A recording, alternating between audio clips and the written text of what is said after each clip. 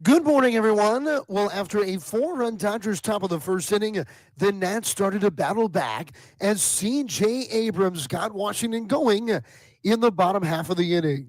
Abrams trying to get it started. The pitch. Swinging a long drive right field. Way back it goes. And C.J. Abrams has a leadoff home run into the second deck over the bullpen. Dave Jackler with a call heard here on the Fan as the Nats battled back to grab a 5-4 lead, but they end up coming up short in a 6-5 loss to the Dodgers. The home run already Abrams' fourth of this season. So even with a loss, the Nationals take 2 of 3 from L.A. They finish the homestand 4-2. Washington is off today. The Nats are in Miami this weekend. The Wizards drop their home finale 122-103 to the 76ers. The Caps host the Canes tonight at 7:30. Listen here on the Fan. And this hour, Scotty Scheffler, Justin Thomas, and Jordan Spieth tee off at the Masters. And our golf coverage is presented by Golfdom. Golfdom is fully stocked with all the latest equipment, apparel, shoes, and accessories. Visit Golfdom in Tysons, Annapolis, or Rockville. Golfdom by Worldwide Golf. Get there.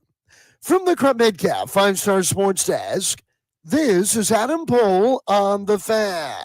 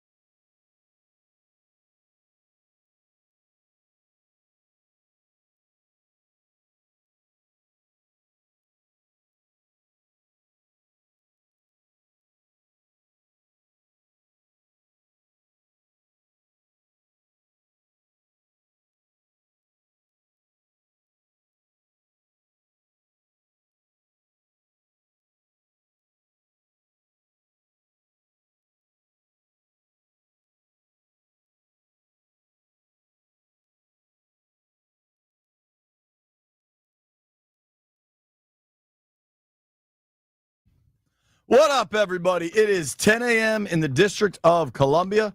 Points north, south, east, and west. Good morning, B. How do you do? I am fantabulous, dog. Obviously, a lot going on in the world. They have teed off the Masters, the 89th edition of the Masters. And that's our old, what you call it? Underway. Landfield, what's my man name yesterday? We were looking at 89 years old, walking around like he's in his 20s. Gary Player. Gary, bro. I was like, he's like 79. Did you see him in the par 3? Bro, I'm thinking he almost jarred a couple. I'm thinking he's 79, 80 years old. And I look it up. He's 89. Dude's almost 90 and is as spry as anybody out there. I am reaching out to Gary Player's people and find out what his diet is. I need to be on that. No, seriously, have you he does the sit-ups and push-ups and all that stuff. Push-ups, all that. That ain't just sit-ups and push-ups. This is what he's putting in his body. He ran over to shake somebody's hand and took off jogging back. You know, I'm like, this dude is apparently he's in his 30s, 40s. He can leg press 400 pounds. I don't know if he still can, but he probably can. Does he look 90 to you? So I just Googled it. Gary Player apparently emphasizes portion control and avoids certain foods such as bread, bacon, and ice cream, and eats only 2 meals a day. I can deal with the bread. I don't know about the bacon and ice cream. I love ice cream. Because if I get the Bluebell, the Bluebell ice cream, and it's the butter pecan or the praline, New Orleans praline, I'm in trouble. Yo, serious question. We'll go around the room because I got to say good morning to the boys. I missed you all.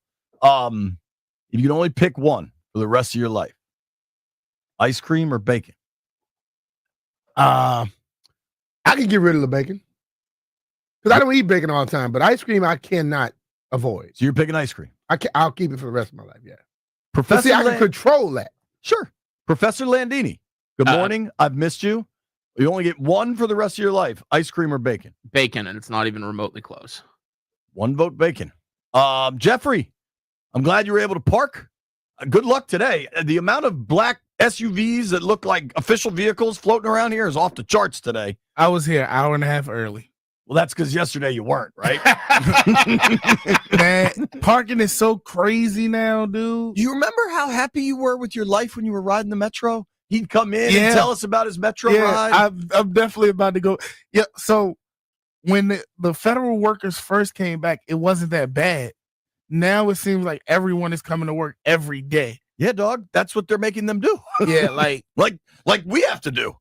but it was still like Tuesday and Thursday for a couple of weeks. So I thought Thank you for the parking update, Jeff. Yeah, Now it's you only horrible. get one for the rest of your life. Ice cream, buddy. 2 ice cream So many votes. flavors. Like That's Jeff. That's what I'm saying. so many flavors. right there. White Brian, we do need an updated NCAA bracket report. You're also going to have to keep track of this Masters thing. I owe B Mitch $10 to pay you for getting the OV pool right, correct? Because B paid you? Yep, that's correct. Did the other 2 pay you? No. That's See, I don't like orange that's people. up to you. You can deal with Jeff and Landfill on that. I wasn't even in that. Yeah, it's heavy metal. Oh, all right. Well, good luck with all that. However, White Brian, there's a question at hand, and I don't want to hear any of the freaky bedroom stuff. Jeff, you went do. in the Ovi thing? Nah. I thought everybody was in it. I thought Jeff was in it, but it is what it is. Wasn't here that day. White Brian, ice cream or bacon? I completely agree with Landfill. Bacon 100%. Wow. It's ice cream for me. Yeah. It's ice cream, and it's not close. Listen, man, I can give me a pork chop. Of the, I can't find nothing that's going to take the place of my ice cream. I like sausage in the morning better, and I like pork roll in the morning better than bacon. Yeah, I can I take like bacon better. at it's lunch. multiple things I can eat in place of the bacon with my eggs and grits and all that stuff, but there's nothing I can get that replace my ice cream. Right. Obviously, I don't know how the hell we got on that tangent, but it was kind of fun. So, going forward, I was in Augusta. It's incredible. It's the happiest place on earth. I got really good weather. I thought that was Disney World. Or Land, one of them. I think Augusta is Disney World for adult men. Yeah. Maybe not okay. even adult, but like dudes that like golf, Yeah. which is a really wide span. Augusta is your Disney World. It's a nice one. I think Disney World is really when you go to Arizona. Sure. I 'Cause think you you like see a- playing more. No. I'm talking about when you go to Arizona to that tournament and then you see a lot of sights. Sure. That's the Disney World for men. That's a wild scene. You're talking about the waste management, Yeah. CBC Scottsdale. That is a very different vibe than Augusta National. Very, very, very different. Wish somebody would swim in the water in Augusta. You'll never see Augusta again. Dude, so we were waiting in line to go get the merch. And this was first thing in the morning. So the line wasn't that long. But when you're in Augusta, you play by the effing rules. Yeah. Right? And so we're walking up and it's cool. Like some people are trying to like hustle through, and I'm just taking my time, taking it all in, happy to be there, right? And there's these 2 women in front of us, and they're, I assume husbands, but maybe boyfriends, maybe coworkers. I don't know what their relationship Just was. stay together, man. It- We don't have to justify who they are. It sure seemed like they were together. And my man comes up, and they're inside. So there's like ropes separating the sidewalk from the line to get in the big merch tent, right? And which isn't even a tent; it's like a building. Huh? But and so the dude comes up, and he immediately, and I'm just like a person or two behind him, but I can hear all this. He immediately starts like getting on his girlfriend or his wife. Like he's like, "What are you doing? I told you not to do this." But he's outside the ropes, and he's kind of like huffing and puffing at her for whatever. I don't know what occurred, but like he's upset about something. And then he ducks under the ropes to connect with her to walk into the merch tent. And in seconds, out of nowhere, Somebody told me there's that. a dude like, "Sorry, sir, back of the line." And it didn't matter that was his wife and whatever, they were supposed to be together. It was back of the line, sir. And you don't mess hold around on. down there. Did she go back with him? Nah. She's like, yeah, that's what you get, damn it. You want to yell at me? Stand in the back of the line. Yeah, dude, it was awesome. I don't have a lot of tips. I saw Max Homa hit 2 awesome shots on 15 and then 16. I watched Shane Lowry and Wyndham Clark putt. Both were nails. Both were like really rolling the rock. Now I watched them putt for 20 minutes. I don't know that you want to extrapolate that data. But you know what is shocking when you see these golfers up close? Just how little But they're small. So many of them are. Yeah. And the torque and the club speed is crazy. But what you get is like those guys that are more compact, say it like that. The longer people on the golf course are not very consistent. Right. The shorter people are very consistent. But they do this every day for a living. Right. You know what I'm saying? If you're about a golfer size, you're probably bigger than them. But if you were to do what they do, 24 hours not 24 hours a day. Let's go 18 hours a day sometimes, 10 to 18 hours a day, like damn near 7 days a week, you will be hitting the ball like them too. Right. I mean, that's the thing that I think. Nobody hits the ball far that doesn't do it over 10 hours a day. Right. Especially the way they hit like it. they It's do. crazy. And then they have swing. Their swing is consistent as hell. The ball that they pick is perfect for their swing. Their clubs are exactly for their swing. So everything gets to connect at the ball properly. Hell, a lot of us out there have a great swing, but the wrong ball in clubs. Some of our clubs are too long or too short. You know, when you begin to think of those things, you'll hit it better too. But not like them. This is their livelihood. You know what else was interesting? You remember that awful hurricane that came through the southeast last fall, Hurricane Helene? Mm-hmm. Did a ton of damage, like kind of Georgia, South Carolina, North Carolina.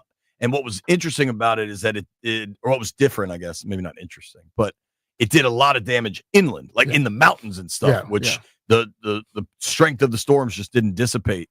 It did a lot of damage to Augusta. A lot of trees. Yeah. You know, when you're down there with our mutual friend, you come in the main, you come right down Main Street, right? And you could tell, even on Magnolia Lane, that like a lot of trees got taken out. Yeah, and the thing about the trees at Augusta, if one disappeared, you can't have one there next year that matches it. Right, because those been growing for years. Yeah. And I noticed it a lot on 18. Maybe I mentioned that when I called in. But 18, you talked about how because I hadn't walked up there yet. Mm-hmm. But you said that was your favorite hole because you love that shoot, how tight that shoot is.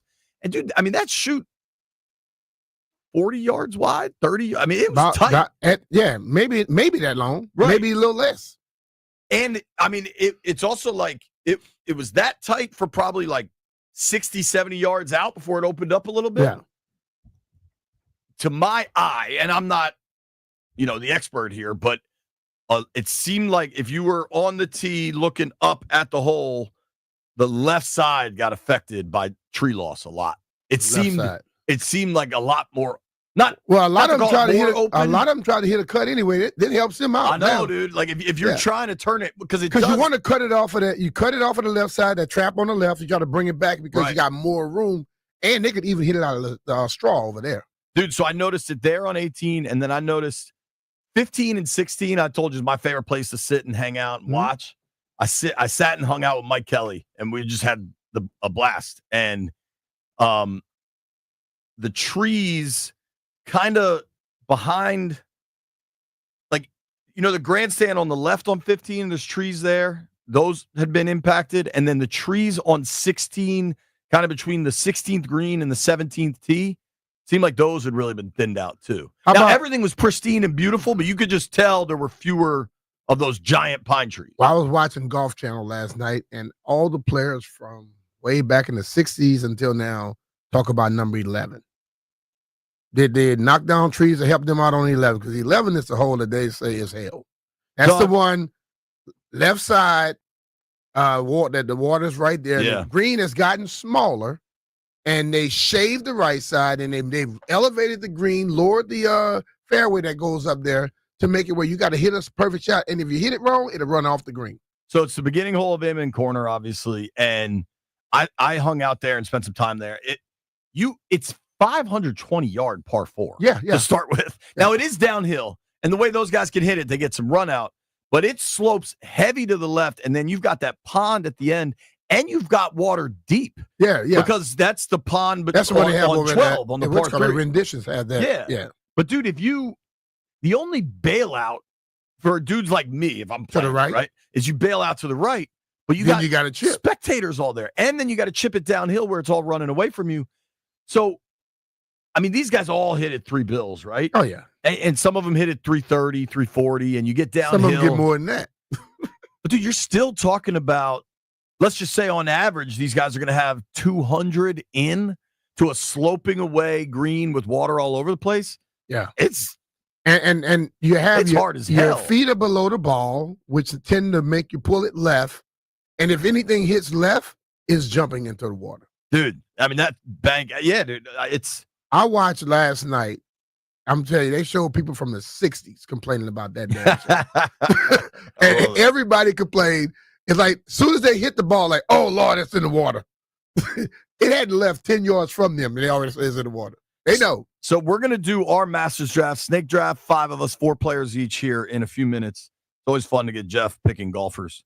I did want to shout out the Nats, and I understand they lost yesterday, and I was actually in the car listening to Charlie and Dave when the Dodgers scored what became the game winner. But for all the concern we were voicing about the Nats this time last week, all they've done in their last 6 games is win 2 series. They've taken 4 out of their last 6 they take 2 out of 3 against the Dodgers, defending World Series champs. They take 2 out of 3 against the D-backs, who were in the World Series, I think, just 2 years ago and lost to the Rangers. Like, those are 2 really good teams that came to Nats Park, and the Nats showed up. And they needed to, because I think coming into those series, they were like 1-6. But it feels like they've righted the ship. They're now 2 games under 500. And I don't believe this has to be a wild card team for the Washington Nationals this year. Like, they're still in the rebuild process. But when you see James Woods, C.J. Abrams really start to hit, there's a lot of reason for excitement there. So I recognize they lost yesterday, but I just wanted to shout out the Nats for playing some good baseball. I'm sure you noticed it too, B. Then you've got your Washington Wizards, who, to be clear, are doing exactly what they should be doing. Like, what we want the Wizards to do at this point of the season is exactly what they're doing. The Sixers have really, really fallen apart. Joel Embiid's allergic to playing basketball. Yeah, that dude, I don't understand him whatsoever. Here's the assignment, Brian. Okay? Mm-hmm. Lose is the assignment. The Sixers decided to get in on that assignment late. They started too late. But the Sixers, in their last 10 games, are 1-9, B. You know who the one win came against? The Wizards last night. Hey, the Wizards did what they were supposed to do. The Wiz have the best odds of getting the best picks. They understand the assignment. The final game for the Wiz is Sunday, so I imagine they have 2 games left. So they play the Bulls in Chicago tomorrow night, and then they finish the year Sunday in Miami. All right. So the Wiz are 17-63, right? Wiz are 17-63. Utah is 17-63. Charlotte is 19-61. I believe those 3 teams have locked up the worst records in the NBA. Yeah. I guess Charlotte, if they go 2-0 down the stretch here, could tie the Pelicans. Something tells me Charlotte ain't going to go 2-0 no matter what it takes. Nah. They might ask me and you to go play for them. May 12th is the NBA draft lottery. We all need to pay attention on May 12th because that's what this is all about. You got Charlotte. Cooper Flagg's playing his college ball at Duke. Mm-hmm. You got Utah. And Cooper Flagg just seems like the Utah-iest player ever. And you got Washington. But the messed up part, and maybe this is an early entry for Bleep You Thursday, is it's entirely possible that none of the 3 of them win. The 3 of them each get almost 15%, right? They can still lose out. So let's call it a 55% chance that some other team gets them, which sucks. It's probably. It could happen. I had a very interesting conversation with Jennifer Lee Chan. She covers the 49ers for NBC Sports Bay Area, has for a while. We're going to play that a little later because I think her thought process on Wes Welker coming to Washington to work with Debo again is really, really interesting. We're going to do Bleep You early today. Then we are going to talk to Wes Hall, kind of wrap up this Wiz season. Joe B is going to join us at 1 o'clock. Huge Caps game tonight. The Caps, obviously everything became about Ovi, and that's awesome, and we were all here for Ovi Mania. The Caps tonight against the Hurricanes, it was just a week ago. They went down to Raleigh and got their ass kicked. Yeah. It's time for the Caps team that is going to be 1 seed in the Eastern Conference. Like it's time for the real Caps to stand up. Tonight is the night for that. Huge Caps game tonight. I'm going to be over there. It's going to be a blast. Joe B at 1. Peter Rosenberg joins us at 1:30. Masters draft next.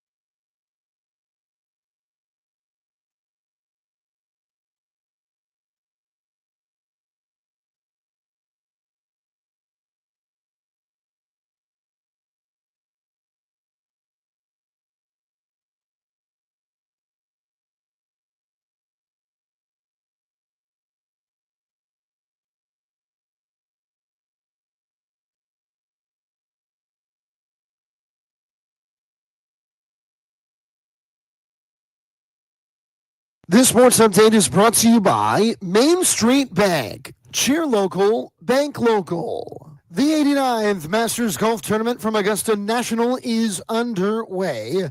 And currently out of the gate, 5 players at 2 under par, including Zach Johnson here leading the way. Scotty Scheffler just teed off about 15 minutes ago.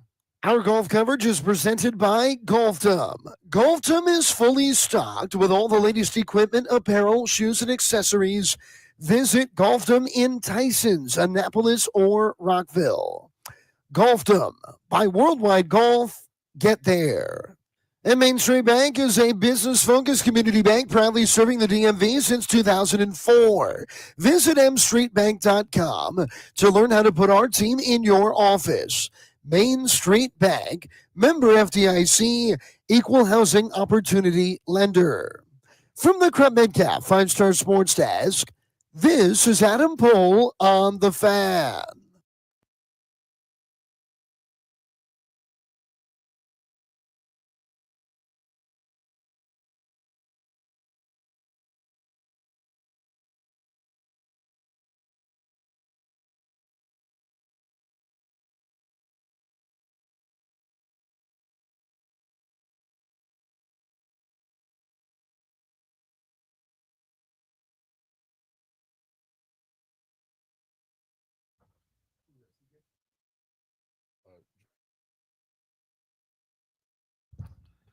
B. Mitch and Finley, 1067 The Fan.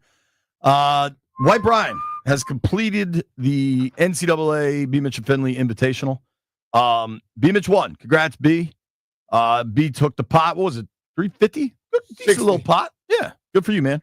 Shout out to Wildcard Scotty for a second place finish. You received $0. Sales Aaron and Heavy Metal Chris tied for third. And Jeffrey. Shout out to Jeff, also tied for third. Let's be clear, though, none of you got any money. This is a winner-take-all situation. Most importantly, I did not come in dead last. Valdez came in dead last. That's all he wanted. All he wanted to say.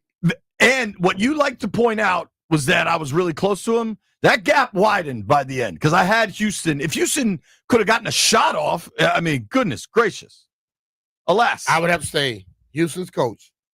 You need to, this offseason, learn how to draw up an offensive play. Yeah. He can coach defense. That was tough. He could not draw offensive play. All right. So here we are. Now the Masters is off and running. There's some dudes are out there. I doubt these are the dudes we're going to draft in our draft. But if somebody wants to take advantage of Mike Weir's hot start, go for it. I will not stop you. Yeah. All right. 4 players each snake draft. How do we determine the order? Age. No, I'm joking. Reverse age. I'll go. Nah. Somebody get a coin and flip it. We got 5 people. How's that work? I think age works. Get a coin and flip it. Somebody got a quarter in their pocket. Alphabetic last name.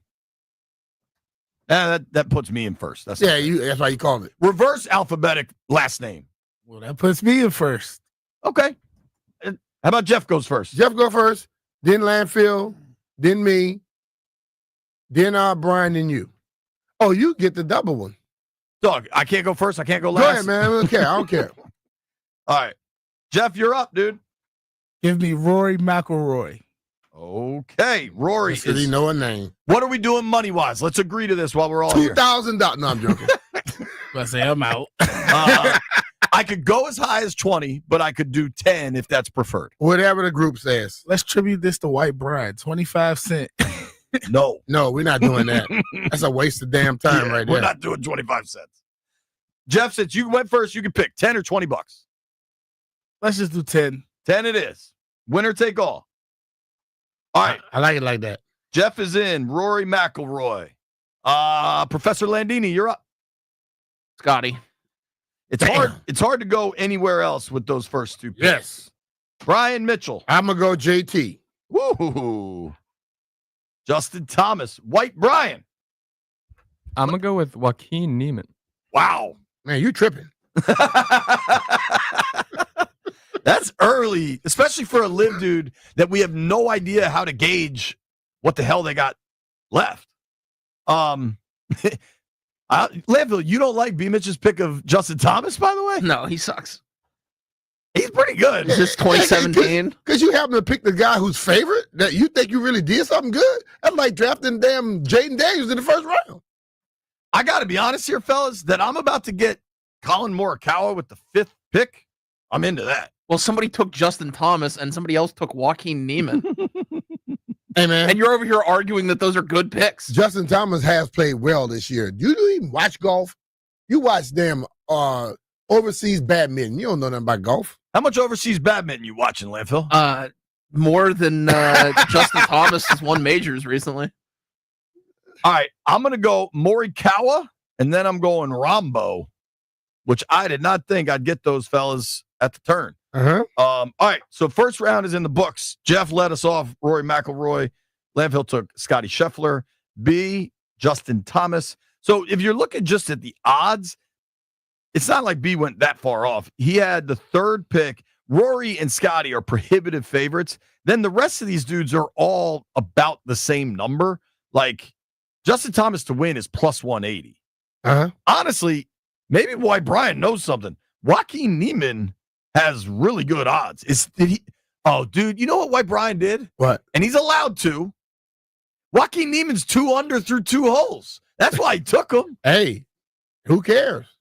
Damn, you're what I know about the Masters, those who go very low early are not there on Sunday. All right, White Brian, you're up. Do you have the cojones to take Johnny Vegas or Brian Harmon, who's also 2 under through 4 holes? I'm going to take a Ludwig. Ooh, Aberg. Are you a big Swedish golf guy? Can't say I am. All right, B. Give me Akshay Bhatia. Bhatia can play, man. I like Akshay Bhatia. You know, I believe it's Akshay. You know how they do the drive, chip, and putt championship at Augusta now with the kids? He used to be in it. He won it. Mm-hmm. So he's been doing it since he was a kid, baby. I'm just saying, how much would CBS and more importantly, the Masters, the people that wear green jackets, they would love They would love to see that. Yeah, me too. Professor Landini. Xander. What was that? How many championships he won? He won 2 majors last year, bro. Yeah, he won back-to-back. He ain't winning this one. What did he win? PGA and then the British? Did he win the Masters? No, he didn't. Yeah. Did he place? Where was he at? I don't remember. That's the thing about it. This one here is different, dog. Let's see how Xander did. Just last year. All right. Xander last year. I'll give you Xander's history at the Masters. Last year he finished 8th. Okay. The year before he finished 10th. 21 he was tied for 3rd. Okay, So, he'll be 6th this year. he had it tied for 2nd in 2019. Jeffrey. Give me Bryson DeChambeau. I like that one, man.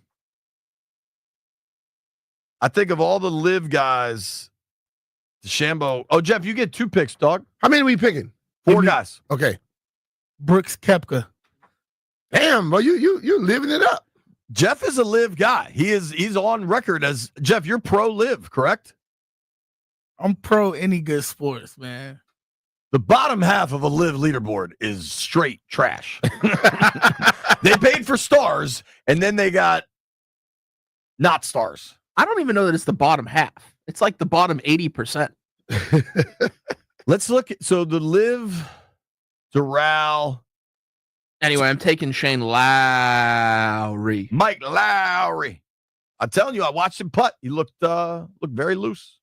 I'm going with Zalatoris. Ooh, Willie Z. All right, so the Live just had a tournament, I think, last weekend in Miami at Doral. So Mark Leishman won it. Charles Schwartzel came in 2nd. Then Sergio 3rd. So let's get outside of the top 10. Danny Lee, Taylor Gooch, Charles Howell. Gooch. Legitimately, has anyone ever heard of David Puig or Tom McKibben? Nope. Dean Burmeister. Just now. Lucas Herbert. And I'm not even to the bottom half of this thing. Luis Massaview. Whatever. I want to go at RTJ. I think that'll be fun. Sorry, B. Who'd you take? Willie Z? Yeah. Okay. White Brian, the whitest Brian on the program. Victor Hovland. Hovland. Damn, I was looking at him. He could play, dude. He always look like he's squinting. He's always like smiling, too. Kind of a goofy smile. All right, so far I got Morikawa and John Rahm. I think I'm going to do some different stuff here. I'm going to take Russell Henley. And nobody's taking Hideki yet, right? Nope. You can have him. I'm going to take Hideki. I went with the H&H boys. Thigala not in this thing, is he? Thought he would be. He won the tournament this year. I would think the Thigala's in. I don't see him. I don't either. What's up with Thigala? I'll try to Google that. White Brian, you're up. Brian Harmon. You are a dork, dude. Because you're very obviously taking Brian Harmon because he's 2 under through 4. Well, and also because He's got a good name. He's played very well this year. You guys, And he just won the tournament in San Antonio. yeah, and some serious wind conditions. All right, Yes. Brian Harmon, it is. I ain't mad at you.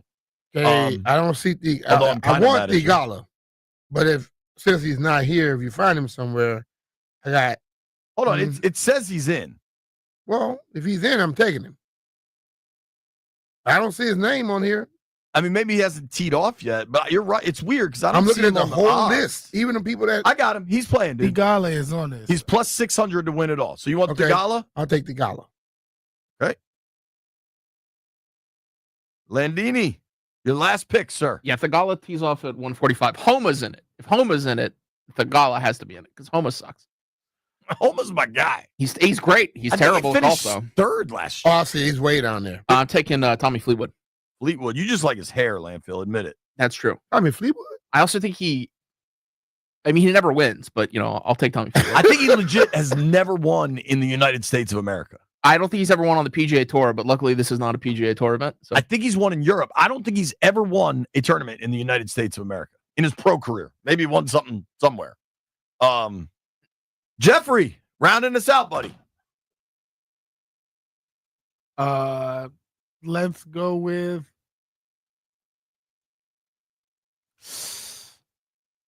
Just pick a name, Jeff. Sepp Straka? Patrick Cantlay. Cantley. There you go. That used to be Stallion's guy. Can't lay. All right. Can't get late. Here's your recap. Jeff Walker had the first pick. Jeff went Rory McIlroy, 1-1. Then Bryson DeChambeau, Brooks Koepka, and Patrick Cantlay. Interesting. Jeff's internal locker room could have some beef if you remember Rory and Cantlay and all the things that happened there. Yeah. Professor Landini started with Scotty Scheffler, then Xander Schauffele, Mike Lowry, I know his name's Shane, and Tommy Fleetwood. So 2 Americans, 2 Brits. He Although was great till he picked Fleetwood. I have 3 of the 4 reigning major winners. Just for the Lowry record. also might be Republic of Ireland. I don't think he's Northern Ireland. I think he's Irish. So not 2 Brits, 1 Brit, 1 Irishman. You're right. Of last year's 4 majors, 3 of the 4 of them are on your roster because Scotty won Augusta, Xander won the. This is the worst Scotty has played coming up to a Master. He was a little This off. year, he's off. You might be in trouble. Brian Mitchell invested heavy in the subcontinent. B. Mitch started with Justin Thomas, then I believe it's, how do you say? Akshay. Akshay Bhatia, Willie Zalatoris, and Sahith Thigala. When I see Akshay, I always think about Ahmed. Ahmed's boy. Yeah, that's what I think of too. White Brian then led things on. White Brian, tell the truth. Would you have taken Joaquin Neiman 4th overall if he didn't start 2 under? No, but I really wanted to take him. Okay. But since he's already 200, hell yeah, I'm taking him. All right. White Brian. He'll be over par by the time the game over. Basically, White Brian made his picks with a torpedo bat. Like he didn't break any rules, but he definitely tried to change some technology. White Brian took Joaquin Neiman, Ludwig Aberg, Victor Hovland, and Brian Harmon. I believe White Brian has the least Americans on his roster of any team. Only Harmon is American, right? Neiman's Chilean, Aberg's, I think, from Sweden. Hovland, I believe, is Danish, or perhaps Yeah, Norwegian. this is golf. Yeah, that don't mean nothing. It doesn't. I'm just pointing out weird things. Then you get me. I got Colin Morikawa, John Rahm, Russell Henley, Hideki Matsuyama, I only have 2 Americans. Also, interestingly, I believe 4 players drafted with the last name that starts with an H. That's the most in the field. Nobody go anywhere. Phone lines open at 11 a.m.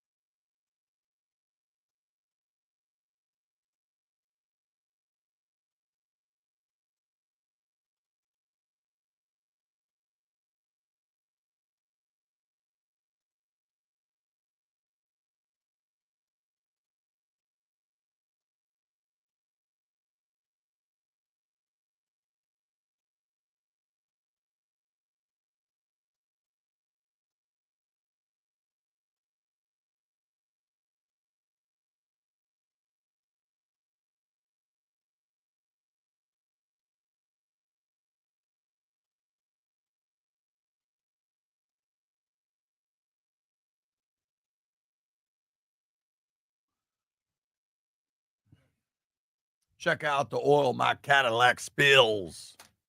Not very environmentally friendly, Luda. The best thing that happened yesterday that I was just made aware of, Juicy J tweeted out a picture of a personalized Caps jersey for him and Project Pat with the eyeball emoji at Capitals. Like, Ovi loves the song, right? The Bands of Make Her Dance thing. I wonder, tonight there's this They probably special. sent him one.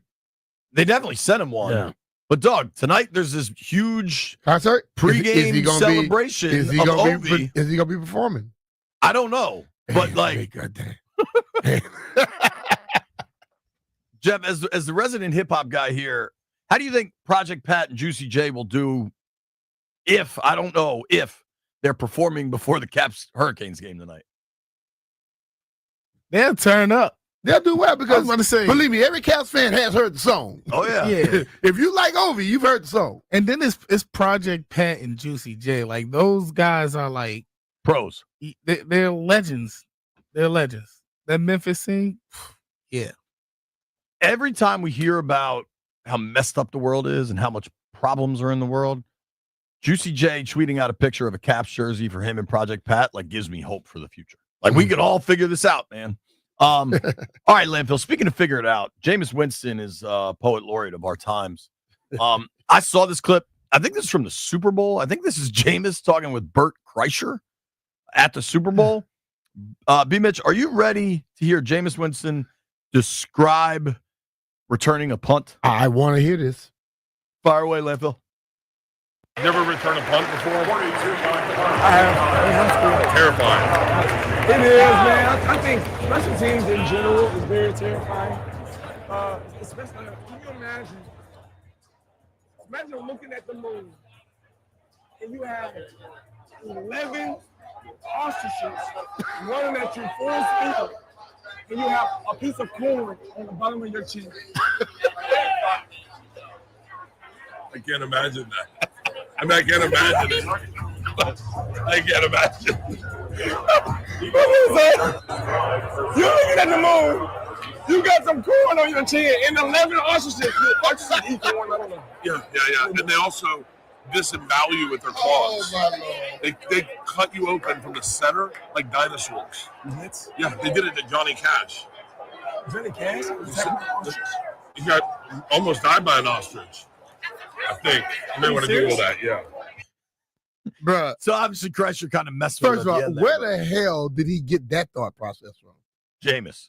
You're looking up at the moon with 11 ostriches coming at you, and you got a piece of corn on your chin. I don't know if it's crazy, but I don't know if it's that. The great minds, the great creatives of the world, you can't question their process, man. Bruh. They arrive at their own results. When he was calling the NFLPA's golf tournament Yo, that in was funny. Maricopa, I don't know if those guys like were happy to see Jameis or not, because he was brutal to them. Yeah. He Not- said, not "Man, scared." damn, y'all, I see why y'all not gonna be here tomorrow." He was destroying. I said, "Oh man, you're not practicing your golf game a lot, are you?" Jameis is a wild He's dude. funny, dude. He's funny. All right. We're going to open the phone lines up. We got to do it early today because we got a really packed show. We got a lot of sports to discuss. Coming up next, phone lines are open. Jeff, hit the button. 800-636-1067. 800-636-1067. It's time for Bleep You Thursday. Man, it's early.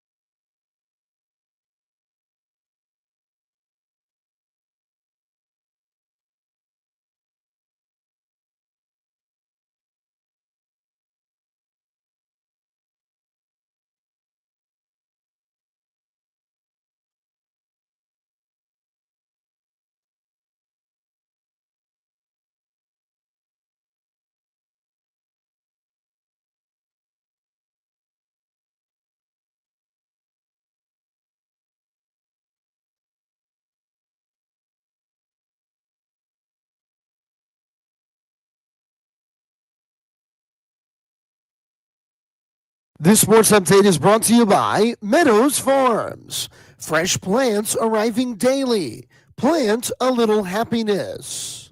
The Nationals' 4-game win streak ends in a narrow 6-5 loss to the Dodgers. The Wizards fall in their final home game of the season, 122-103 to the Sixers. Now tonight, the Capitals host the Hurricanes at 7:30. Listen to it here on The Fan. And the Masters underway from Augusta National.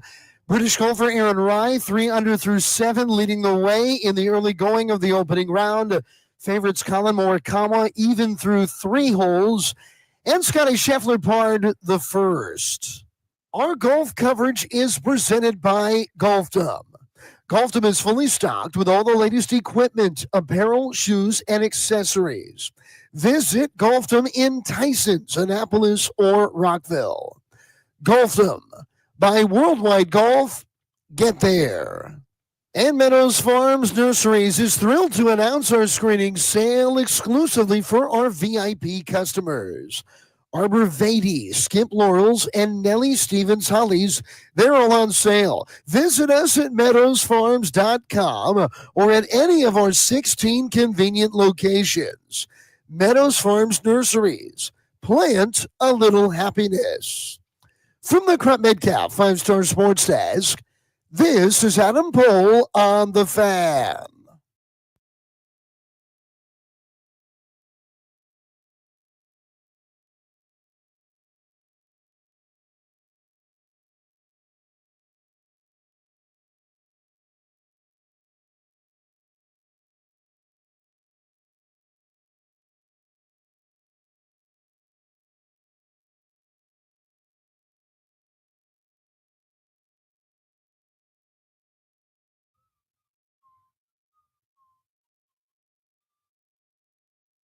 B. Mitch and Finley, 1067 The Fan. It's Thursday. Time to get some stuff off our chest, folks.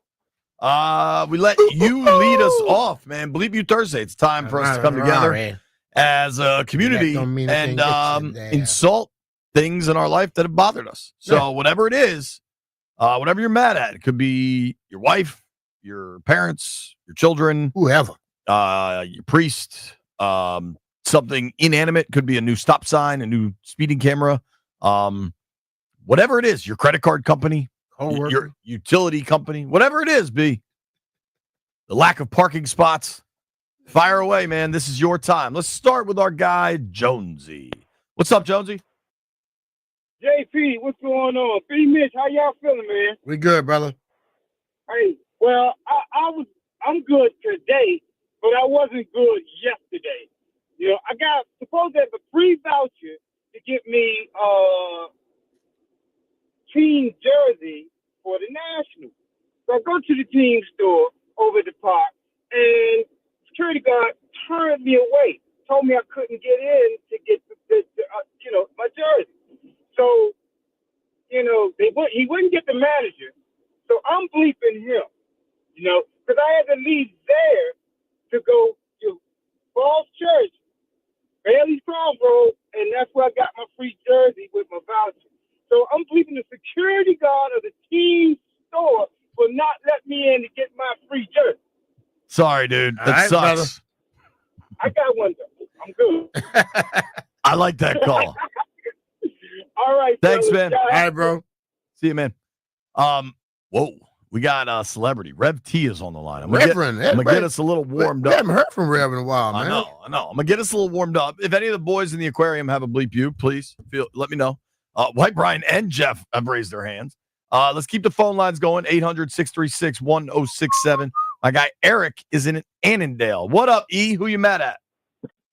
Hey, it could be one of two people by the initials EB, former coach or morning radio guy. And what I'm sick of is the repetition, and I'll just imitate it. EB here, tell them EB sent you. EB's entertainment page. EB, listen, EB. That's how I'm EB sick gets of paid. it. He has my full support, dog. Also, if you have something that I believe, don't quote me on this, I believe the Junkies do open line Thursday. Their phones are open all Thursday's show. You can call him and tell him how you feel, not us. Yeah, Right? Can I kick my bleep you off? Because I want to start off with him. Yeah, dude. Fire Because away. I clearly, Landfill and B-Hawk are my witnesses. He said, I want to bleep EB. I said, Eric Bickle? He said, Eric Bieniemy. I said, okay, cool. Because I wasn't going to let him bleep one of the junks. So bleep you to all them callers who switch up when they get on the line. My second bleep you goes to Metropolitan Police Department.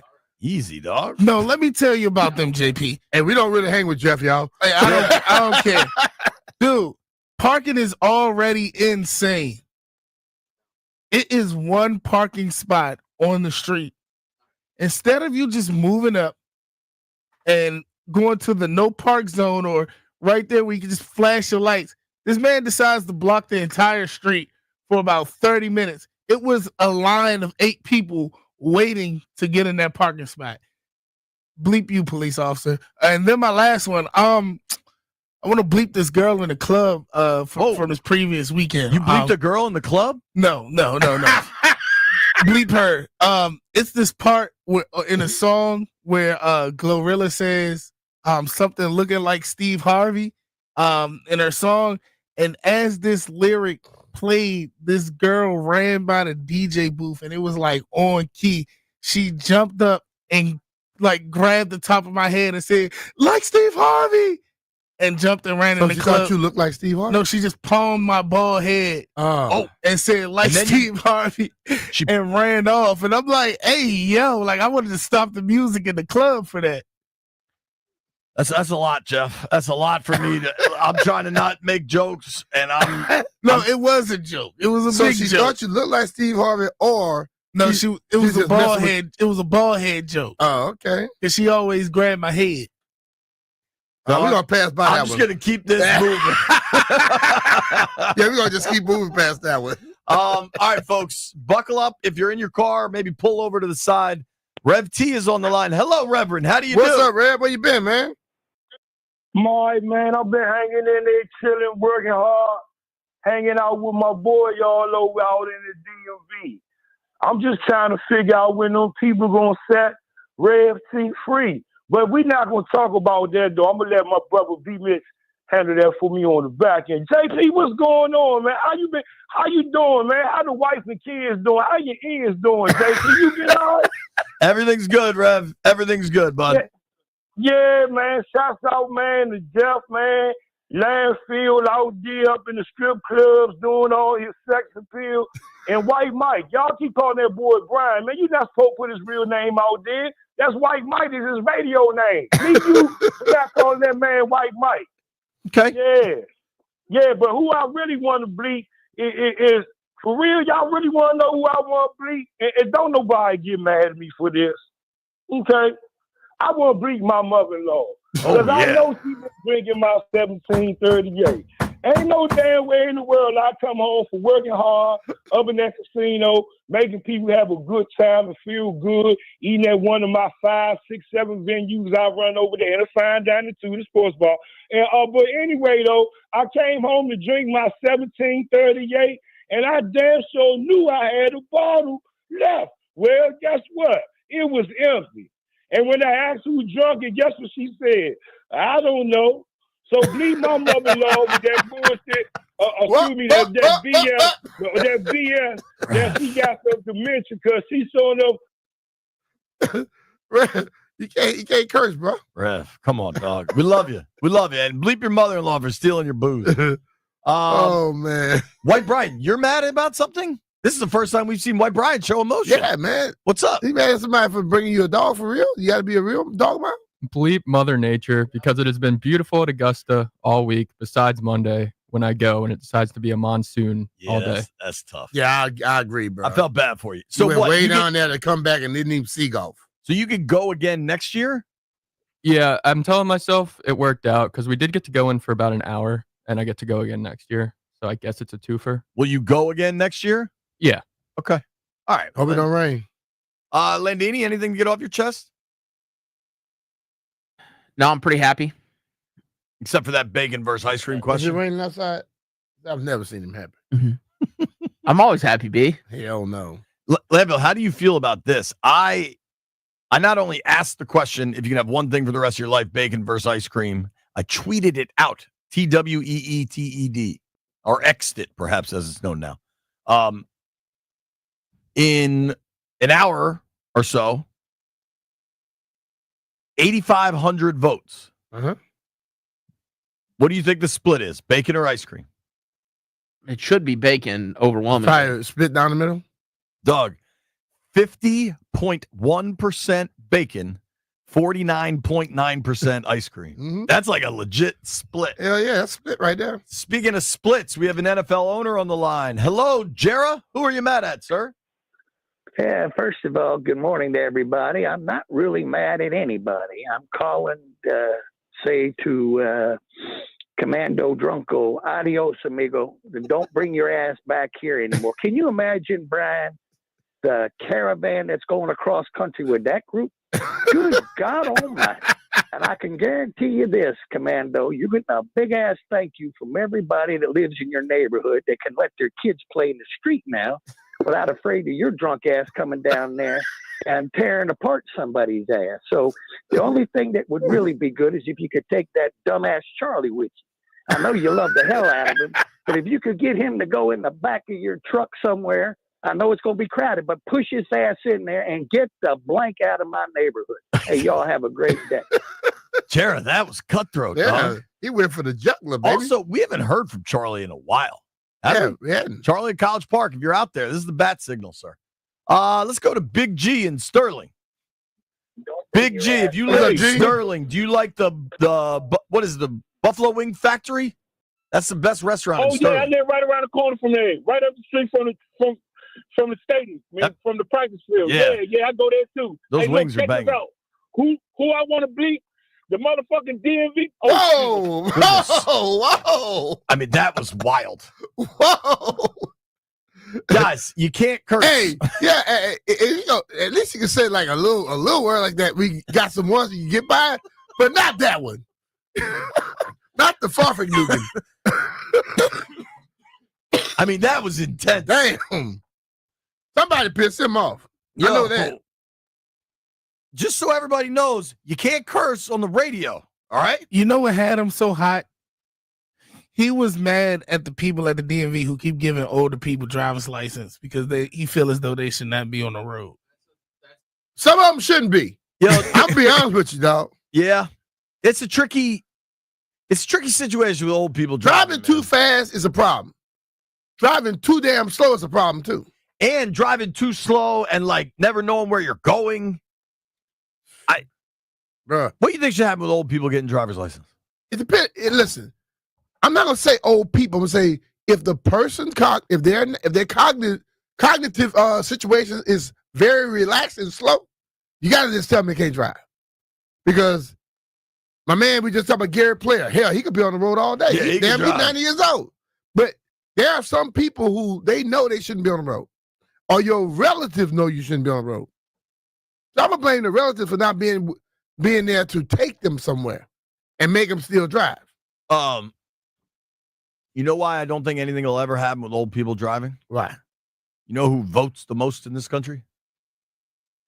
You think old people vote the most? Yeah, old people vote the most by a long stretch. Okay. And the first politician is like, yo, can't drive after 85? That dude ain't winning. That's why I think old people will just keep on driving. Well, just do like a lot of people do now. Just do it. Don't say you can't. Just stop them. That's what the hell happening now. So what's the difference? Zeke is in Southeast. A reminder to all the callers, no cursing. Yeah. Hello, Zeke. Hey, what's up, guy? What the? No, I'm not gonna say that. But anyway, yeah, I wanna really bleep Alex the Great Ovechkin. You might ask why. Why? Because I have like several parties to go to today, man, for him to break the record, but he's already broken it. So the parties are off. So they can still celebrate it. But they're having a celebration there. It ain't the same, you know, but I understand, but we still gonna celebrate, but it ain't the same. Oh, also, I wanted to say, put my vote in for ice cream over bacon. Yeah. And for Brian, if you haven't tried Tillamook, try the Tillamook butter pecan. I've seen that in the store. What was the joint we got last week? Pralines and cream? Yeah, that came from Kilwins. That was good, bro. Kilwins knows what they're doing, man. Thank you. Oh, great news. That Charlie in College Park is back. All Hello, right, Charlie, what's up, brother? How are you, dude? Hey, man, good morning. Good morning. I've been around. I'm listening. I'm just taking life easy for a while. The season's over. I'm getting ready for training camp. But my old friend showed up this morning, and I just can't let that pass. Jera, bleep you, man. Get off of here. I keep telling you, why do you let that turkey on the air? Jera, first of all, you do a weak Jera. That is the weakest Jera. You're almost as weak as the Jera. Leave me alone, man. I've been leaving you alone. How you like that 4-13 record, that 5-12 record you guys had? Take it easy, guys. Bye-bye. All right, bro. Thanks, Charlie. Good to hear from you, dude. The Charlie Jera beef is real. Oh, it's real. And That's real. I think the Charlie Landfill beef has kind of been squashed. Landfill, are you good with Charlie these days? He's texting me. Who texting you? Landfill? Based on Landfill's text message, I don't think the Landfill Charlie beef is squashed. I think Charlie will whoop Landfill's ass. I'd watch that fight. Landfill, are you willing to fight Charlie in College Park? No, I'm a lover, not a fighter. Unless it's B-Mitch. I'll fight him any day. You don't want this, dog. B, you'll laugh at this. So, I don't know what's going on with my phone. It's probably that I share them. So then my phone just keeps doing more and more of it. A picture popped up on my phone yesterday. So Brian, on the stream, you can see this. You see this photo. So it's me, AJ Atai, Michael Jenkins, who does the morning show for MGM, BetMGM Network, and Pete Haley, and then Charles Mann, along with Santana Moss. You see that Charles is a solid foot taller than all of us. Yeah. So AJ said, if you remove Santana from this equation, because Santana changes significantly the equation. So it's me, Jenks, Pete Haley, and AJ against Charles Mann. 4-on-1. In what? A fist fight.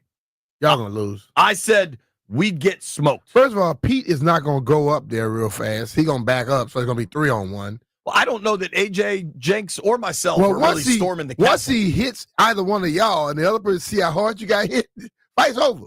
Dog, Charles Mann is one of the great gentlemen of Charles, you saying that Charles just hit me yesterday. I'm a huge Charles fan. He would absolutely destroy the four of us combined.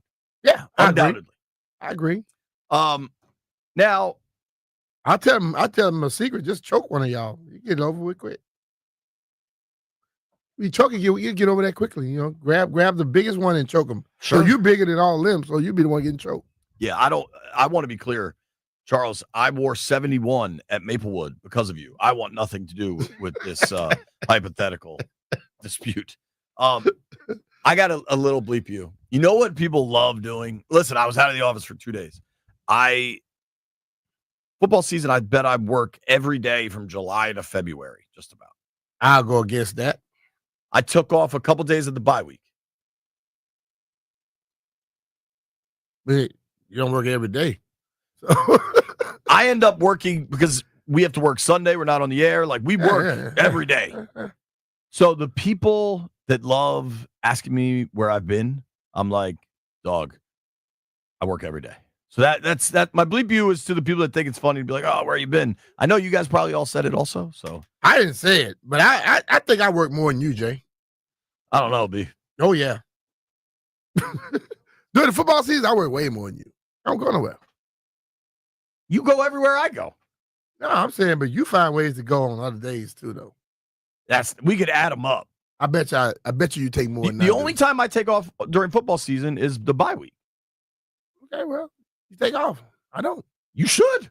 I always say you take should. off some days. Oh, I'm taking off some days. I'm about to take off some more days next week. All right. You and I gonna be going the same time. Who cares? Dimitri is in Waldorf. Dimitri, last one. Go ahead, bud. Hey, man, I got two of them. I just want to say bleep you to Broncos fans. They had an unsanctioned beef with us the entire season. We didn't even play them. It was all because Jaden Daniels was so much better than Bo Nix. We were like, we don't even care about y'all. They were talking so much trash to me. They talked more trash to me than the Cowboys fans. did in the DMV. I didn't even know Denver fans existed in the DMV. Bleep you to them for riding us the entire year because Jaden Daniels just happened to be better than Bo Nix. And then the second, bleep you to all the Falcons fans who it was years ago. Well, a couple of years ago, Marcus Mariota was still the quarterback for the Falcons, and he threw a game-winning interception to I think Kendall Fuller caught it. Yo, JP Finley, you were covering that game because I was at the game, and I like to sit on the opponent's side because I like to talk trash. Was this in Atlanta? No, this was in Washington. Okay. Like, it was raining, and Kendall Fuller caught the game-winning interception. Bro, when you came on the screen, they all threw up like middle fingers. Boo, JP Finley. I don't know what you did to Atlanta. But To Atlanta? my goodness gracious. Yeah, they were going off on you, bleep Jay. you to them. I don't know, dog. Randomly, various fan bases get mad at me. I'm not too worried about it. Eagles fans kind of hate me. Something about, the most stabby city in America. Gotcha. Atlanta fans, all I do is point out you're an idiot. their relative irrelevance. But I don't know, man. People get mad at me. Jesus, all right, here's the plan. When we return, a very special Masters edition, a golf edition of Real or Fake. Hey, it's Brian Mitchell here. Swing into the biggest golf event of the year with FanDuel, where every putt and drive can bring you closer to victory. Because right now, all customers can get a profit boost every round of the first major. Boost your winnings on anything from outright winners to round leaders to tournament matchups and so much more. Listen, as you go into this one this weekend, you can pick who's going to have the lowest score today. You don't have to just wait till the end of the tournament. You can go by days or you can pick groups, the best score in the group. FanDuel has everything for you. FanDuel is your go-to for betting on Augusta. Tee off with a variety of bet types and live bet as the tournament drama unfolds. So don't wait. Visit FanDuel.com/Brian to download FanDuel, America's #1 sportsbook, and swing for some green at Augusta. FanDuel Sportsbook is the official partner of 106.7 The Fan. You have to be 21 years old and present in Virginia. Opt-in required. Bonus issued as a non-withdrawable profit boost tokens. Restrictions apply, including any token expiration and max wager amount. See terms at sportsbook.fanduel.com. Gambling problem? Call 1-800-GAMBLER.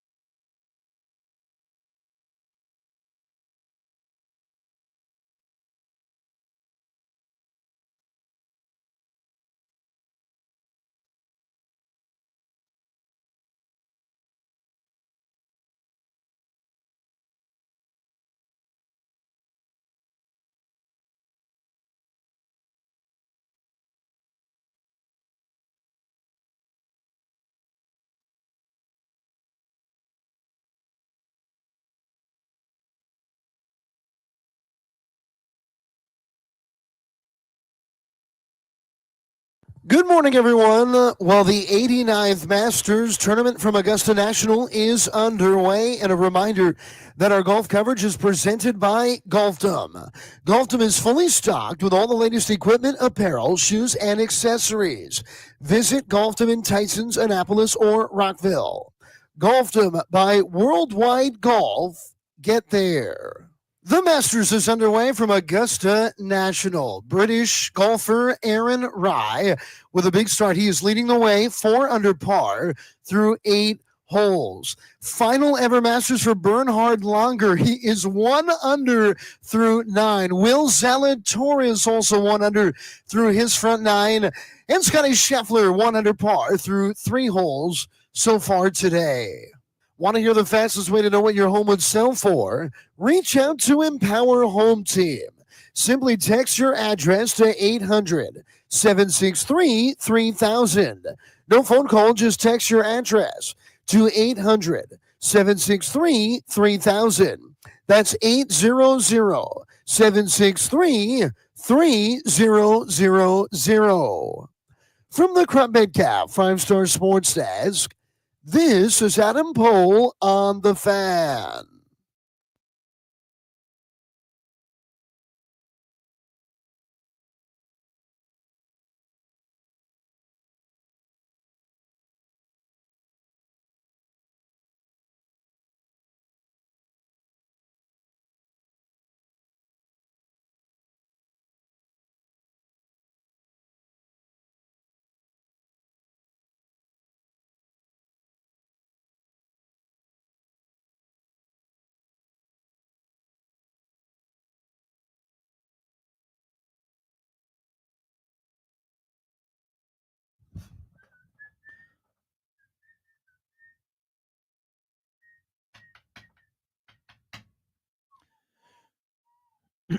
B. Mitch and Finley 1067 The Fan. Shout out to all the people watching on YouTube. Appreciate you there. If you're What's looking up, for us Feeks? there, How you doing? 1067 The Fan has its own YouTube page. You can watch us all damn show. Always fun. It's got their own chat going in there. It's kind of getting into mock draft season. We're gonna hear from Dane Brugler in a minute. Right now, though, former producer of ours, now a tech executive, Cody Betts joins the program. Hello, Cody. How do you do? What up, Cody? What up? What up? I'm good. All What's happening right. with you, brother? So Cody joins us.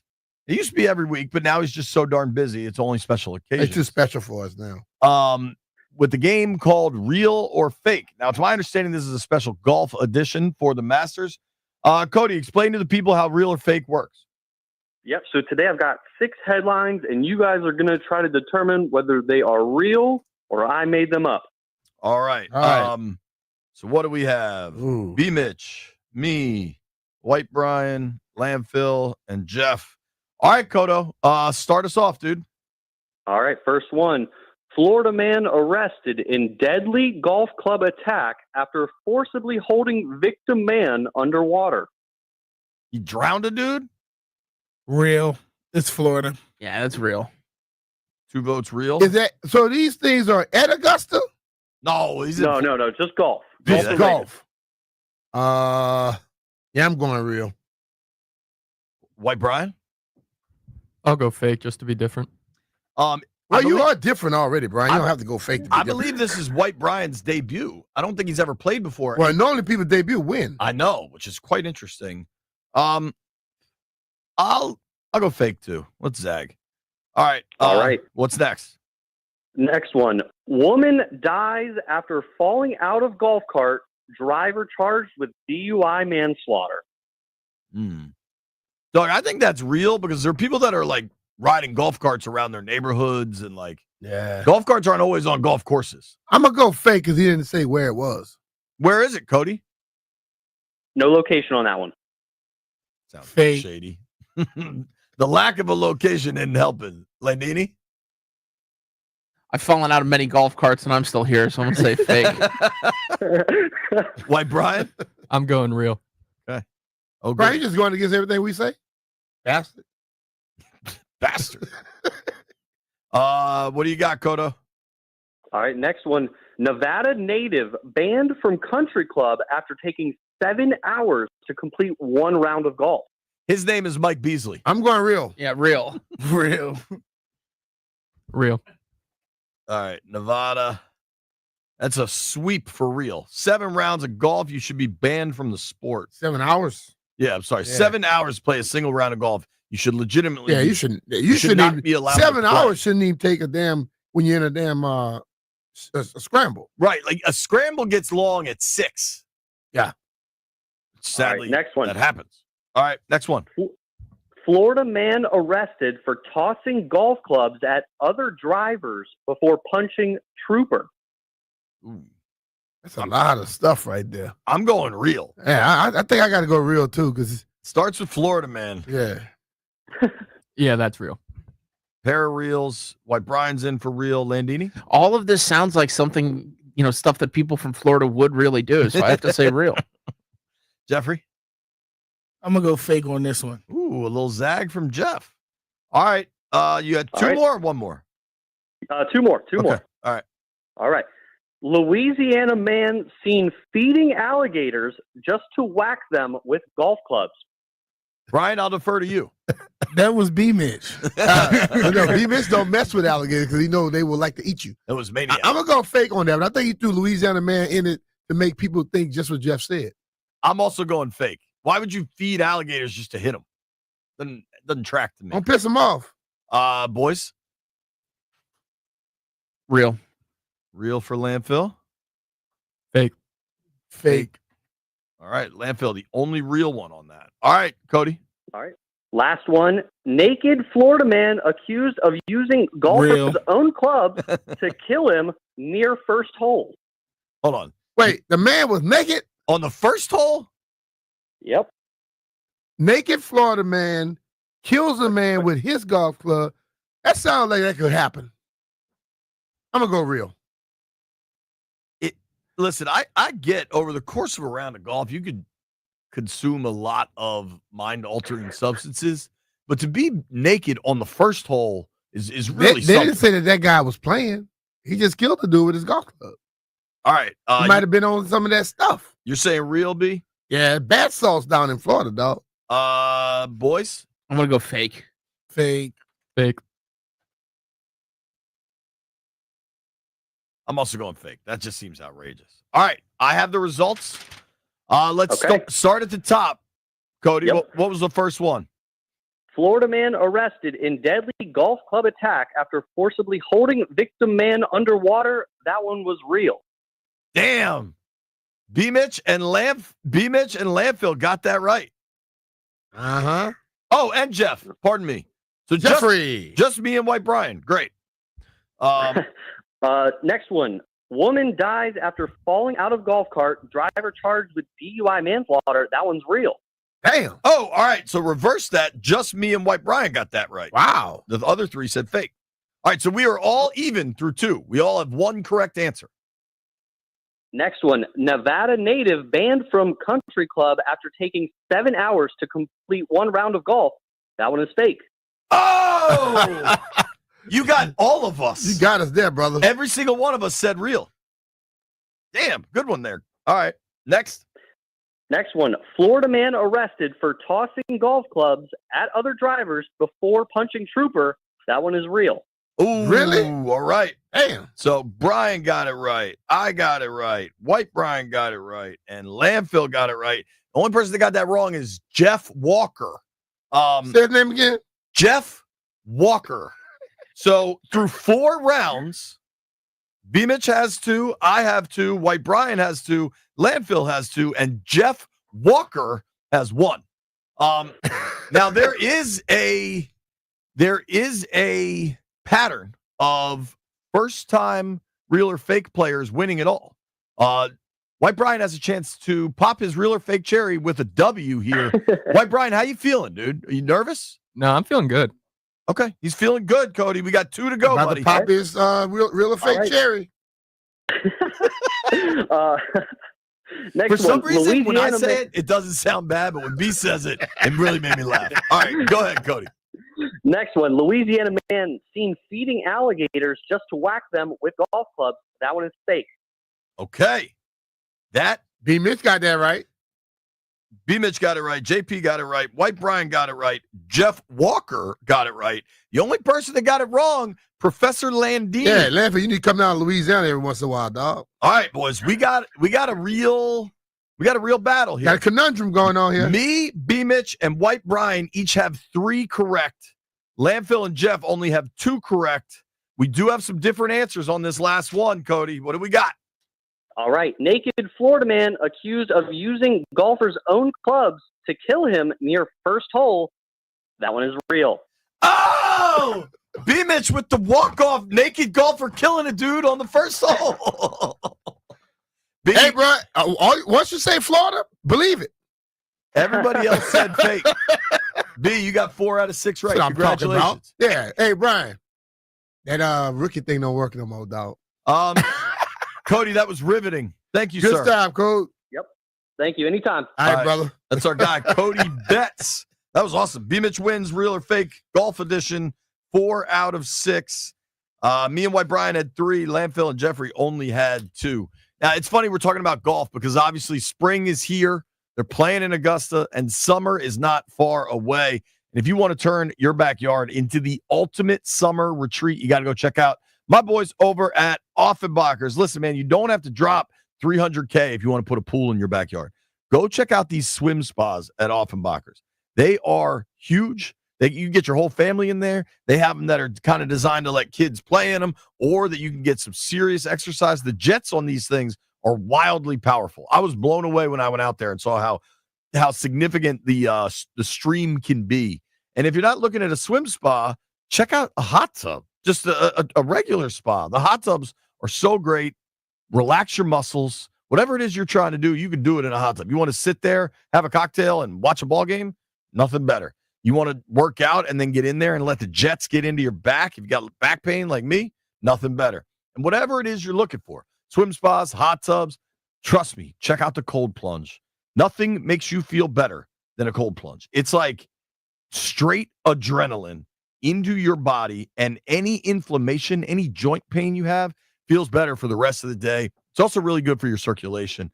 4 stores for Offenbachers: Herndon, Annapolis, Gainesville, or Rockville. Or you can check them out online at Offenbachers.com. They also got saunas, which is really good for your circulation. And beyond all that, they have just the best outdoor furniture. My house, I have their outdoor furniture. It is such high quality. They deliver it. They take your old stuff away. They do it right, man. It's a great store. If you go right now, tell them I sent you, JP Finley, you get a free $500 gift card with your spa purchase. Don't wait. Secure your summer now with Offenbachers.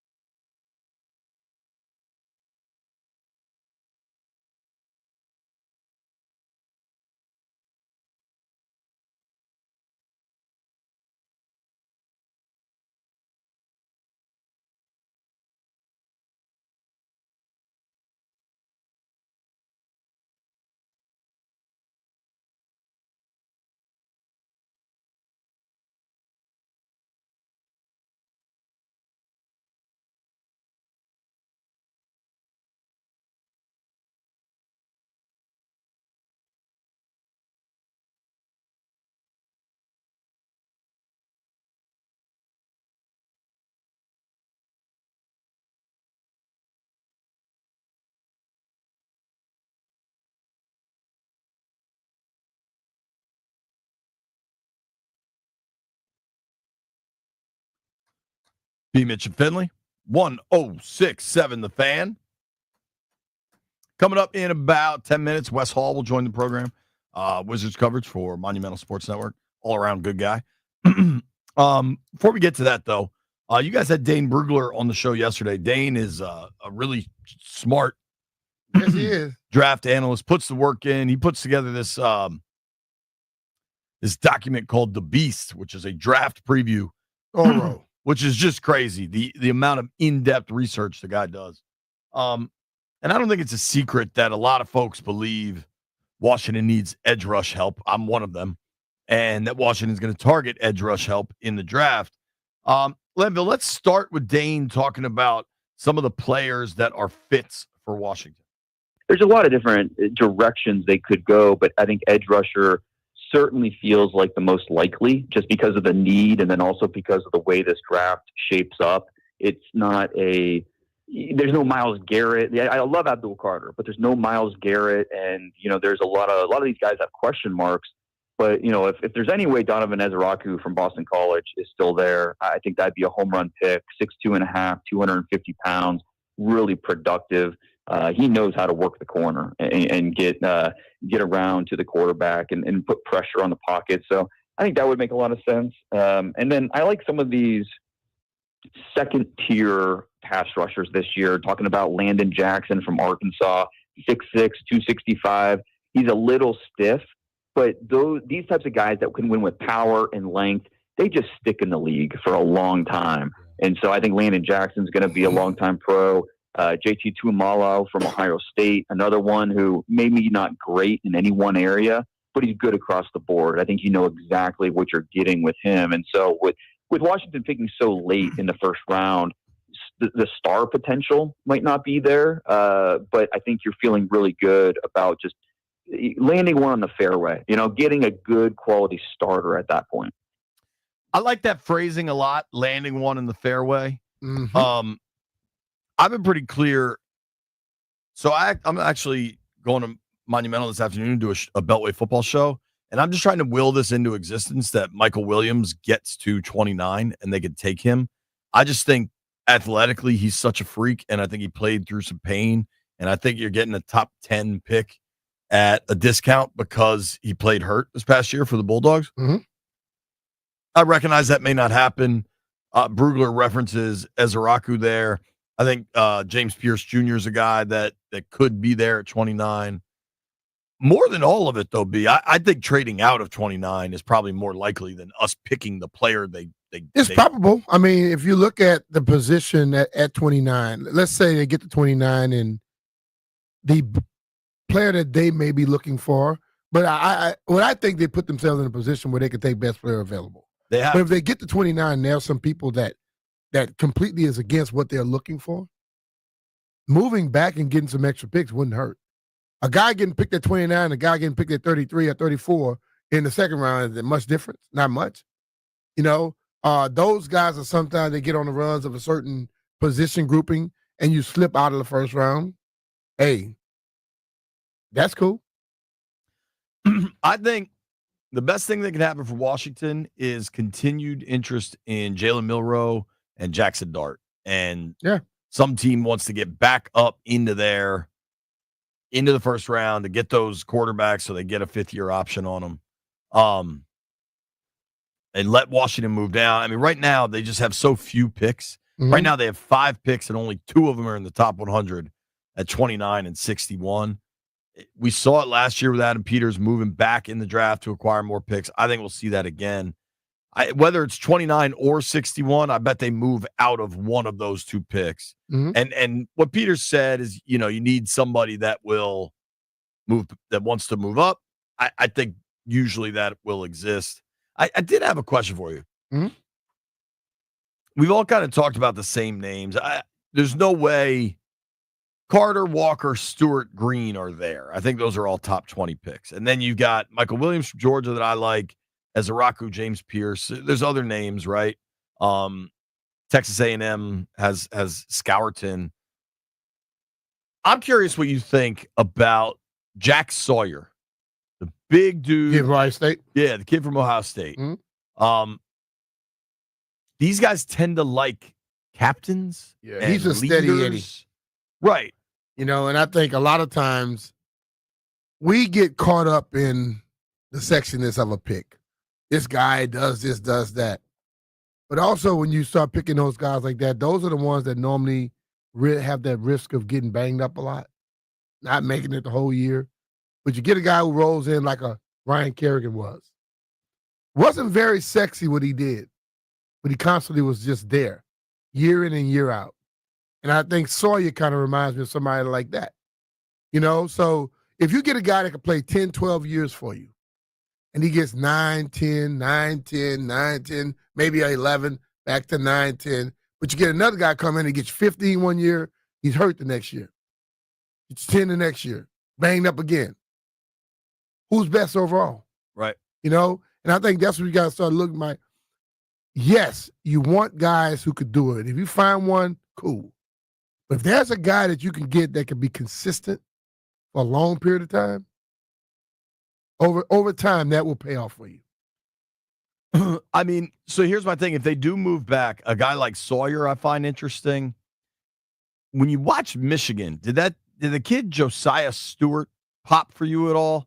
He's kind of skinny. He's 6'1", 250 or something. Yeah, but see, Jay, from years back, I got away from thinking the guy got to be 6'6", whatever. Right. Because we went through the Dwight Freeney was about 6 feet, 6'1".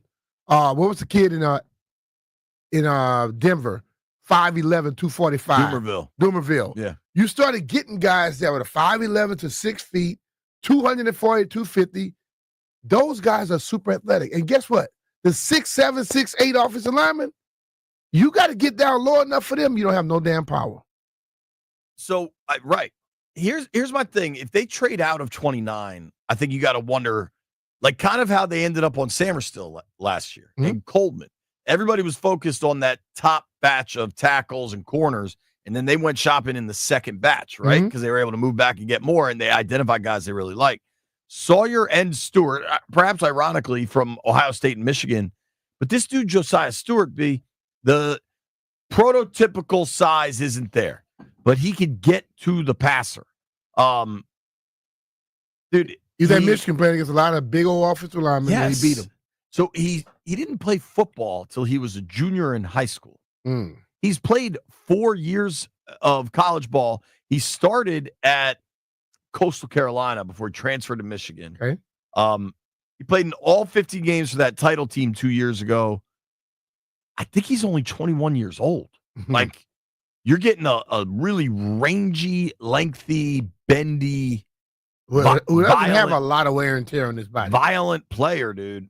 Like, I don't know. Those are the guys I'm kind of more curious about as we get closer, because I very much believe they want to move back. When we come back, Wes Hall joins the program.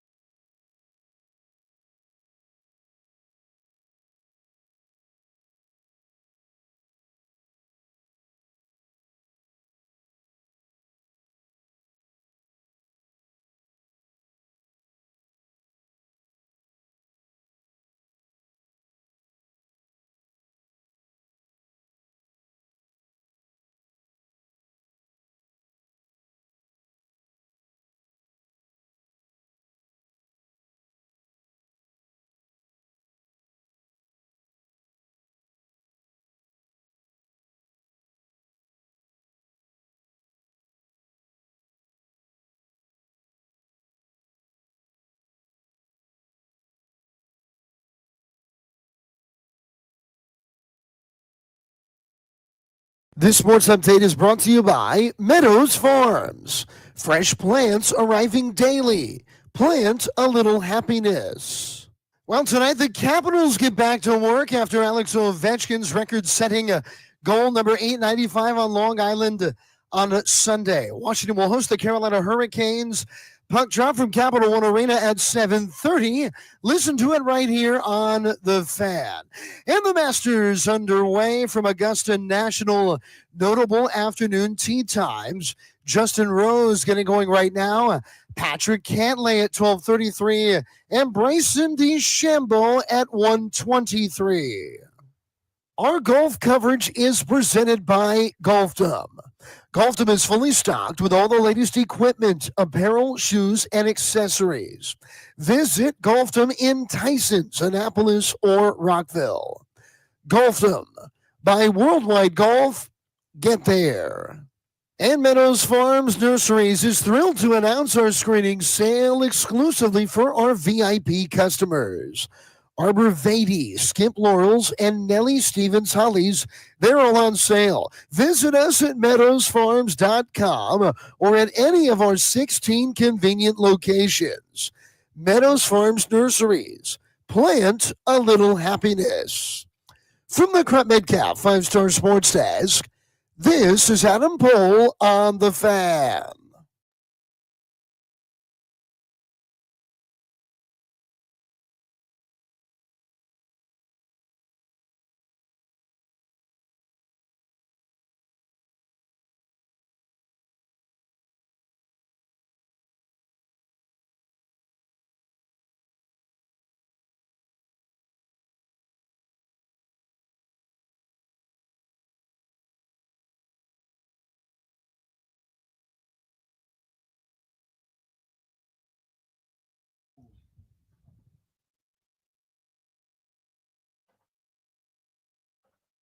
B. Mitchell Finley, high noon in the District of Columbia.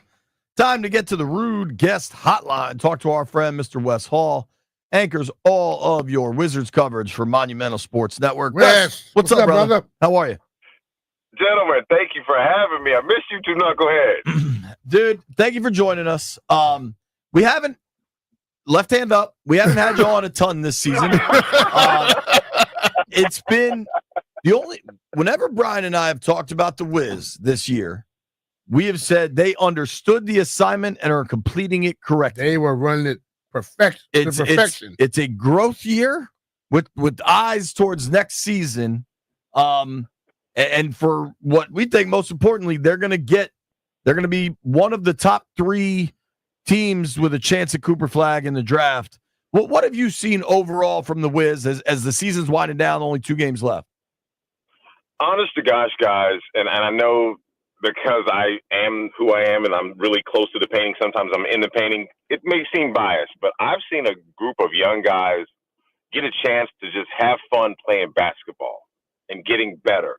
There's a lot of pressure in the NBA, obviously, to win and perform at a high level.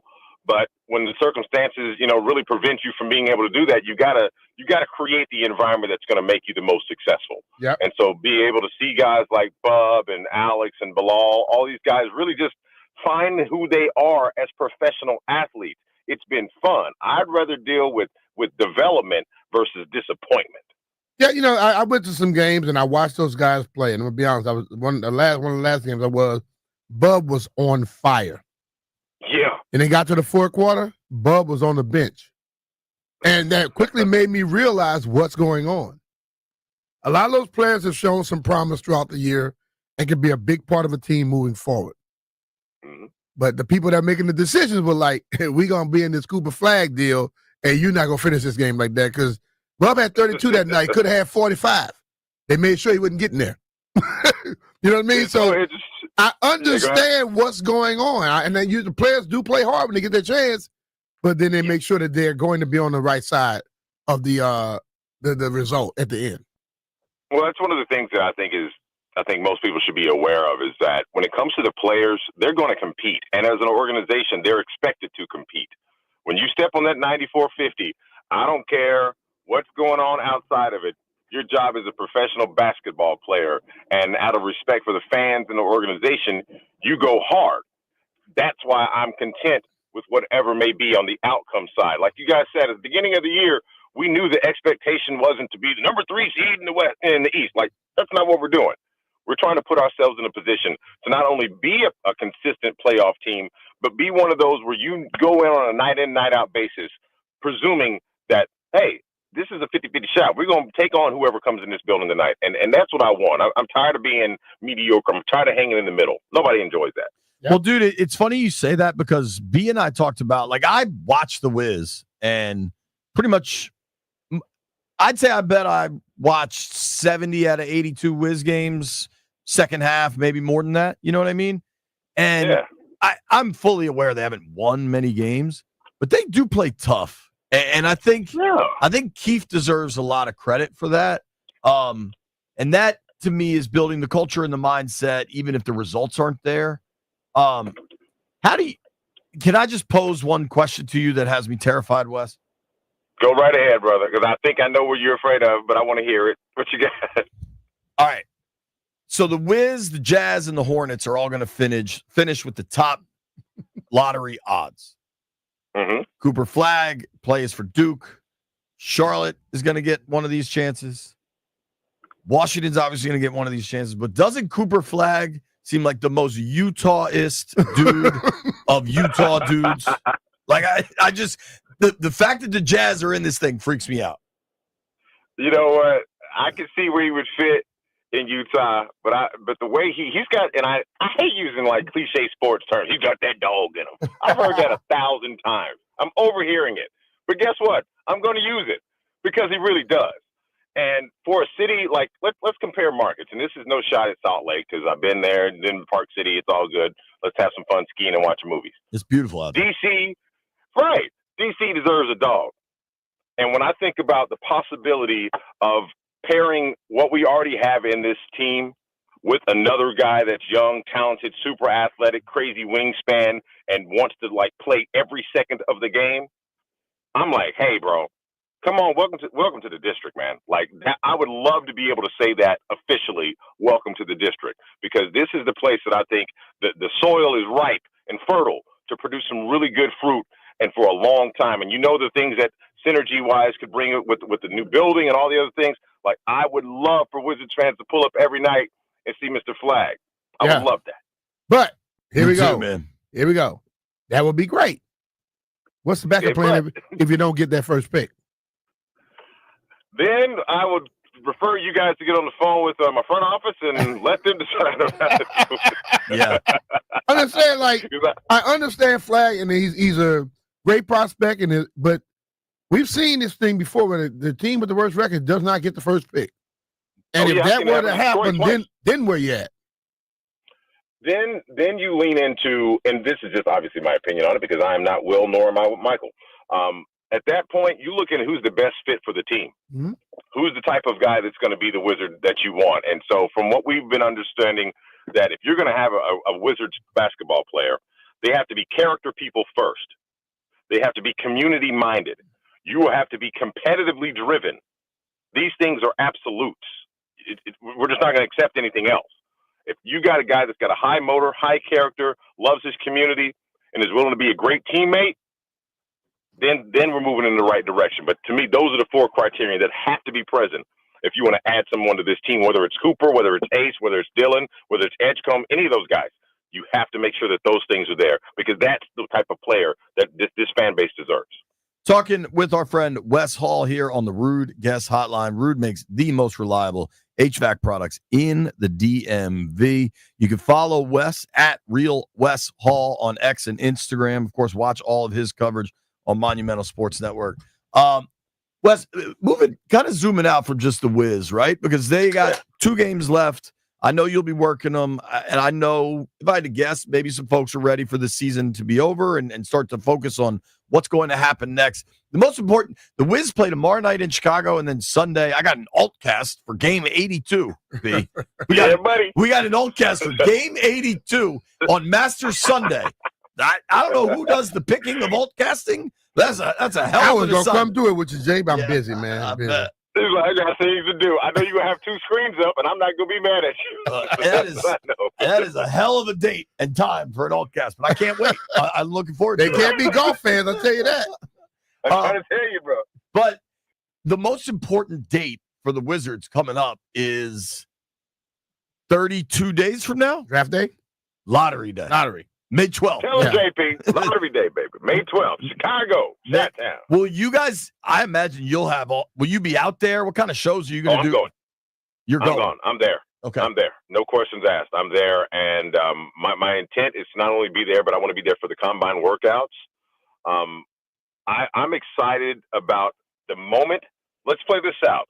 The moment, if that ball gets pulled and our name is on it, I want to be there for that moment because I want our fans to be able to share in that experience of hearing the fact that we get that number 1 overall pick and have the luxury to make the choice that's going to help our franchise. Equally so, if we don't get it, it's not the end of the world. It's not the end of the world because I have confidence that the front office has really given us a great foundation with the guys we already have. Think about it, y'all. We already got 3 last year. You got A.J. Johnson in a trade, which is pretty much a head start on next year. Yeah. So we're playing with house money on this thing. And so it's just, May 12th, it's going down, man. Yeah. I'm going to try to, stay reasonable. I'm with you. Obviously, you want to get flagged, undoubtedly. SGA was the 11th overall pick. Probably my favorite player of the Wizards era is Gilbert Arenas. He was a second rounder. Jokic was a second rounder. It's not tough. Juice, where was he? I don't know. I bet Karan after he got traded. He was second round or so, wasn't he? No, I bet he was a lottery pick. Was he? Karan? Who are we talking about? Karan Butler. He was a 10th overall. Oh, but still 10th overall. 10 overall, yeah. Mm-hmm. But Wes, I actually want to talk to you about not the Wiz. Okay. What's up? So, 2 things, kind of 3 things. Luka last night back in Dallas. What'd you make of that scene? He was booing, and then he made him pay for it. Yeah. In the first half, he got him. Luka had a superhero moment. And to think about it like this, I always try to zoom into the player perspective. You play in a city, you have expectations to be there forever because no player ever wants to get traded unless they're mad. So he's expecting he's going to be there. He wakes up like, hey, you're a Laker now. And then you go back to Dallas and you see the video and you hear the fans. And see, that's the part that people forget about. When you hear those fans, that's when you feel the love. And that's when you know that the city still has your back, the city's still in your corner. And when he saw that tribute video, game on. I know when he left the hotel, getting on the bus with the Lakers, driving over to the arena, he was cooking up something. And that's why I love sports. Man, I love sports because that fire in your belly, y'all want to trade me? Yeah. You want to move on from me? Take this 30-piece with some sauce on it. Here you go. Yeah. In the first half. But I think the ultimate thing you realize as you stay around this sport, any sport long enough, is a business. And if you look at the people that were traded and played for other teams in the history of this game, you could think you will be too.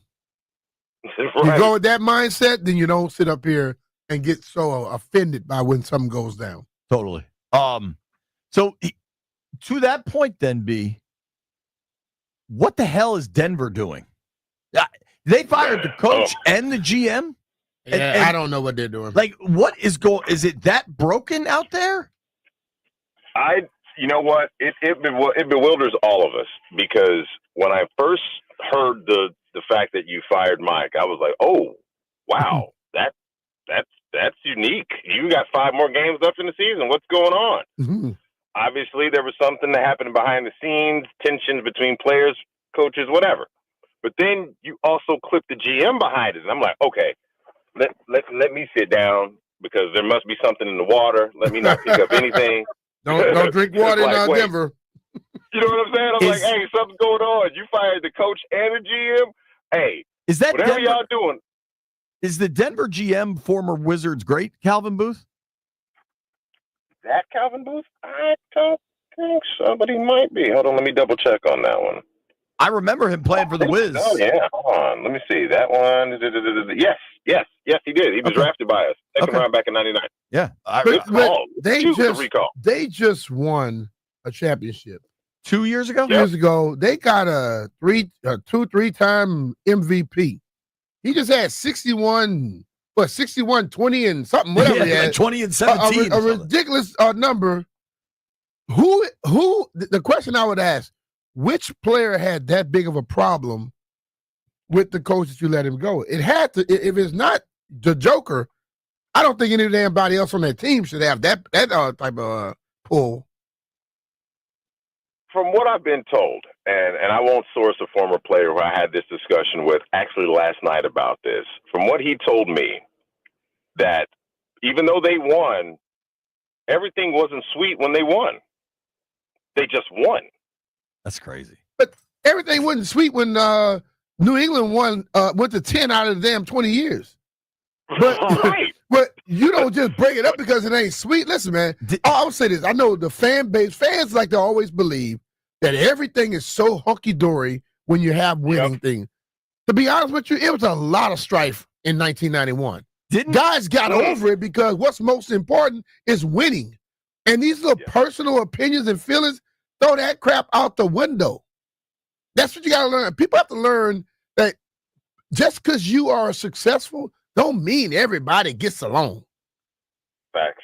Didn't MJ punch Steve Kerr during the finals? Punch the hell out of him right in the face. Yes, he rocked Steve Kerr in the fight as his teammate. Yes. Right. Yes, he did. All right, so here's my question for you, Wes. Okay. B and I saw this earlier. I want to say it was Shams. It was a legitimate reporter, right? Okay. That Danny Hurley, UConn basketball coach, obviously won back-to-back titles. Pretty passionate fella, I would say. Yeah. I think he's a college coach. That Danny Hurley has emerged as the leader to get the Nuggets job. He gonna change his ways. What do you think about a dude like Danny Hurley getting the Nuggets job? I think it's not even so much a Danny Hurley thing. It's a coaching NBA players thing. So comparatively speaking, I'm going to tie in what B-Mitch said about how they felt in 91. The NBA is so personality driven, so player driven, because again, in football, B-Mitch, tell me if I'm wrong. Yes, you got your top tier guys, those captains of your teams, but if you expect someone to get injured, right? Yeah. So the ability to replace whatever talent goes down, you kind of have to have that in your pocket. Okay. Well, in the NBA, how many Jokic's are running around? Not many. How many LeBrons are running around? Not You know what many. I mean? Yeah. So the player has, from the NBA side, the player has exponentially more power and influence. Because if you can't appease that guy, whoever it may be on any team, you got a problem. And that's why it's important to have guys that don't have that. See, I look at this though, Wes. The coach they just fired, he's supposed to be a guy who's tough on the players. Hmm? Have you seen Hurley? Yeah. He's been his success. See, a lot of times those coaches that come from college, they are the big dog. They get to dictate. Not in the NBA. That's what I'm saying. So my thing with him is you got rid of somebody who you say is that way, and now you're finna go get somebody who's worse. And he's been talking to kids this whole time. And see, that's the thing. Like, it may be all sweet when you're in college doing that, but when you get to the pros, it's different because half the time the player's making way more money than the coach, and it's like, hey, bro, I'll be here before longer than you will. You know, the fans know my name. They're not coming to watch you walk up and down the sideline. They're coming to watch me put up this triple-double tonight. I get that. Yeah. You know, and it's just a reality that all three of us, we all are 90s prime basketball guys because we all saw it. That was it. So when we saw the way that those guys, like, you couldn't talk to Charles Oakley like you can talk to these kids now. And these kids now can't handle the way you trash talk to a guy like Gary Payton. It's just not how they're built. So you got to find somebody that's that middle ground, a little bit of stern, a little bit of shine, a little bit of push, a little bit of pull. And that's how you get the most out of these guys. See, in my opinion, that's the most I still think coaching is the closest thing to psychology ever. Yeah, where sure. You got to be able to, like, John would always say this, you know, when they win, I got on them. When they lose, I kind of coddled them. You know, too many times coaches, especially from college, when they win, they want to put their chest on top of how good everything is. When they lose, they start trying to point fingers at the players. Hurley, after they lost to Florida, was awful. if you remember that. You have to, like in this day and age, and I know everybody said, well, you can't be like you were in the past. That's BS. If a player thinks you respect them, they'll listen to any damn thing you say. So you got to find a way to make sure they know you respect them. Then you can do whatever else. Wes, Mitch, you hit the nail on the head with that. We got to run here. I got 3 questions for you. Just one-word answers. Yes or no, okay? One-word answers. Let's get it on. All right, this is our friend Wes Hall from Monumental Sports Network. Can Cleveland win the East? Which Cleveland? Cavaliers, not the Guardians or the Browns. I was waiting to see. Can they win the East? Can they? Yes. Can they get past the Celtics? No. Okay. Can the Lakers win the West? Yes. Wow.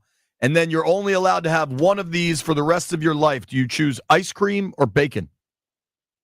Oh, bacon. I was talking to the wife about this the other day. Bacon is so underrated. Bacon is my favorite. I want to put a bacon museum in my basement. Like, I'm lactose intolerant. I can't do the ice creams anymore. He got a reason. See, he got a reason. If he was lactose intolerant, he'd be having that ice cream. All right, you are on. You're on Team Landfill, Wes. B. Mitch and I both voted ice cream, but we're not the lactose. We're not lactose intolerant. You're in a side category. Thank you for the time, man. Thick cut cherry wood, man. Get the thick cut cherry wood. I'm telling you, it'll change your life. Pretty damn good. All right, brother. Thanks, dude. Take care, Wes. Appreciate it, guys. Thank you. All right, man. That's our guy, Wes Hall. Give him a follow at Real Wes Hall. Joining us via the Rude Guest Hotline. A lot of fun talking to Wes. Make sure you check him out on Monumental Sports Network. When we come back, let's talk a little Debo coming.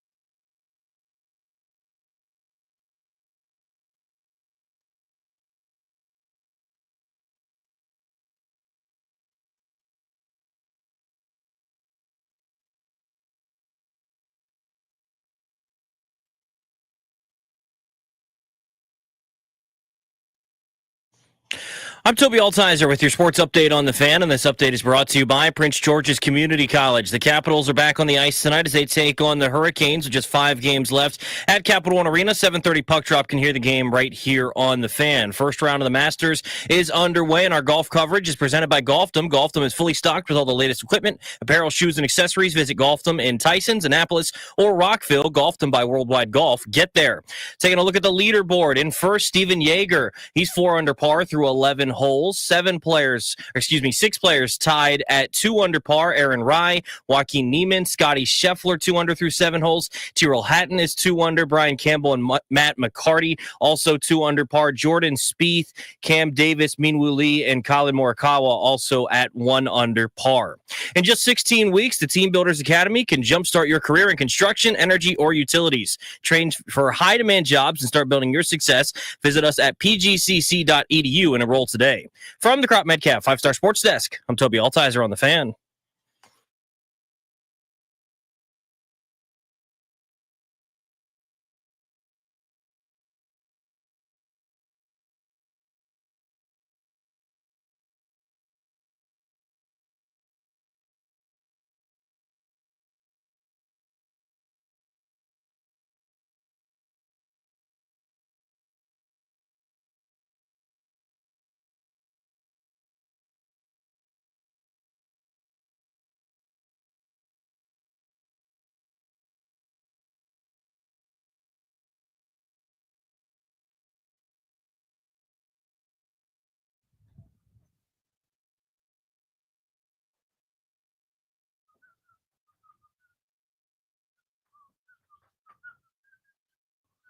B. Mitch and Finley, 1067 the Fan. Scotty Scheffler doing Scotty Scheffler things. 3 under through 9. Scotty Scheffler is back. He just rolled in a serious putt. Yeah, well, I'm not going to say he's back yet because last year he probably was a far ahead than that. Oh, dude's on point. But well, he's in second place. Yeah. I would just say this. If Scotty's on the leaderboard early, it's going to shake some people up. How do you think Steven Jaeger, who's currently in first, 4 under through 11, feels knowing that Scotty's right behind him? Well, he's happy. He's up there a little bit. He's going to try to hold on, but there is a thing called pressure. If you're not used to dealing with it, it'll swallow you up and just spit you out. Jeff, how nervous are you knowing you have bet money on the Masters? And I know how little you like competition and I'm not nervous at all. It's too early. You were freaked out about your bracket at halftime of the first game. Can't you see what he's doing? He's not giving you the benefit of getting that. Come on, yeah, and did you see how many people brackets were messed up in the first week of the tournament? Your bracket can't be messed up in the first week. Go look.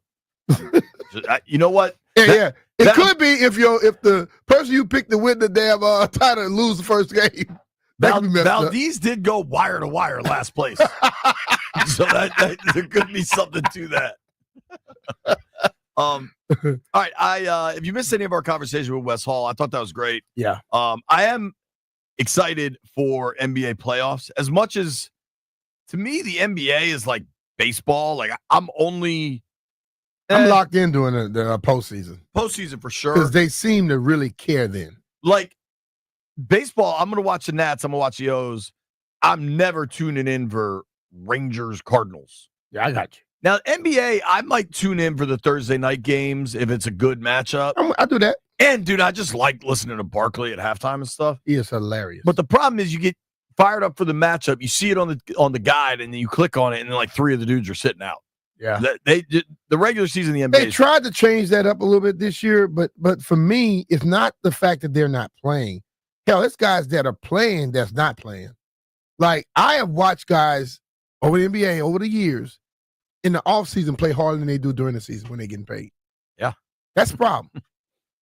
I mean, Shaq kind of invented it. You remember Shaq used to wait till the season started to get surgery? And they'd be like, they don't pay me in the offseason. They can pay for my surgery now. Jennifer Lee Chan is a friend of mine. She does a great job covering the 49ers for NBC Sports Bay Area. I reached out to her when the Commanders hired Welker because it was pretty obvious at least what the ties were between Welker and Debo. and Debo's best seasons in San Fran. Mm-hmm. And so we ended up doing something for TV, and I just thought she gave us some really good information on the depth of the relationship. This is Jennifer Lee Chan talking about Wes Welker coming to Washington, working with Debo Samuel. There is no doubt that the reason Debo Samuel had his best NFL season ever in 2021 was because Wes Welker was his wide receivers coach.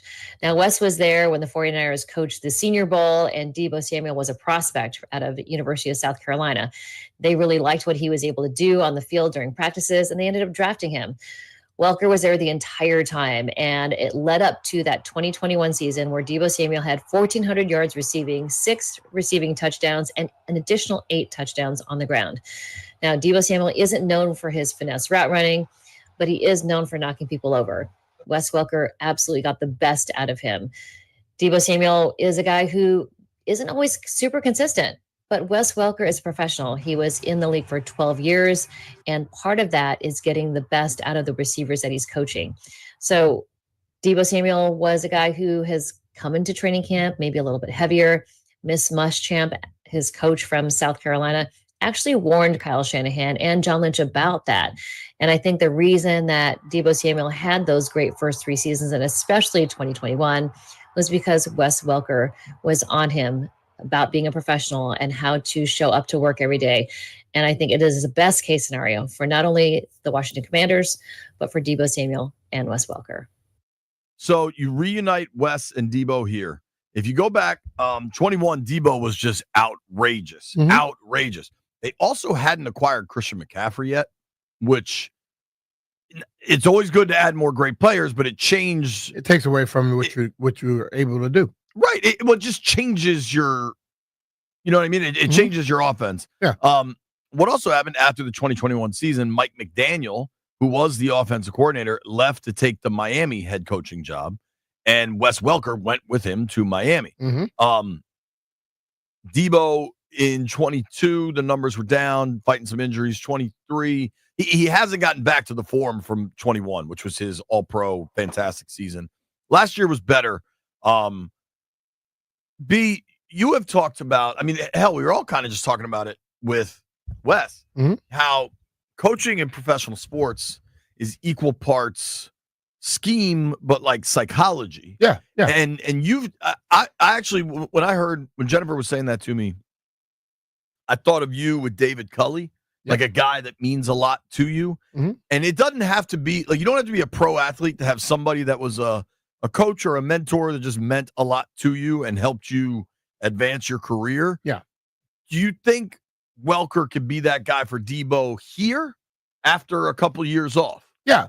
I think every player has found a coach that they listen to because of what I just said. That coach makes the player understand, I care about you. I respect you. See what I'm saying?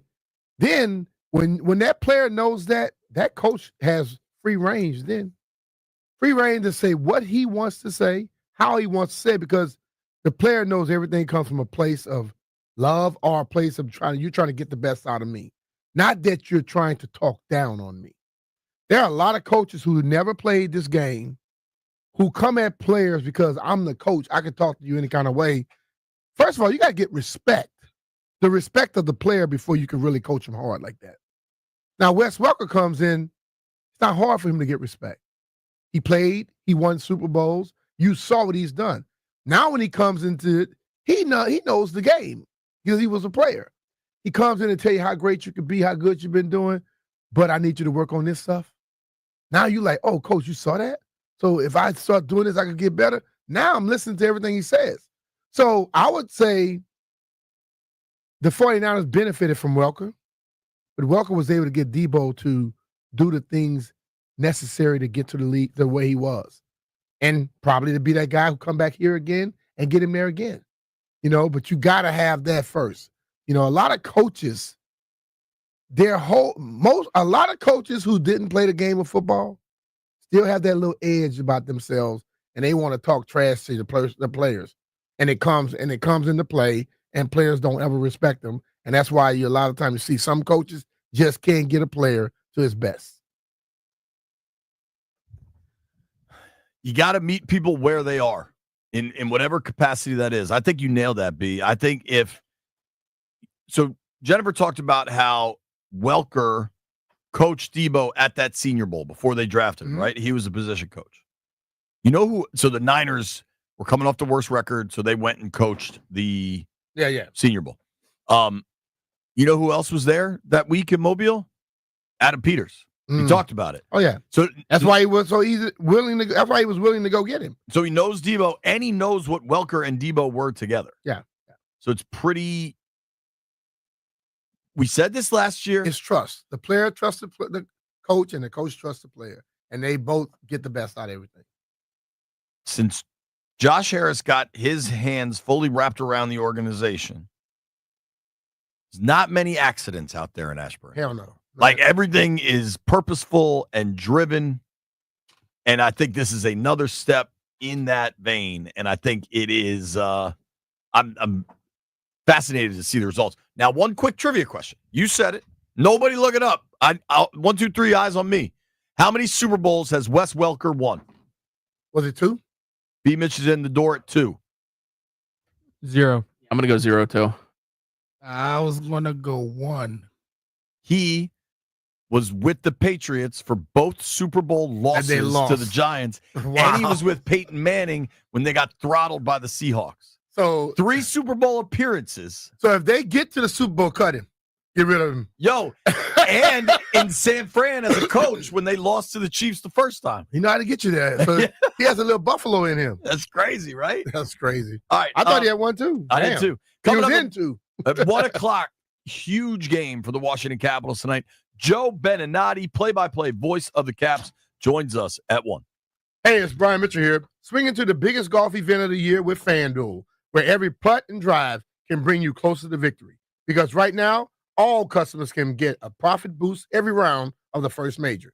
Boost your winnings on anything from outright winners to round leaders to tournament matchups and so much more.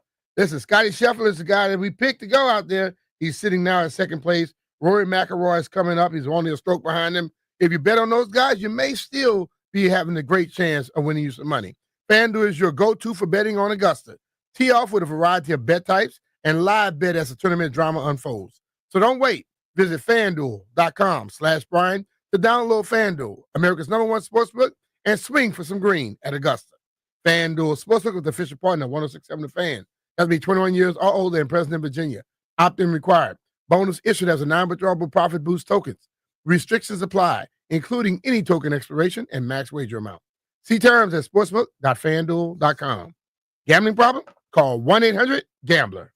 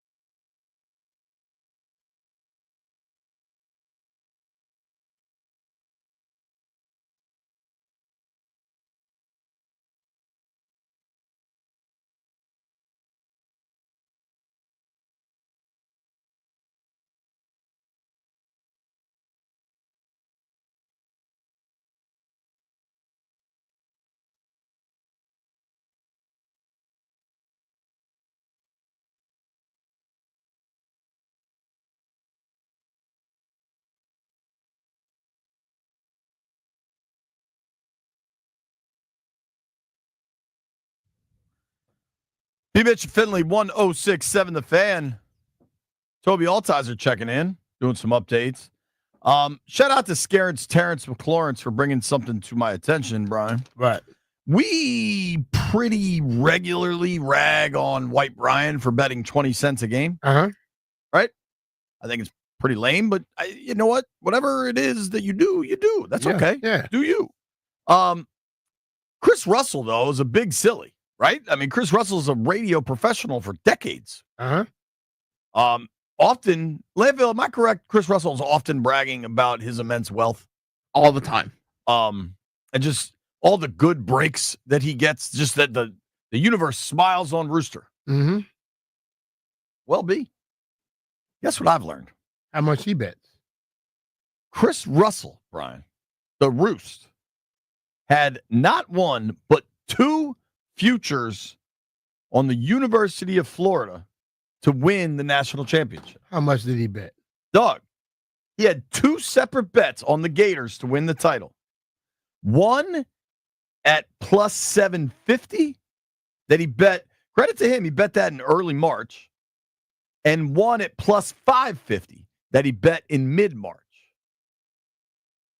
How much did he put on it is what I want to know. Landfill, he had 2 futures hit at plus 750 and plus 550. That's impressive. All right. That's plus 13. Yeah. So how much did he win? $9, I'm guessing. Landfill's guess is 9. He had how much? Wait, he got plus 1,300. Okay. So he would have to put 100 to get the 1,300. I'm guessing he bet less than $10. So what do you think his winnings totals are? His winning total probably was about he hit 2 futures on the right college $13 to $130 max. You can't have that big of a variance. 13 to Well, 130. I'm sticking to the 13 because if he put one and he probably throw $10, could have got. Well, I'm going to say he won $75. Landville, you're saying he won 9? Yeah. White Brian, how much did Chris Russell win getting 2 futures correct on the NCAA tournament? He had Florida twice. He bet Florida to win the title on March 9th. It's impressive. 45. Jeffrey? Because you making it. He's a big of baller, deal. dog. I don't know. Rooster probably won like $10. Toby Altizer's here. Toby, you have a guess? 15. $15. Chris Russell on March 9th. He deserves credit for identifying the correct team on March 9th. 9:29 p.m.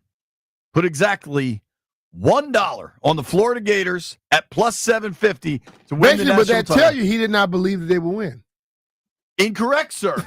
Because 1 week later, on March 16th, he put another whopping $1 bet on the Florida Which Gators. tells you he didn't think they plus would. 550. If you really thought they were going to win, you could give up $100.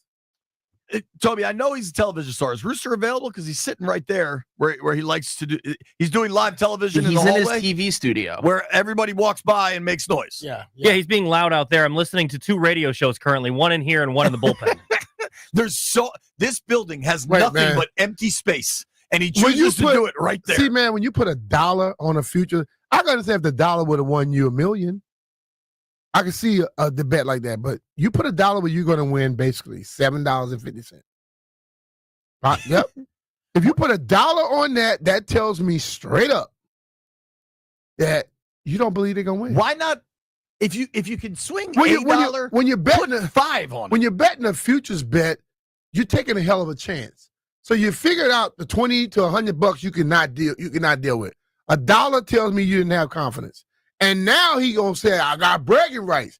How and what can he go right now to Ruth's Chris and buy a meal?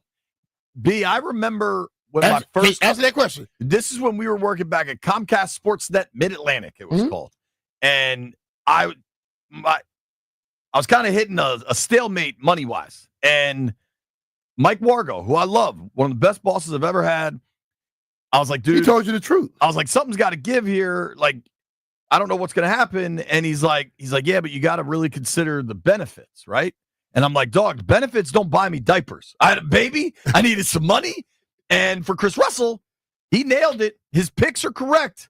He won $13. Oh, maybe I'm doing the math wrong. No, because that's his money in. Yeah. $13. So he can't go right now. He probably must go to McDonald's and get a full meal. Now with fries, drink, and everything. Probably gonna be limited. He won't be able to pay for it. White Brian, considering you usually bet 20 cents, do you consider Rooster a baller for betting $1 on future? Balling hard. I don't unit shame anybody. Clearly, unit shame. Of course, when you bet 20 cents, you can't. You have no right to. But I'm just saying, don't brag about, I picked them when you won $13. Here's what I'm gonna do. We have Joe Beninati joining us next, and it's gonna be really hard for me to focus on not making a joke about the term unit shame. So we're just gonna go to break.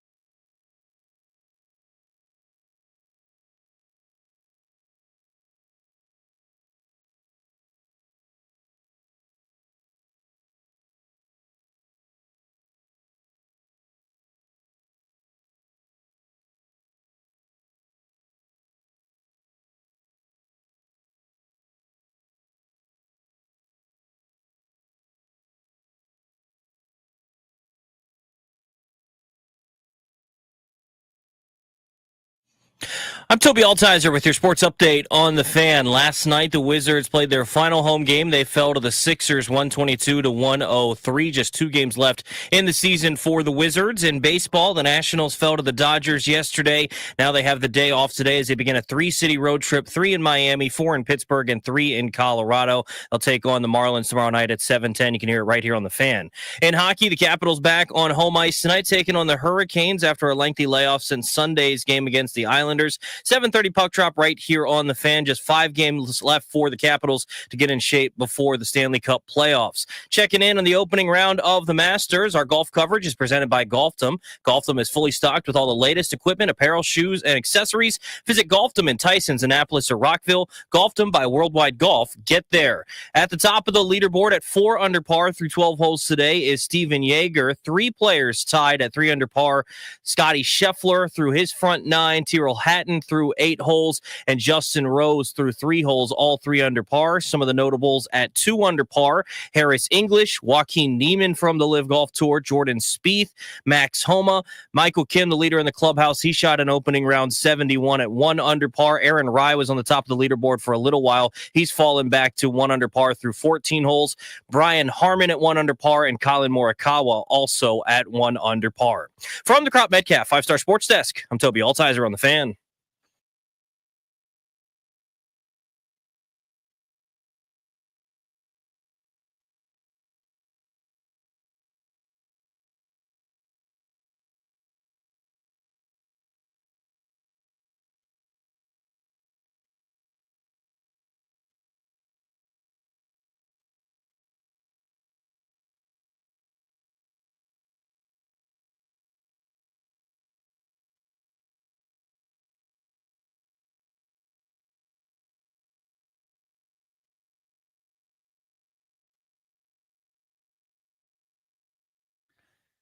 B. Mitch and Finley, 1067 The Fan.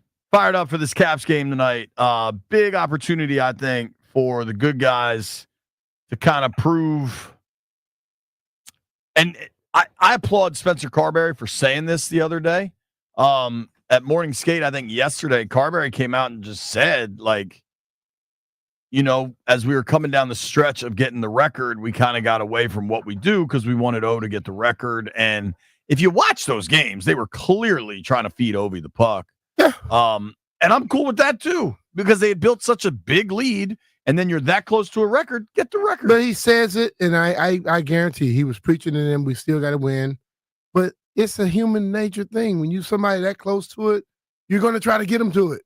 Right. You know, that just takes over. And I think they were more, if you go to every player to a man, they were more focused on that than they were the actual hockey. Right. So it was 8 days ago now. It feels a lot longer because of everything that's happened with Ovechkin breaking and tying the record. But it was only 8 days ago where Washington kind of got rocked against the Hurricanes down in Raleigh. They lost 5-1. There were like a zillion fights at the end of the game. There was a body slam. There'll be any fights before this game, you think? I think you're going to see a very locked-in, motivated Washington Capitals team that will be playing hockey like they were for most of the season when they got out to just a huge lead in the Eastern Conference. We are still dealing with, injuries. Protas, Logan Thompson. I don't know Logan Thompson's status. I know Protas it seems to me he's probably not back to the playoffs. I don't know that. I don't know. I would think you want to get, if he can, you want to get some level of play from Thompson before the playoffs. Yeah, they said he was going to miss at least 2 games. I don't know if that will continue to stretch on. I'm trying to just search Twitter real quick. All right, Spencer Carberry said yesterday, this is from Tom Galitti that covers the Caps for NHL.com.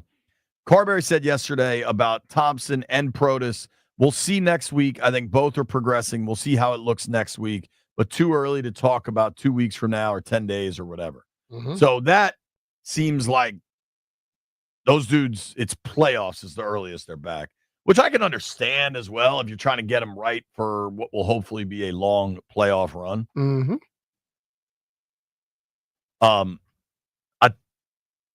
I think luckily you like Lindgren a lot. who was really good for you last year. And I think losing Protus really hurt you because he's just been so good. He's been great. What do you got left here? 5 games, right? They play tonight, and then they're on the road for 3 of the last 4, back-to-back with Columbus this weekend, then back in Long Island, back in Pittsburgh. Protus, from what I understand, is that he I think he got sliced on his foot, like by a skate, which has got to just be painful, dude. Mm-hmm. It's got to be painful as hell. And then LT, I don't know if it's been reported, but it's been widely discussed. Seen to be a concussion. Yeah. Right. Both of those are kind of tricky because if you just have a big old cut on your foot, kind of hard to know when you get that all the way back. True. Especially if you had to get stitches on your foot. I don't know that he did, but you ever hurt your foot? Nah, but it's not like you can put a lot of stuff on your foot. Right. The shoes are only so damn big. And if you put more stuff inside it, it gets more pressure, which begins to hurt. So you probably got to wait till that heals up. Depending on where the cut is, too. So right. So I am fired up to watch this Caps game tonight. I will be in the building. Want to see the pregame ceremony they're doing for Ovi. Also, I think this is really cool. Tomorrow, they're doing a thing at Union Station. Have you seen that? Yeah, I saw that. So what I like most about that is, so Ovi breaks the record in Long Island, obviously. So that's a pretty significant barrier to entry, right? Like most Caps fans here weren't going up to Long Island for that game. There were a lot that did, and it was a lot of them did. So say that arena's 20,000, maybe there were 10,000 Caps fans that got to watch it. And then tonight's game, the prices on tonight's game went crazy when people thought this might be the game to break the record. White Brian, look up ticket prices for tonight. And now I imagine people are almost just as excited because you get this OV pregame presentation. Game doesn't start till 7:30. I bet this joint's going to be electric by like 6:30, 7 o'clock. Just fans fired up. Oh, yeah. But, dude, that's a big barrier to entry, too, because it's expensive. So tomorrow, I love that they're doing this, is just a big old party, basically, at Union Station. Yep. Tomorrow morning, right? No, it's in the afternoon. So it's the Great City Celebration at Union Station. Great is obviously written GR8. Ovi is set to appear. The event is scheduled from 3 to 5 p.m. Friday. Written like this? Yeah, just like that. Yeah. It's free and open to the public. Ovi's going to be there. So will Backstrom, TJ Oshie, Ted Leonsis. I'm looking at, this is from an article. Highlights include skee ball, a grade 8 retail pop-up shop, an inflatable shooting cage. I assume they mean hockey, like shooting a puck. Yeah. Photo backdrops, including the Caps letters and more. I just like that there is a free event people can go to. There is zero barrier to entry. Union Station's massive. They got space for everybody. True that. I'm just glad they kind of put that together. So tonight, if you want to go, I imagine these prices were way higher at one point. It's $100 to get in up top, $200, $400 to get in down low. Not a killer. I imagine most Caps games, it's what do you figure? 75 to get in up top? Yeah, easily. Like $100 for an up top seat doesn't sound that bad to me. So there you have it, folks. You got plenty of Ovechkin availabilities if you want to go see him tonight. I think tonight matters because not only did Raleigh kind of run through you last week, they put up 5 on you. They won a couple fights. Like they established that victory. They established semi-dominance in that game. It's one game. It's a one-off. It's one game, but still. But you don't want to lose anything. That's the way I look at it. And there's a very good chance. So the way the NHL playoffs work, for those that are unaware, is the top 3 in each division get in, and then the wild card works in such a fashion. It's kind of bizarre. So the wild card is the top 2 teams' points totals that aren't in the top 3 in their division. So right now, it'd be the Caps with 107 points playing the Montreal Canadiens. They have 87. The 2 wildcard teams right now with 5 games left, it looks pretty clear it's going to be Ottawa and Montreal. Ottawa has 90 points. Montreal has 87. So it sure looks like those 2 teams are going to get those 2 spots. Washington, Montreal, if you remember many years ago when Yaroslav Halak stood on his head in a 1-versus-8 situation. He did that. But we're going to ignore that. That was then. This is now. It's in a whole different world. But what's crazy is, so you play the wild card round, then you play whoever won the other side of your division opponent. So there's a very good chance, if you look at the way the NHL playoffs are structured, it'd be Washington versus Montreal and then Carolina playing Jersey. Jersey has made up some ground lately, but they're not a great team. I think my guess is like Vegas would have Carolina as a pretty big favorite in a Carolina jersey. So then you could have Caps Hurricanes in the second round. Seems almost likely from an odds maker perspective. I might be crazy on this, but the way the last game went, where Carolina won pretty handily and established some real physicality, if you know you are likely to see them in a couple weeks in the second round of the playoffs, does that make tonight's game that much more important? Yeah. I want to put doubt in their mind. I want to let them know what you were all gunning for. You played. It was your playoffs then. We still better than you. I want them to know that. I'll put doubt in their minds for sure. I think I'm totally with you, dude. I think you got to establish this tonight. I think Ovi will be so happy that he's done with the chase. I think there's been a fair amount of kind of partying that's going on with the chase, which is okay. Yeah. And now that it's over, it's just kind of down to business. And gotta have a little fun along the way, dog. Yeah, dude. I totally agree. Here's what I think we do. I'm excited to watch this Caps game tonight. But I did want to circle it back to a draft situation as we get, dude, we're 2 weeks out from the NFL draft today. And things are clearly different for Washington now that they've been before. Yeah, I mean, they're picking so late. They've got a quarterback. It's just, it's a very different situation. Jeffrey Chadaha is a columnist for NFL.com. And he talked about kind of the biggest questions facing teams before the draft. What would you say is the biggest question facing the Commanders before the draft, B? How comfortable are they with the roster they have right now? And figure out what spots they want to try to attach. That's the toughest thing for them at this point. I think they've added a lot of people where they feel comfortable, but they still want to solidify some places. Do they have the guys in mind, and are they comfortable with the people that they feel may fall in their laps? So I don't necessarily disagree with you. I think their biggest question is, it almost got to be two narratives form, right? And it became like such a narrative to discuss that Dante Fowler wasn't necessarily a plus defender against the run. Mm-hmm. But like at some point we made too much of a point of ignoring that he had 11.5 sacks last year. Like that also had value.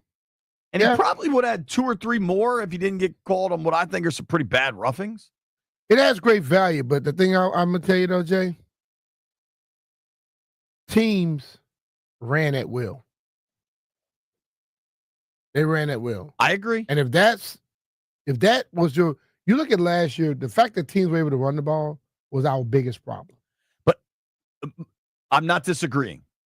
But it wasn't only because of Fowler. It wasn't only because of him, but he's a guy 10.5 sacks. that's on your field all the time. Right. Where people ran at him.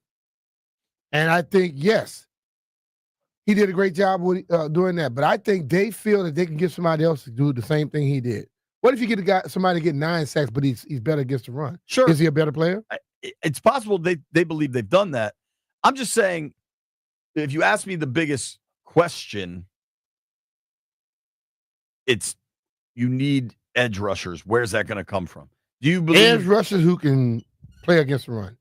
Sure, but like, how comfortable do you feel in all of those capacities? You know what I'm saying? Yeah. And if you think about a guy like Fowler, he only played about half the snaps. He played 52% of your snaps last year. Mm-hmm. You need somebody to replace that production. That's interesting to me. I don't know how that. So this dude JR just called in. He wants to talk caps. All right, JR, you can talk caps. JR called from Boston. What's up, man?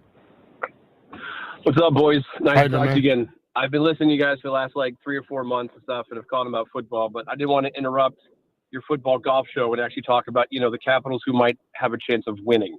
We've been talking a lot about the Caps, dude. I know. Well, we've been talking about OV and the statue and everything else, and I got to give a shout out to B. Mitch, what Jannar said. Growing up in DC, being a huge fan of the Skins and Bullets and watching you play. So nice to talk to you. In fact, when I first started listening a few months ago, I had no clues even you, because I never called you, B. Mitch. It was always, Brian Mitchell. So, but anyway, so with the Caps and everything else, the issue with the Caps and why they're losing more now, there is the same problem they've had the entire year. And the stats prove it. It's between the ears. They have the players, they have the skill, they have the depth, they have the coaching, yet they take mental plays off. When you are one of the best offenses, if not the best offense, and you have one of the best defenses for the entire season, and yet you still lead the league and come from behind victories, it goes to show you oh, we're losing. We should probably start playing now, which is why they've scored more goals in the third period than any other, because they're oh, we probably should pay attention, make our passes better, stop turning the puck over, and score some goals. But in the last month, everyone's trying to make the playoffs. Everyone's pushing harder, and the Caps have not adjusted. They've got to stay focused and play clean and sharp. They play hard, but they have not been playing sharp at all. So a few things. I don't know that everybody else is playing harder and they haven't adjusted. I've been I bet. Oh, no, they play hard. My point is, it's the mental. They're making silly mistakes, not covering where they're supposed to be covering. They have only taken maybe 1 or 2 games off all year. They have played their hearts out. But the problem is between the ears. To that point, I do think they took off. Last Wednesday in Raleigh, coming off a back-to-back, 4 of the last 5 had been on the road, and Carolina had been home and rested for 3 nights off, and Carolina wants to go get DC and show that they mean business. I think that was just a bet. I tell you what, call back tomorrow. Let's see how tonight goes. You might see it and heard it here first, B. Mm-hmm. I kind of think there's an ass kicking coming tonight, and I think it's for the boys rocking the red. Could be. Thanks for the call, JR. Appreciate you. I hope so. Take care, man. I would like to see a Caps ass kicking. that is my preference. I'm looking at Landfill's text. It started rough, but it got better. The plane landed. Sometimes the plane doesn't even land. Think about the callers we had during Bleep You. How many times do you have to hit the button? 3? And the one dude, we said it was Bleep You. They showed they bleeped us today, boy. Yo, the one dude came in hot. Yeah, who was that? Big G and Sterling. Yeah. Yo, that was that was rough, dog. How you talk to your buddy that you haven't seen, and you've each had 6 beers. You know what I mean? We haven't talked in a while, and we're a couple beers in. We're gonna really chop it up here. Are we just having a regular conversation? It's true. That's how you and I talk all the time. When we come back, Peter Rosenberg joins the program.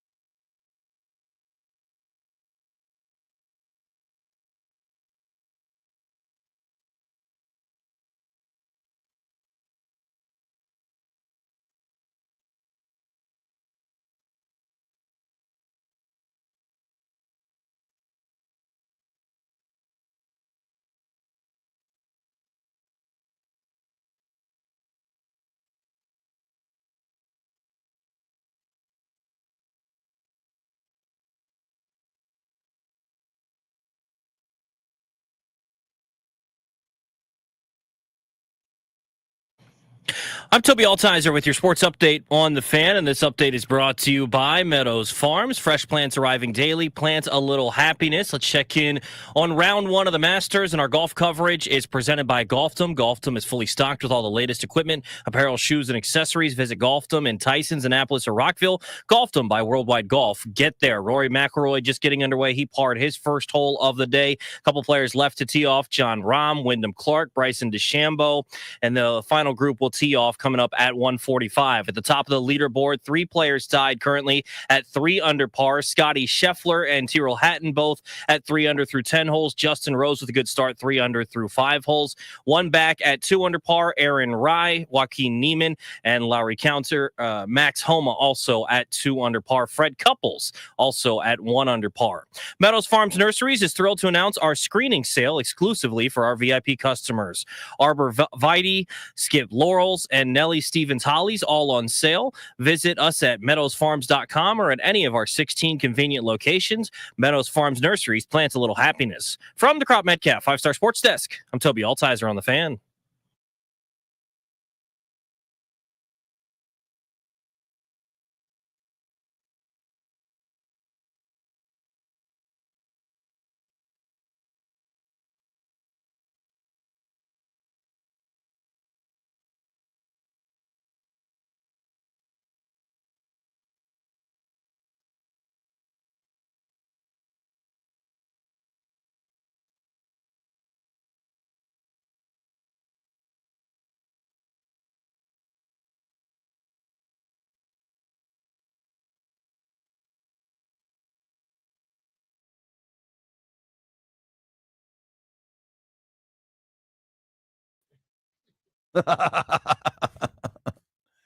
B. Mitch and Finley, 1067 The Fan.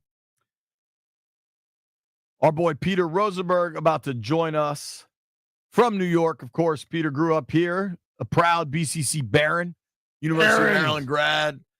He's all over the place now. ESPN, he's arguing with Stephen A. He's fighting. He's going to wrestle WWE. against somebody tomorrow. He does it all, man. Peter, what's up, dude? How are you? And right now, I'm burping a baby, and we're going to see if she lets me get through this without crying. Well, the rule that's probably going to be no. The rule we have is that's more important. So you hang up with us whenever you need to.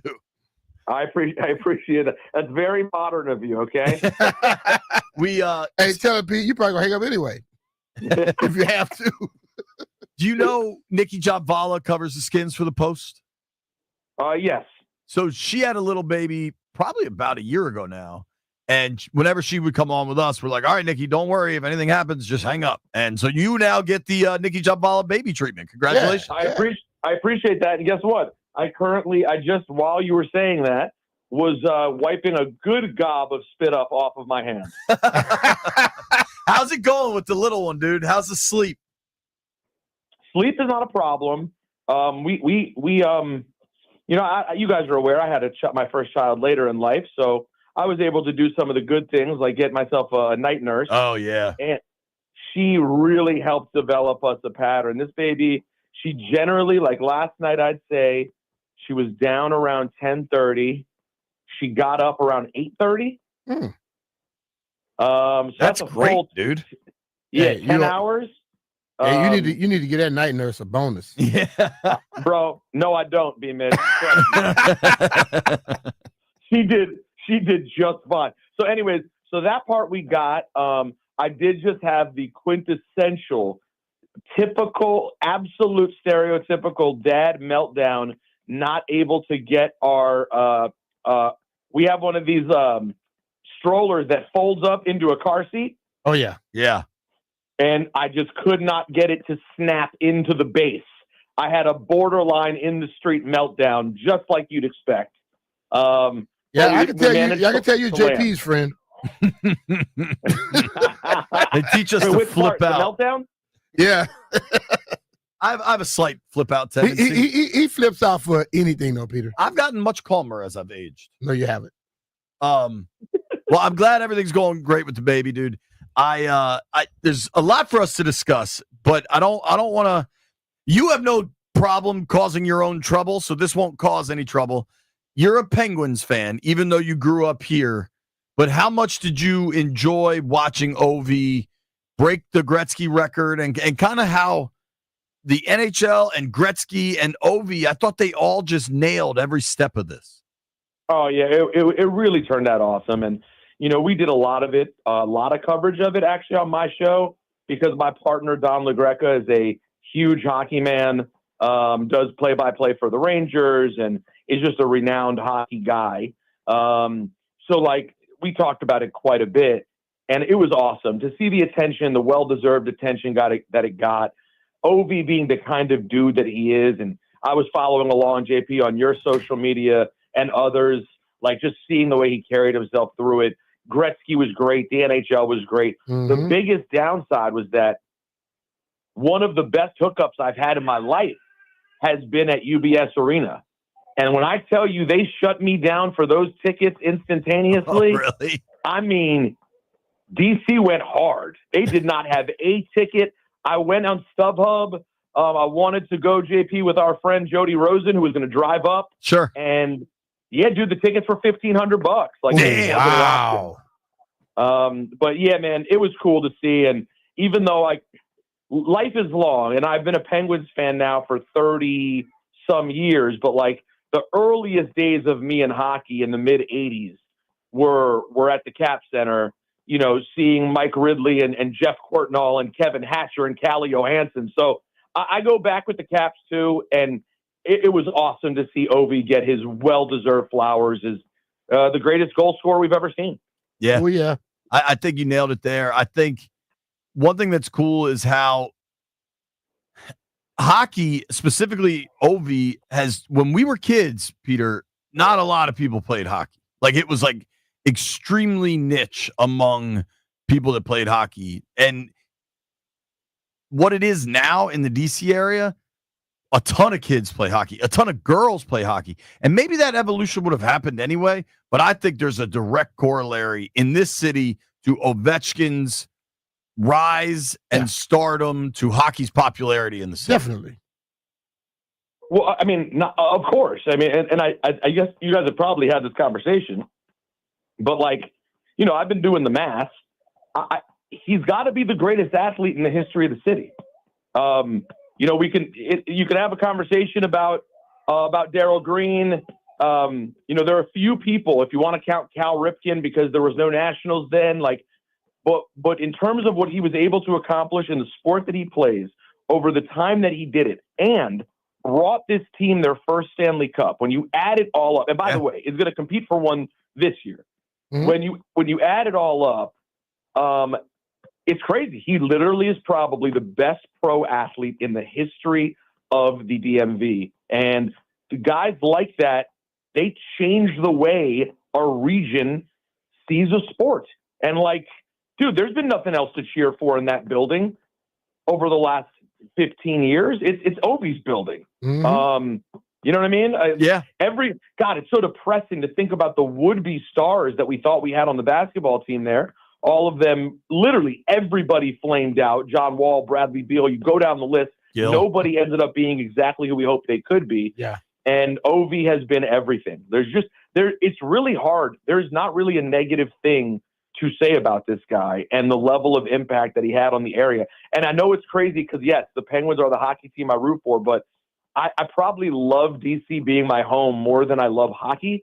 So I have a lot of love and joy for what he's done for my friends and family in that city. It's amazing. Man, game recognized game. I know you're a Penguins fan, but you still, you see him, you know how good he is. Well, and also, and don't forget, I mean, him and Sid have a lot of magic in Michael. They coming in the league at the same time, and I know Caps fans will argue it until they're blue in the face. Sid is the better player to me, and he's the all-time. He'll be seen as the all-time better hockey player. But Ovi's the greatest goal scorer of all time. Yeah. And the fact is, there was Mario before there was Sid. There was nothing before Ovi. He is first of his name, Alexander Ovechkin, and first of his game. Respect to the guys we grew up with and Rod Langway and the all-time Cap greats that existed, but no one even sniffs or approximates what he's been for that franchise. So I just love that it also made the Caps Penguins such a meaningful thing. Like, kids out there listening are too young to know Caps Penguins wasn't always the thing. It really became a thing because of those two guys going to war. Well, I remember as a kid when Lemieux was outrageous. I remember at Westland Middle School, people had Mario Lemieux cutouts hanging in their locker because the Penguins knocked the Caps out of the playoffs seemingly every year. I remember when the Caps got past the Penguins in the second round in 18 in their cup run, that's when it felt different. It was like, oh my God, they finally beat the Pens.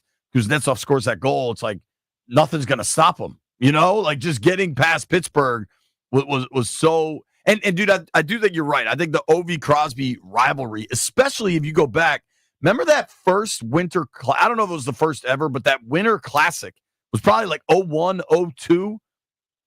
It had to be later than that. It had to be like 08-ish. Yeah. And it was the Caps going up to Pittsburgh to play the Pens Outside. New Year's Day outside, and they did that HBO, whatever that series was called. And it was, who was the coach then? It was Boudreaux, and he would just curse up a storm. I mean, the hype around just that Winter Classic was off the charts, man. and I think you're right that OV Crosby helped hockey similarly to, Magic Bird, whatever you want to call it, but those great rivalries where both guys end up winning a cup drives it forward.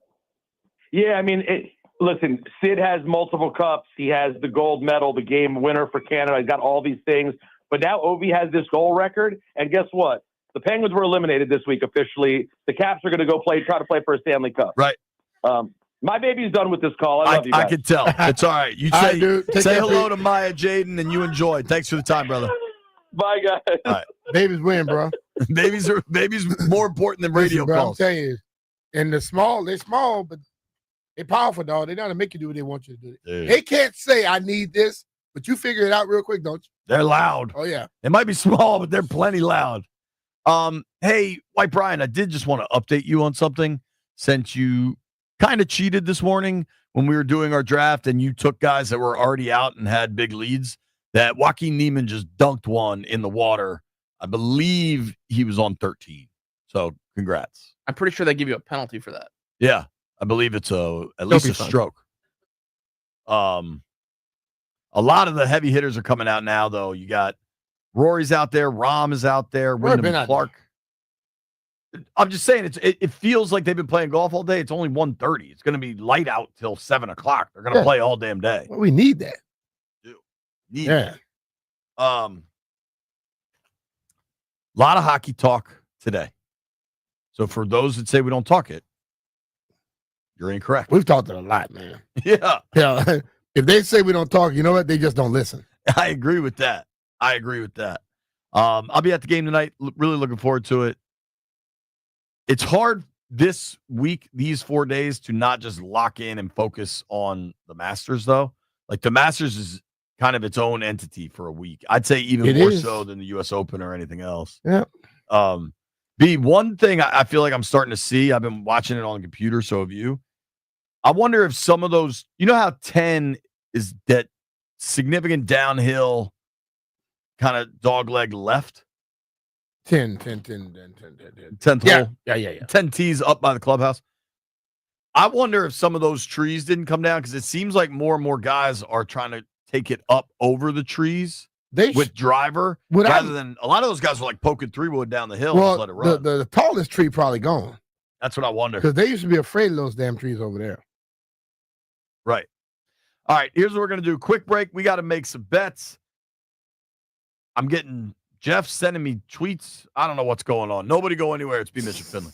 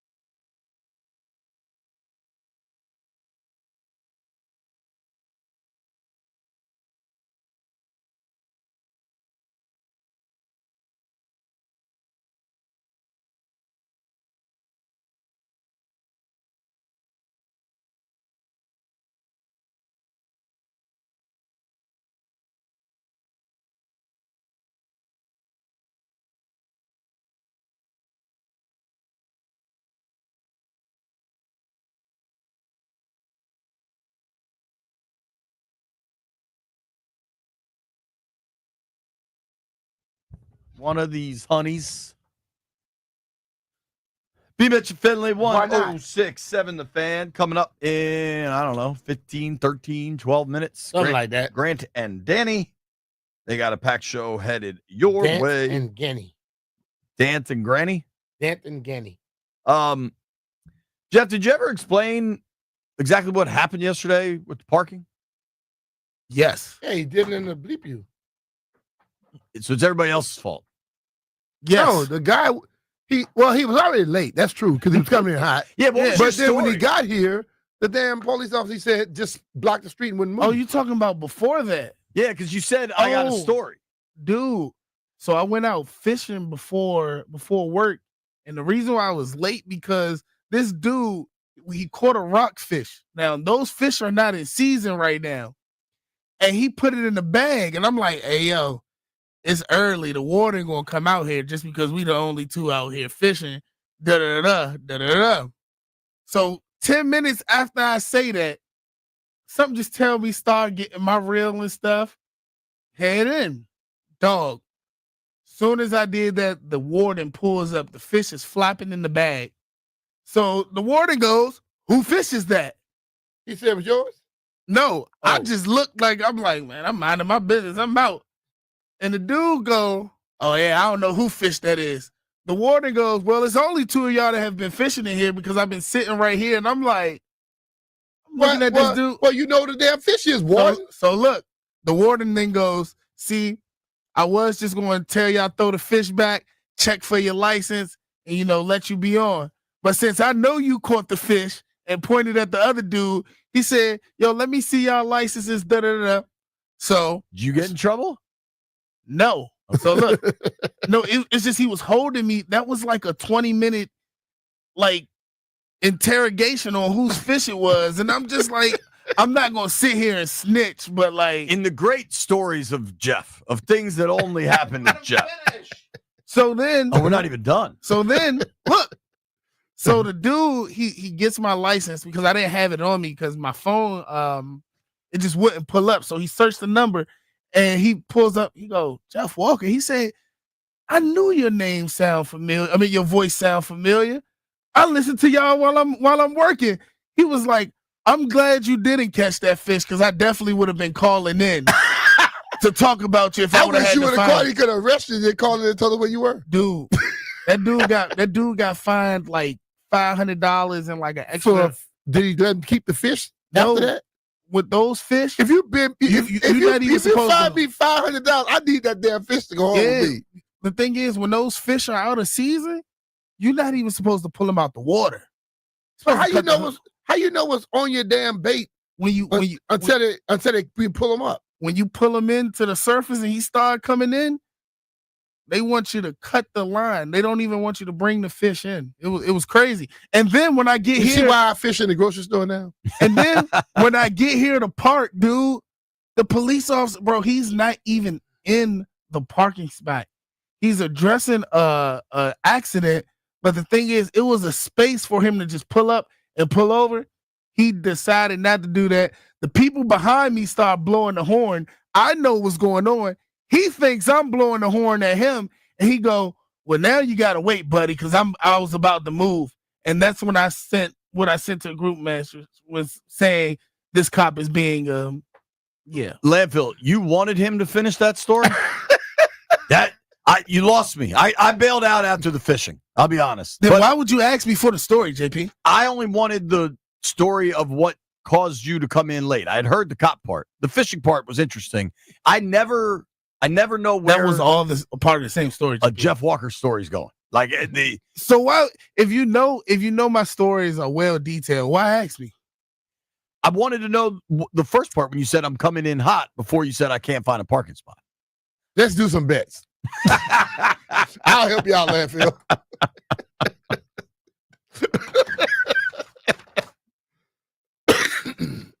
All right. Oh boy.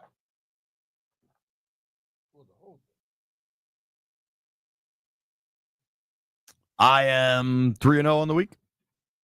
That's impossible when you weren't here. I was here Monday. You wasn't here Tuesday, Wednesday. I had a 3-leg parlay. Yeah. If that was a thing that we do, we'll understand. But guess what? You still wouldn't hit 2 days, so you would have 2 losses. Whoa, this is okay. Have we looked at the Caps odds for tonight? No. They are kind of significant underdogs at home. Yeah. So the straight money line is Hurricanes minus 150, Caps plus 140. Give me the Caps. Well, do what you want, but you could get the Caps puck line plus 1.5 under the minus 200 threshold. But they're plus 140. You get them anyway. I want Michael Van Gerwen and Rob Cross, Premier League darts.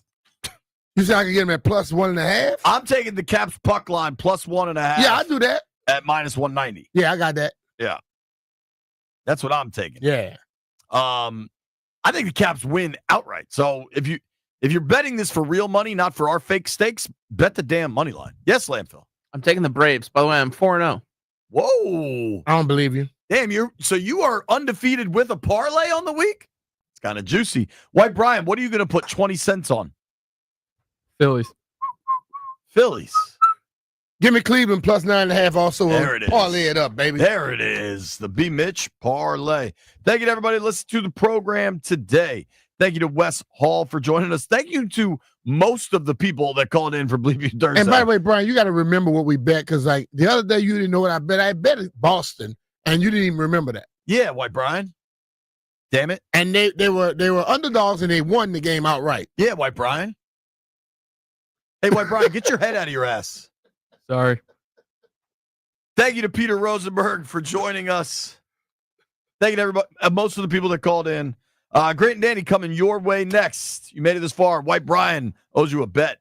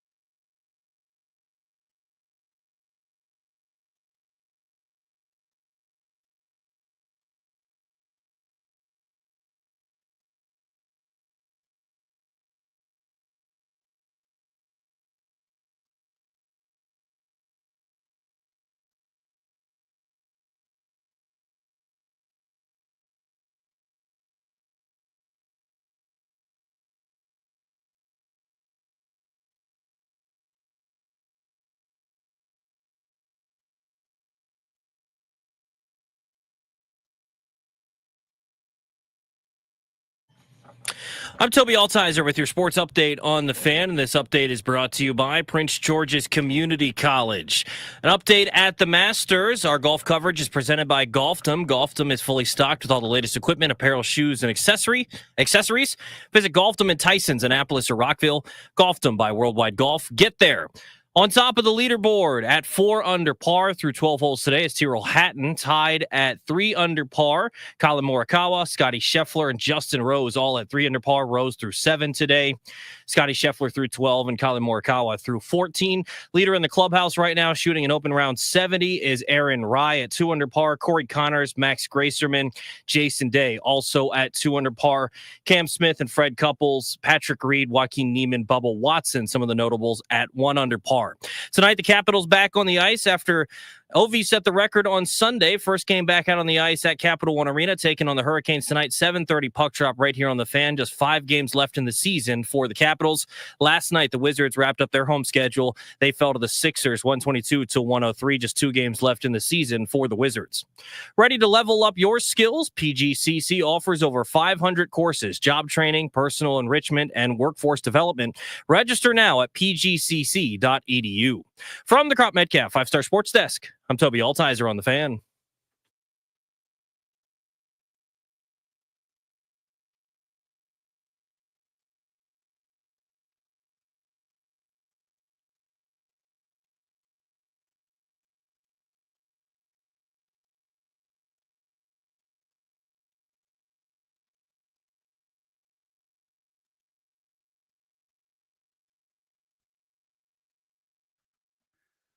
Good Thursday afternoon, and welcome into Grant and Danny. April is 10 days old in 2025.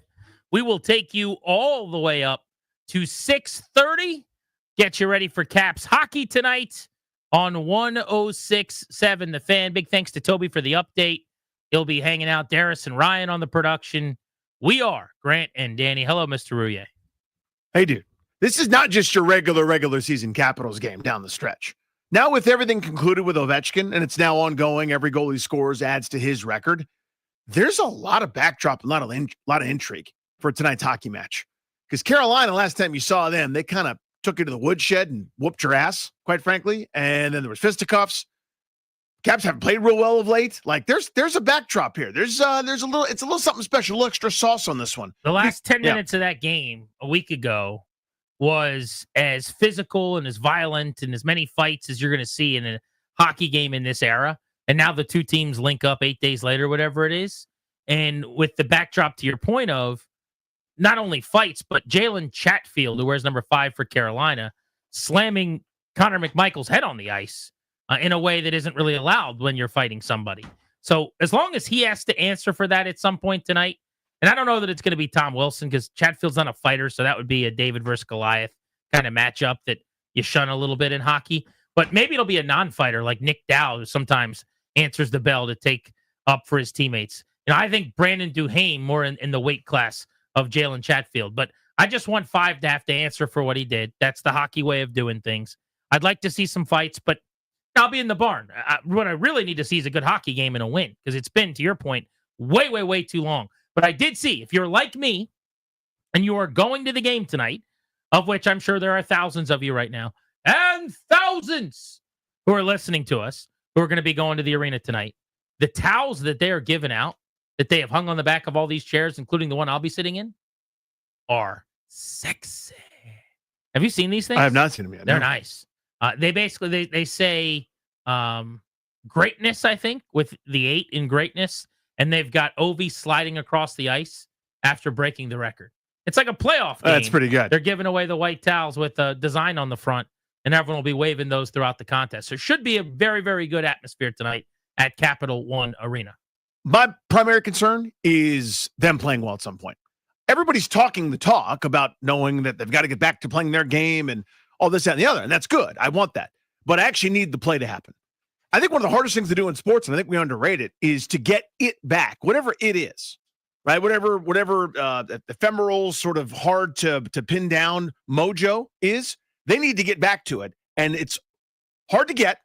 And then once you've got it, if you lose it, it's really hard to get it back. They're a mature team. Spencer Carberry's an excellent coach. They've had this built-in reset on the calendar. It's almost like it was fortuitous or built in. It almost seemed like it was planned. Ovi sets the record, then you guys get a few days off to kind of reset. I mean, it literally seemed like it was perfect. Let's use that. Let's play some good hockey. I would love to beat the snot out of the Carolina Hurricanes because, Grant, I hate them. More on the Caps as we go today. Last night was must-see TV in the NBA as the Lakers went to the Mavericks and Luka Doncic made his return to Dallas. Just an incredible scene. They did a really good 3+ minute montage video, oddly enough, that they played during the starting lineup.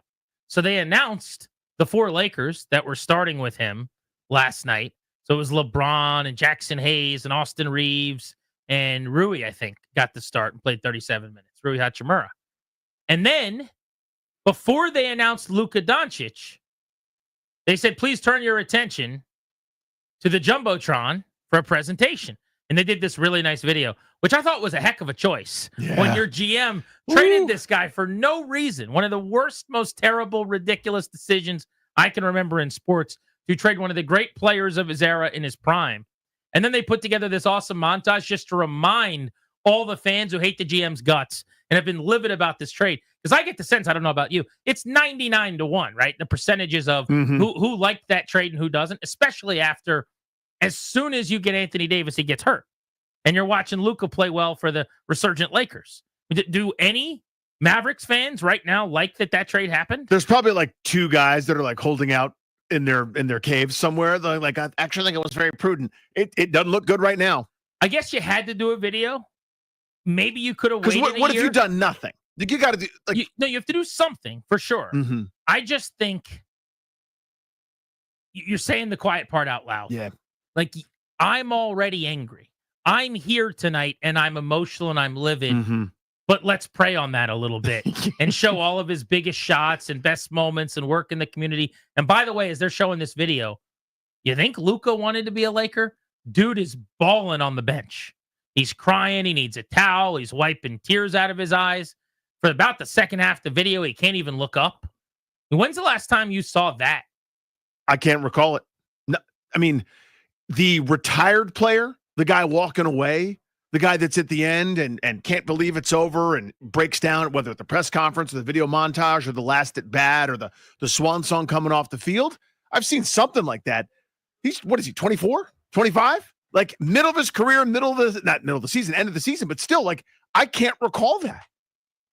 I don't know that I've ever seen anything quite like that. I did not think it would be the scene that it was, but it was amazing. And it's only really well-written, well-acted movies and sports that can provide that kind of emotion and that kind of drama. This was Luka Doncic post-game after a virtuoso performance we'll talk about, but you could just tell the whole night meant a lot to him. You said that you didn't know what your emotions were going to be like tonight. Just what were you feeling out there on the court? I don't know, honestly. Everybody saw me the way I reacted to the video. All these fans, I really appreciate it, man. All the teammates I had, everybody had my back. I'm just happy, this guy, I love these fans. I love the city, but it's time to move on. 16 of 28 from the floor, Danny. 7 of 10 on three-pointers last night. He shot the lights out. Went to the line 9 times, ultra aggressive. He ended up with 45 points, a plus 26. He was unbelievable. He was incredible. Just it's a reminder, it's the ex walking by after going to the gym and fasting, a whole bunch right there in your face. I mean, there's a dichotomy right now between who's where with the Lakers and the Mavericks. No ex has ever looked better. Seriously. That dress on that body last night for Luka Doncic. And I was told he was out of shape. He has never looked better. The V in the cut. Oh, the taper. Just so. Woo. My God, was Luka looking good. I mean, just getting catcalled as he walked down the street inappropriately. Grow up, people. Yeah, some of it was over the line, to be frank with you. Act your age, my God. But just, you might as well rub my face on the carpet, if I'm a dog or something. You can't be more disrespectful. than to make me watch this 3-minute video of how awesome this guy is, and then let him go out there and shoot 7 of 10 from 3 and hang 45 points on me. Lakers, I don't think I need to tell you this, win going away 112-97. This was head coach J.J. Redick after the game. To have the emotional resolve to then go put on that kind of performance, it's superhuman. Follow up on Luka, you know, as a former teammate, and then you spent years watching him. He's known to rise to big moments, I suppose it's fair to say, but to be able to do it on top of the emotional setting, is that kind of a different level? Yeah, I mean, I thought he was going to get 50. You know, I was disappointed. That's a good bit. That's a good bit. Wish he would have gone for 50. As you can imagine, Nico Harrison did not have a great night. No, he did not. The general manager of the Mavericks, who was once seen taking a beer out of Luka's hands as he celebrated. I mean, think about that. We're in D.C. where Alex Ovechkin's diving in fountains on day 4 of a bender. Now, I understand that was post-championship and a little bit different, but Ovi's popping beers and drinking them in the middle of the season after he gets the record sitting next to Wayne Gretzky. Nico Harrison's walking over going, I'll take that. Thank you, grown adult. And then he trades Luka. And last night, the fans, one more time, let him have it. 2 wins, and J.J. Redick's team will get the 3rd spot. For Dallas, a win tonight, and they'll clinch a play-in. The Lakers still can land anywhere from 3 to 8 in this wacky Western Conference. So this is an enormous game for them. Fire Nico chant so loud. I mean, pretty obvious on TV. You know when the chant, you don't have to ask, what are they saying on TV? It's super loud. There was no doubt about that one. Well done, Dallas fans, in unison there, I would say. That was such a bad trade. Yeah. And I'm not saying it's not like they didn't get anything back. Anthony Davis, while older and injury prone, weirdly, he's hurt right now, by the way. I would not have seen that coming. I don't know how anyone could have, to be honest, that Anthony Davis wasn't going to post for the rest of the year. But it has nothing to do with Anthony Davis. The thing I always hear when I hear people talk basketball and start to break down this trade, everyone wants to tell me how good Anthony Davis is and how impactful he can be. It has nothing to do with him. Zero. Is Luka Doncic 26? Is he arguably the best player in the NBA over the last 5 seasons or whatever? Is he a perennial MVP candidate? Is he first-team All-NBA every season? There is no conversation to be had. I don't care what's coming back. You do not trade this person. You don't do it. If there are 29 potential games on your schedule, okay, against every team in the NBA, at minimum, all but one of those games, 2 of those games, he's the best player on the court. Think about it that way, right? Like when you play Miami, Utah, Cleveland, Chicago, Philadelphia, Boston, Minnesota, go up and down the list, that you have the best player. And in the NBA, that has outsized importance, right? In Major League Baseball for so many years, Mike Trout was the best player in Major League Baseball. Everyone understood that. That was the deal. I don't think they have a playoff win with Mike Trout on their roster. I think they've been to a wild card game, lost it, and that's that. Maybe there's one other appearance in there. So it's different in other sports. You can have the best player on the field in the NFL and win, not win, or whatever, team game. In basketball, one player has such an outsized influence, it's almost like having a great quarterback. You got one, you got a great chance to win every game. That's one of the 3 best players on the planet. At worst, if you're the ultimate hater, you're like, okay, fine, he's 4th or 5th. Tough to make that trade. That's one of those where even if you think the things that you think, AKA, I know he's not in great shape now. He didn't take his the physical responsibility seriously in terms of getting in shape. And it's only going to go downhill. And we're going to be left holding the bag when we give him a mega deal when he's 27, 28, 29. That's one of those you got to go, oh, well, because the in-between, he's still this, dude. Sometimes you got to bend your rules for superstars. I'm sorry. I don't know if Nikola Jokic is in great shape. I don't think he is. Quotes. Do the Nuggets care if he's drinking a beer or are they ripping it out of his hand? You got to lighten up, Francis. You got to just look at the results. You got to see what this guy is. And if you want to keep having your heart-to-hearts and try to get to him, then fine, do that. And maybe you can tighten up a little bit. But you're going to have to deal until his production falls off. And then if you want to have a come-to-Jesus conversation or make a grand decision, fine. But while he's still at the peak of his powers, one of the best in the sport, I'm sorry. You just got to wear it. I hate that this happened, not only because for Mavericks fans, it was a terrible trade. I think it's bad for the NBA when Luka ends up with the Lakers, but also they're really, really good and have a chance to win a championship.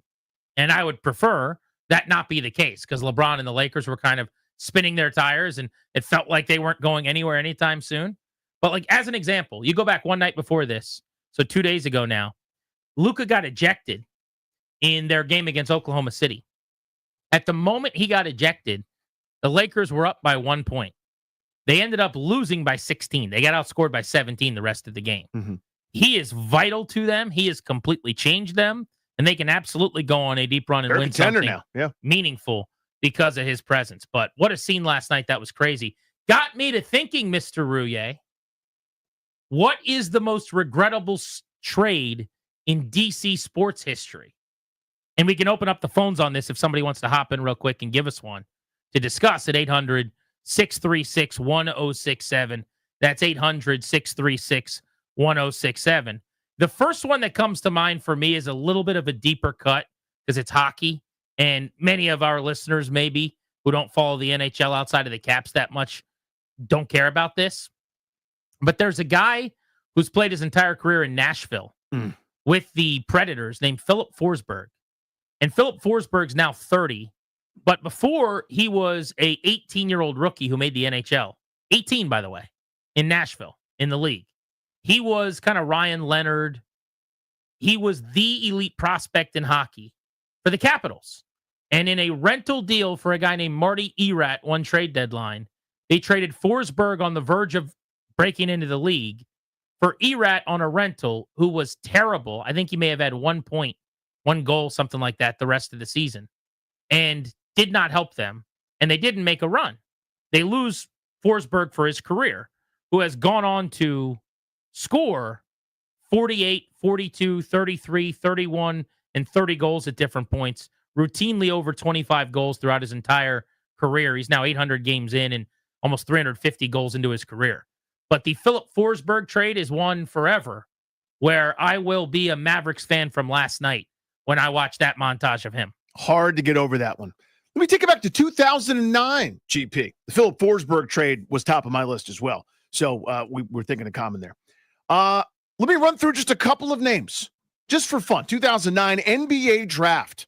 I got Jeff Teague, Drew Holiday, still playing at a high level, Ty Lawson, Earl Clark, Tyler Hansbrough, Gerald Henderson, longtime NBA career, Brandon Jennings, DeMar DeRozan, still playing, still kicking, Jordan Hill had a nice little career, nice little run. But a guy went number 7 who revolutionized basketball.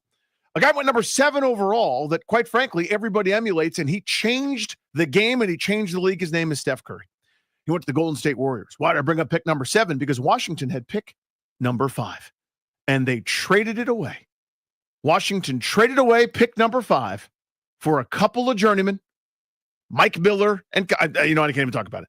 But they got out of that draft. Who it was? Randy Foye and Mike Miller. Randy Foye. I remember him being like on posters and being all over the place. And they were trying to make fetch happen with him. They were like, we got Randy Foye, man.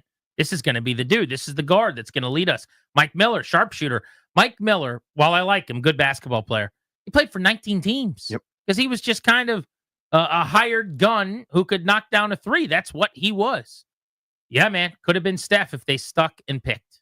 But again, I understand a lot of teams didn't pick Steph. Yeah. There were so many NBA players that were selected, including Ricky Rubio, by the way, who Minnesota took with that 5th pick. Had a good career. Good NBA player. Would have been nice. Let's go to Rashad, who's in Suitland on Grant and Danny in honor of the Luka return last night. Worst trade in DC sports history that still haunts you? Champ Bailey, man. So you're looking at 2004 champ after 5 seasons in DC, wants a new contract. Champ and a second They rounder. don't give it to him. So they trade him to the Denver Broncos with a 2 clothespin to him in the upcoming draft for Clinton Portis. Wasn't a fan of Clinton Portis, man. I feel like a stopping corner, way more important than a running back that falls down after about 8 yards every other play. So, well, I'll disagree with you on Clinton Portis because he carried Washington to the 2005 and 2007 postseasons. And in addition to 2 1,500-yard years in Denver before he got to DC, he had a 1,500-yard season in Washington, a 1,400-yard season, and a 1,300-yard season. And 5 times was over 1,200 yards. He's one of the most successful running backs in team history. Having said that, though, Danny, the first argument he made is the correct one, which is I'm not going to put this near the top of my worst trades ever list because you got a Pro Bowl top of the line running back who was the best player on the team for a few seasons. It was a trade that both teams benefited from. But Denver wins because of the philosophy. It's a shutdown elite cornerback who ends up in the Hall of Fame, by the way, and Champ Bailey, who is the epitome of durable. 4, look how we view the running back position now. And maybe we've gotten too extreme with the disdain for paying running backs and just the disrespect of the position, thinking they're a dime a dozen. But in a football econ class, the value of the corner versus a running back is night and day. And you gave up one of the best corners of a quarter century for one of the best running backs of his era. And a second-round pick. That the pick has to be accounted for, too. I mean, at the time I went, okay, Portis is really good, but doesn't Mike Shanahan always seem to come up with a brand new running back that, out of nowhere that runs for 1,000 yards? The answer is yes, by the way. Portis was good, but not Portis in a second rounder for Champ Bailey good. 800-636-1067.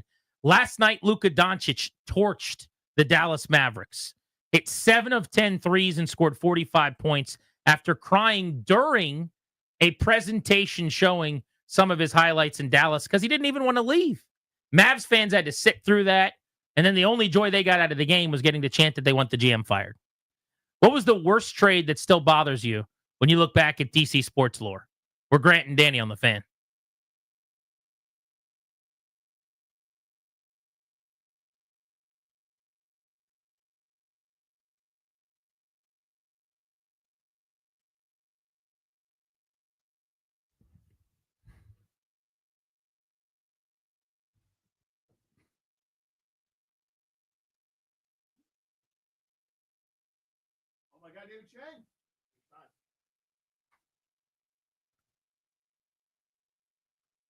It's GP, and the best week in golf has begun. Swing in to this huge week in golf. It's the number 1 week of the year. Do it with FanDuel. Every single putt, every single drive can bring you closer to victory. Right now, all customers can get a profit boost every round of this first major. Boost your winnings on anything from outright winners to round leaders to tournament matchups and a lot more. Go to FanDuel. FanDuel.com/GP. FanDuel is your go-to for betting on Augusta. You can tee off with a variety of bet types and live bets as the tournament drama unfolds. That's FanDuel.com/GP. That is what you're using. Do not wait.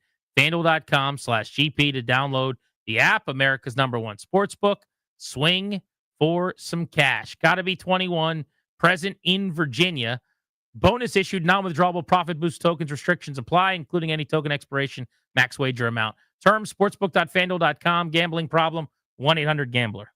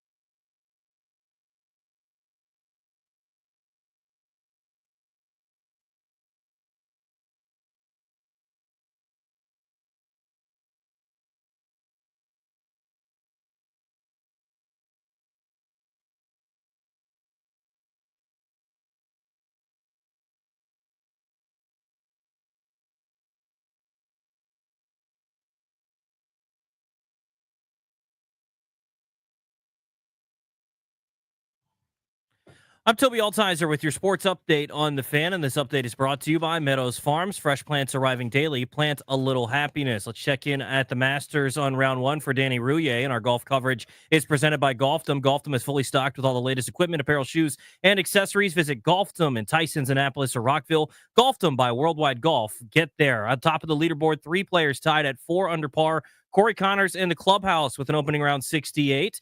Tyrrell Hatton through 13. He's at 4 under par. Justin Rose, 4 under through his first 8 holes of the day. Scotty Scheffler solo 4th. He's 3 under through 14 holes.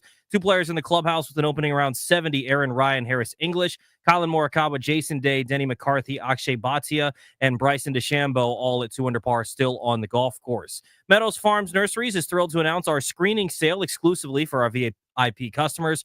Arbor Vitae, Skip Laurels, and Nellie Stevens Hollies all on sale. Visit us at meadowsfarms.com or at any of our 16 convenient locations. Meadows Farms Nurseries, plant a little happiness. From the Crop Medcalf 5-Star Sports Desk, I'm Toby Altizer on the Fan.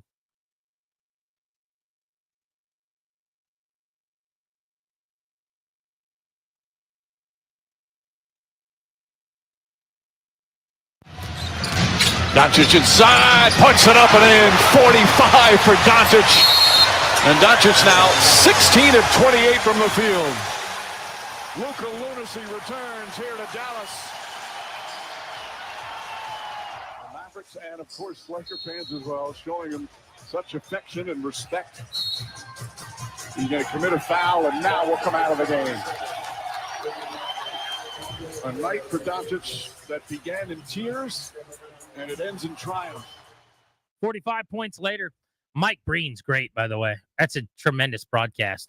Welcome back, Grant and Danny on the Fan.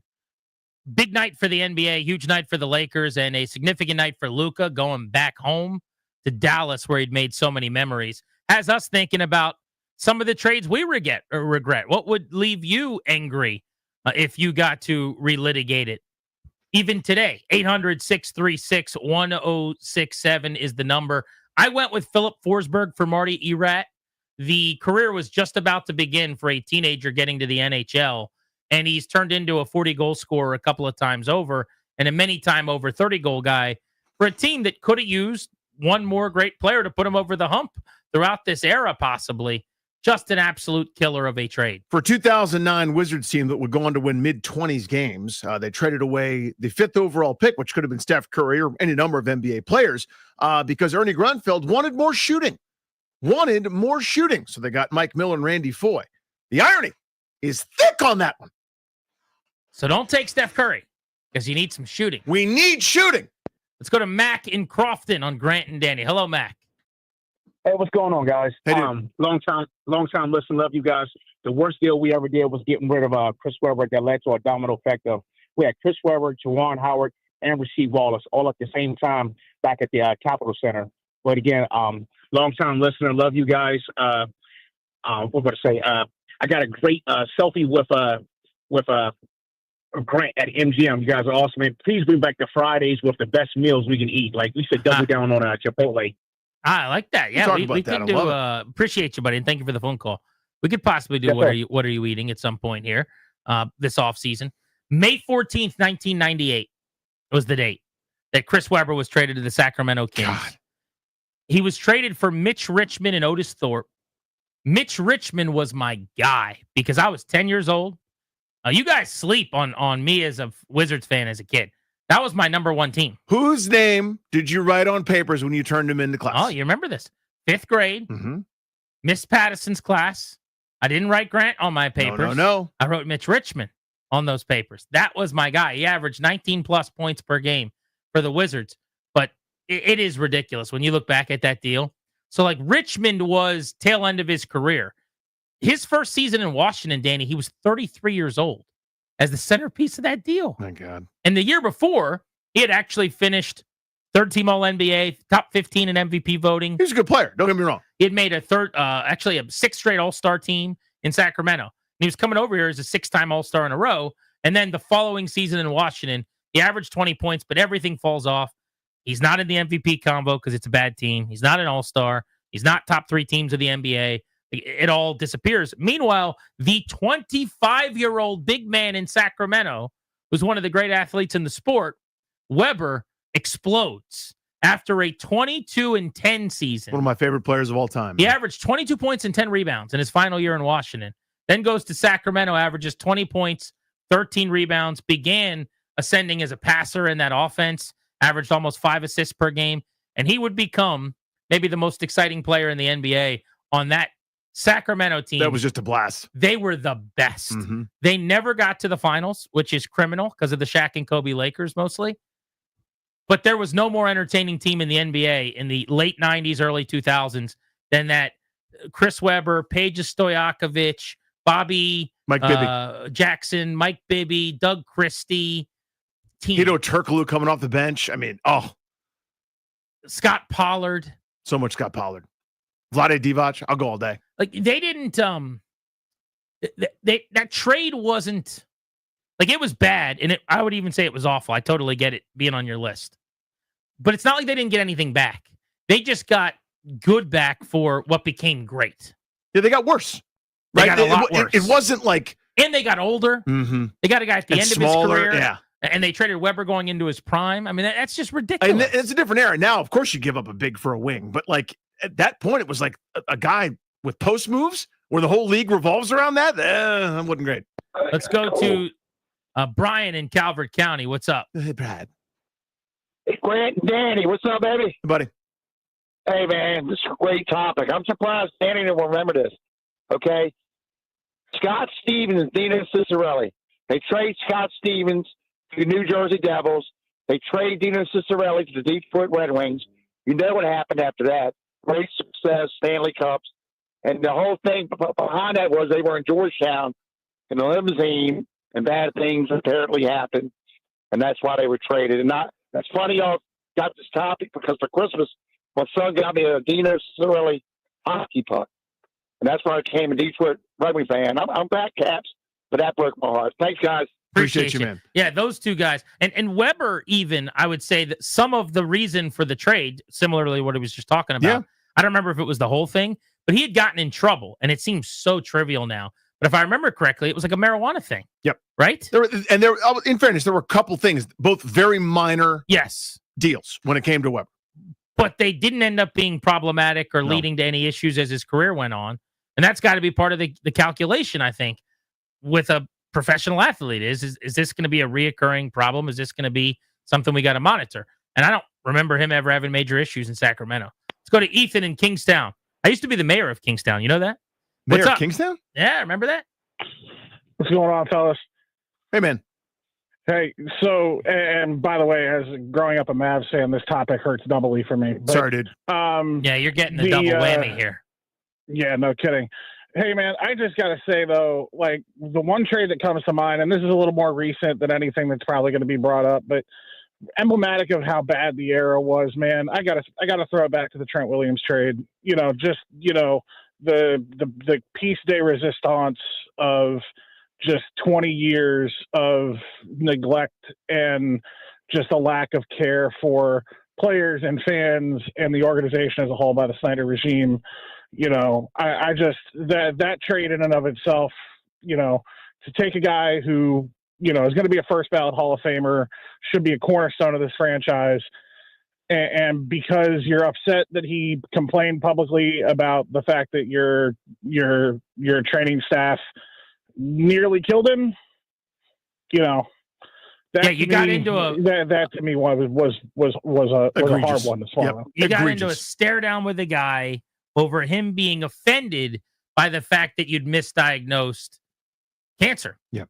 And he almost died because of it, the way that he tells the story. And now you're in a fight with him, and eventually you move on from him after you didn't want to pay him. But it's okay because here's your 5th round pick and your future 3rd for one of the great left tackles of the last 30 years. It typified the Snyder-Allen era. I think the caller's exactly right. Like if you were looking for a microcosm, it didn't quite have all the investigations and alleged impropriety, but the basic motivation was spite. Not about winning football games, not about what's doing best for the organization. As you said, a number 1 contest off the balcony. We're doing that instead of doing the best thing for the football team. Here's how bad they handled it. Here's how terrible their handling of the situation actually was. When they traded Trent Williams on draft day for a 5 and a 3rd the following year, it was kind of a relief that they got a deal. Remember that? Yeah. The response was not, oh my God, I hate this so much and I hate them so much. The response was, oh, all right, they got better value than we thought, and they're the worst. Because they had bungled it so badly that, yes, it is egregious to trade Trent Williams for a 5 and a 3. But also, it had been so bad that you were worried maybe they'll just get a 4. Maybe they'll just get a 5 and a 5.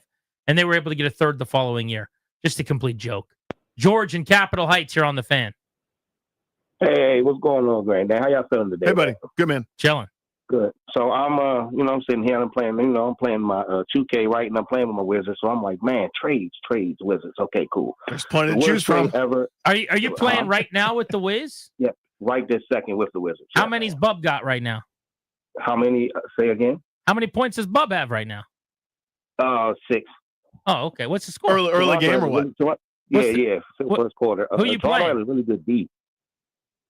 Who you playing? Toronto. Toronto have a really good defense. Okay, what's the score? Right now it is 18-16. Okay, so you're in it. Who's your high man right now in points? Right this second is Sar. Sar. Is he hitting threes or we're banging down low? He's actually grabbing rebounds. He's playing. What's his line? rocket Give me his shot. points and rebounds right now.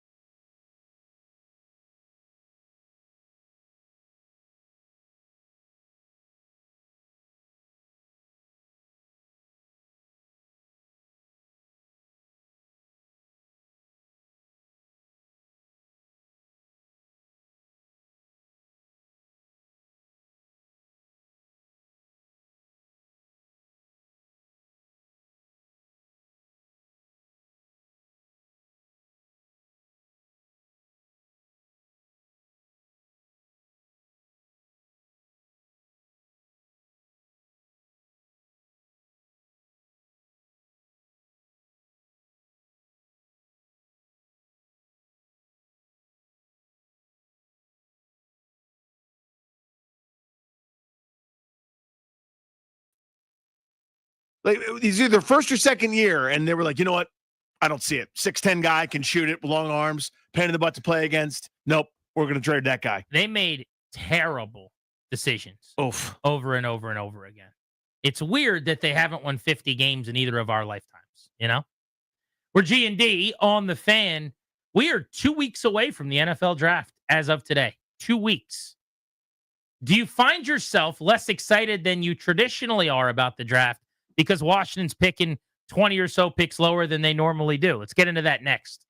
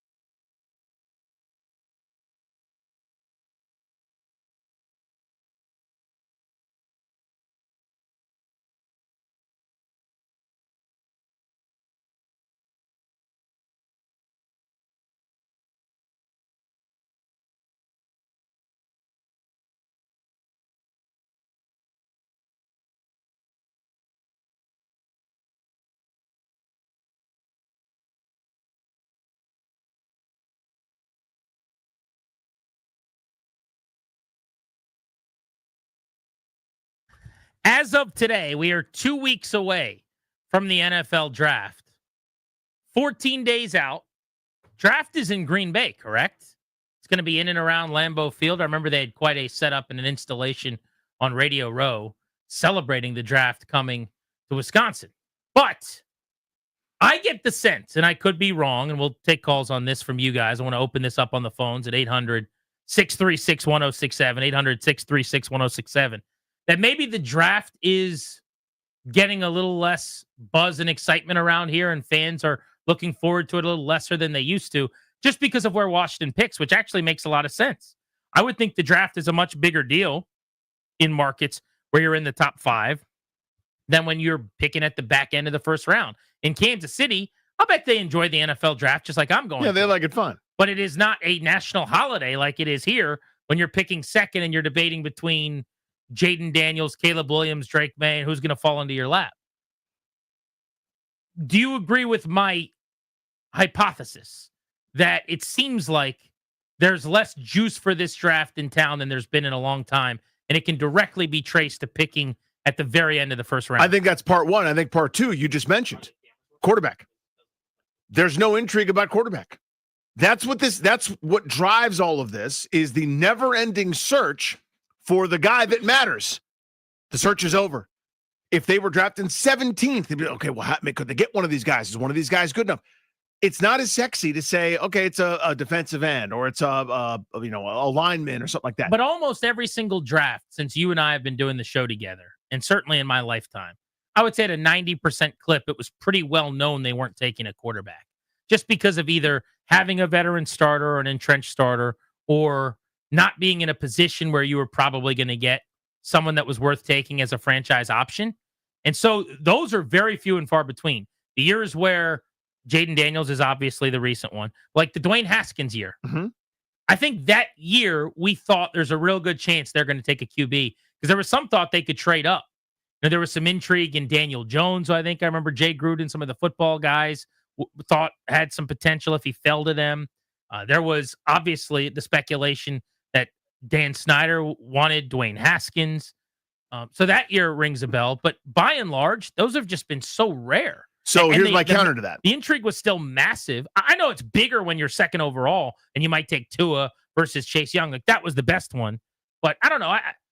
To me, it's more about like where they're picking. But go ahead. So to me, it's 50-50. And if it's not about the quarterback that they might take, it's about the quarterback that they have.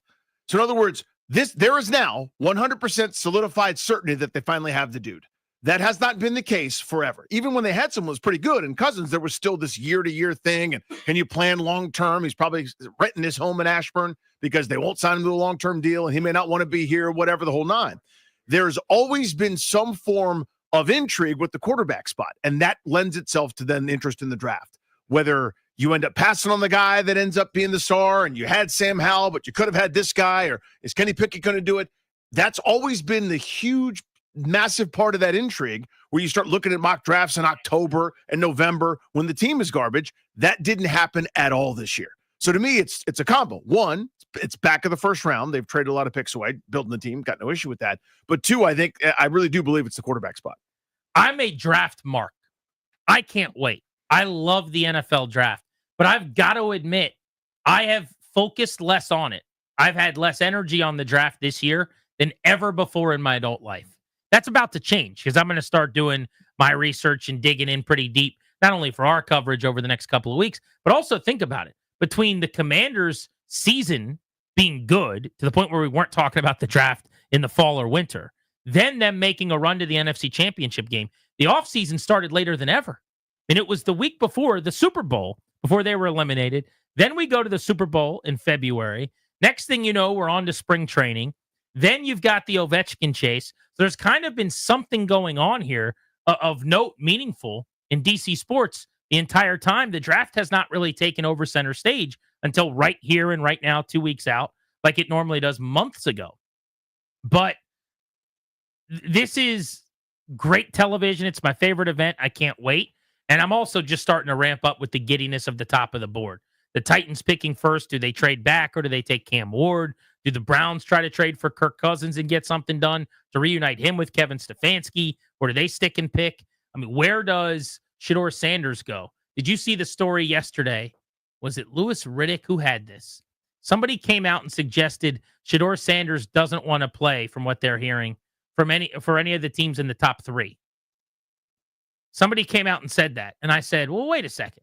That's interesting. Now, it was just an analyst saying like what they're hearing is he's hoping he doesn't get taken. Not that he's not going to play for them. Right. Like they're hoping he doesn't go.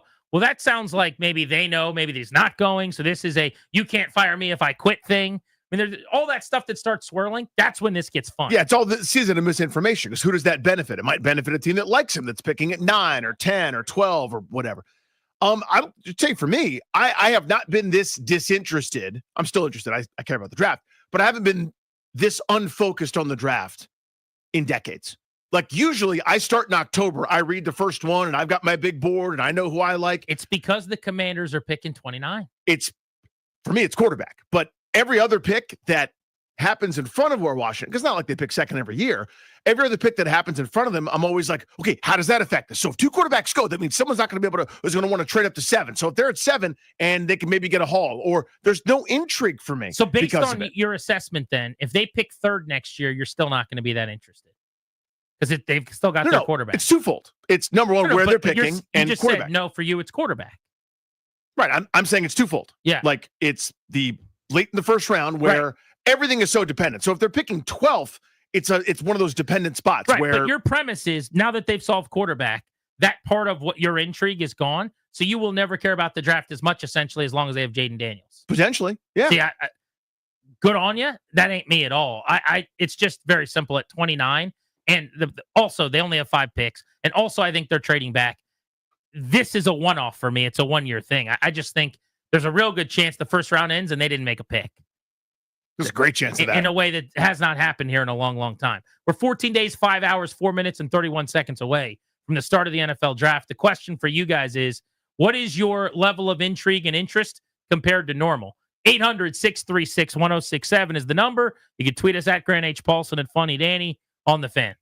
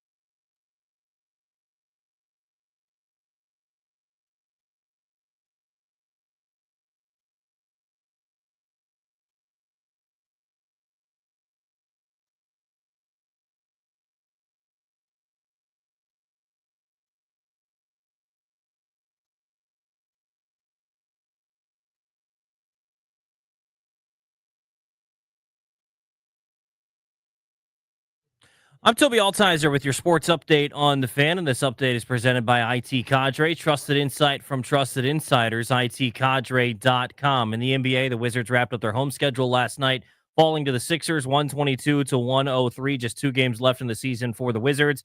In baseball, the Nationals have the day off today after a 4-2 homestand. They start a 3-city road trip with 3 in Miami over the weekend, 4 in Pittsburgh, then 3 in Colorado before they return home against the Orioles. 7:10 first pitch tomorrow night in Miami right here on the Fan. Tonight in hockey, Capitals back on the ice for the first time since Alex Ovechkin set the goals record with 895. Taking on the Hurricanes, there'll be a celebration at Capital One Arena tonight at 7:30. You can hear the game right here on the Fan. Just 5 games left for the Capitals. And checking in on the first round of the Masters, our golf coverage is presented by Golfdom. Golfdom is fully stocked with all the latest equipment, apparel, shoes, and accessories. Visit Golfdom in Tysons, Annapolis, or Rockville. Golfdom by Worldwide Golf. Get there. Atop the leaderboard at 5 under par. What an opening 9 for Justin Rose. Corey Connors, Scotty Scheffler, and Tyrrell Hatton all at 4 under par. Corey Connors done for the day with a 68. Aaron Rye and Harris English both shot opening round 70s at 2 under par. Bryson DeChambeau and Jason Day also at 2 under par currently on the course. IT Cadre's trusted insight, helping leaders of the nation's most important organizations understand complexity, align efforts, and make the best data-driven decisions to achieve success. IT Cadre, your vision, our purpose. To learn more, visit itcadre.com. That's itcadre.com. From the Crop Medcalf 5-Star Sports Desk, I'm Toby Altizer on the Fan.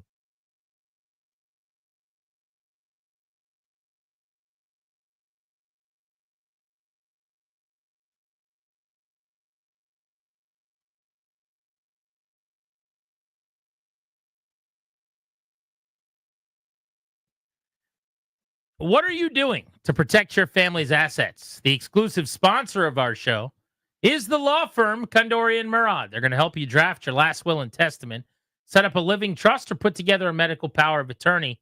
Schedule a free consultation with their attorneys today at kmlawyers.com. Be sure to tell them we sent you. That's kmlawyers.com. The poll of the day is up right now on the 1067 The Fan Twitter account. Go vote. If you're on the X app, G&D poll of the day presented by Metropolitan Moving and Storage, local, long distance, residential, or commercial. 3 decades of best-in-class service and experience. Danny, the poll of the day, exactly what we were just asking on the phones. Our perception is that there is less interest in this NFL draft this year among Commanders fans. We're gauging if that is true. Are you more, the same, or less interested in the upcoming first round 2 weeks away now than you typically are? We're going to get to the bottom of this. Yeah, I definitely am less captivated by it. I mean, listen, it's still a big deal for me. It's usually a 10 out of 10 where I look forward to it and start thinking about it when in a normal Washington season in October, November. I'm looking at mocks, looking at big boards, yada, yada, yada. I've not done that. I've not ramped up in the same way where I devour every bit of information ravenously. I'm comparing CBS's mock draft to ESPN's, to the second McShay, to the third Kuiper, to the Dane Brugler, to the Daniel Jeremiah's. I haven't had that same energy for it. Don't you blame Ovi a little bit too? I do think the distraction of some of what's been going on in DC sports, whether it was one thing to the next, right? It's like the Commanders to the Super Bowl. And one of the reasons you and I haven't really sunk our teeth into it as much on the show is, we're on to spring training and then we're on to the Ovi watch. And it just feels like maybe there's a little, if you build it, they come with this too. But I voted on the poll, and I did say a little less excited than normal. About 2/3 of people so far are saying same as always. Nobody is saying more excitement than normal, which could be a reasonable answer too. I mean, the team is better. They're closer.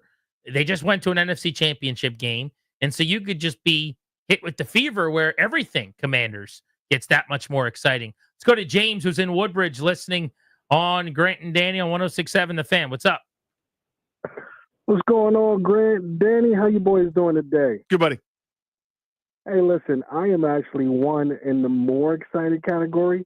I have been watching all of the mock draft boards, so yes, I'm intrigued by the front of the draft and what that all looks like. But really, I want to see, I looked at last year as that experimental year where it's supposed to be kind of like a 3-year build, and they got super advanced and did a great thing. But I still want to see what those next building blocks look like. And I'm really excited to see if they can get an electric running back there to join Jaden and any other weapons. I'm all about offensive weapons right now, so I'm excited. Appreciate you, dude. It's one of the rare opportunities you're going to have to add to this roster. And free agency was fun because they made the huge splash trade for Laramie Tunsil. They brought in some talent, but it's not like they throw money around like it's Monopoly cash. So this is where you could really get creative and make a splash, whether that's via trades. I'm also really intrigued because we haven't mentioned this. What if on draft night they trade the 29th pick and it's not to move back? They go get Trey Hendrickson or they do something else crazy to get an edge because Adam Peters operates in the shadows. He could be talking to somebody about an edge right now. It could be happening right now. Considering. And that's kind of the point. And the 29th pick could be a part of that. They could add a Pro Bowl caliber, proven 12-plus sack edge on draft night, and it would be on brand for this season after what they did with Laramie Tunsil last month. 100% right. And I was more excited for free agency than I was at this point for the draft. And I think it's mostly because of the salary cap space they had. And it was this amazing opportunity to go do something to basically say, hey, we understand we can't just run it back the way that we did. And now they re-signed a bunch of their guys, and they should have.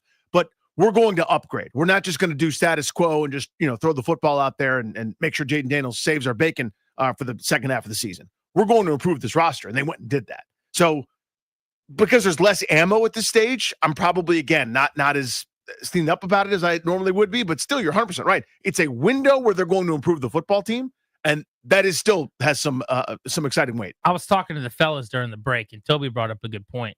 He said for him, he's about the same, but his point was, I get into the NFL draft with or without Commanders intrigue. I am the exact same way. Like, one of my favorite events of my entire childhood every year was the NFL draft. It's been ruined a little bit because it used to be, for the OGs that remember this, it used to be 2 days. And the first night we got rounds, I think it was 1 through 3. Mm-hmm. And then day 2, so it was Saturday night, 1 through 3. And really, it was all day long. It was Saturday at noon. And it would go 5-6 hours for 3 rounds. And then as it was dark out at night, we'd shut it down and we'd come back on Sunday and they'd go rounds 4 through 7. But the first 3 rounds of the NFL draft, Danny, in my childhood, I would have put that over Super Bowl Sunday, probably. I'm trying to think if anything would have surpassed it. Maybe opening day in Major League Baseball, but I mean, not much. Like, it was right there. The NFL draft is just, I love it. You just sit there on your couch, eat 3 meals via delivery. But they have just kept watering it down more and more and more for TV. So now it's 1 round spread out over multiple hours. It plays. Everything the league does is quality television. But I would kill to go back to the Saturday afternoon all day. Yeah, that was perfect. Hey, hun, cannot do anything tomorrow. I'll be on the couch like it's an NFL Sunday for 5 hours because it's rounds 1 through 3. The best. But I don't need, like you were talking about the Commanders quarterback situation, I don't need them to be a main storyline to be giddy, which is why I feel a little surprised by my lack of intrigue this year. I just think for me, it's hyper specific to my life. It's been crazy. Like, there's been a lot going on between Ovi and us traveling a lot and running around. I think this is the time now where I'm flipping the switch. Last night, I started to watch a bunch of the edges and getting into the highlight reels and stuff. I'm just further behind than I normally am. Yeah, that's what I think. Which I think is where I'm at, too. I would say this. The difference between you and me, and I think Toby as well, is everything that happens, I always think about how does it affect me, right? I have a very selfish worldview when it comes to a lot of things, whether it's, You're talking about as a fan or just... Well, in life, too. Like, how does this affect me? In all sincerity, like, I view things that way. So for me, the intrigue of the draft was always about, okay, what does that mean for Washington?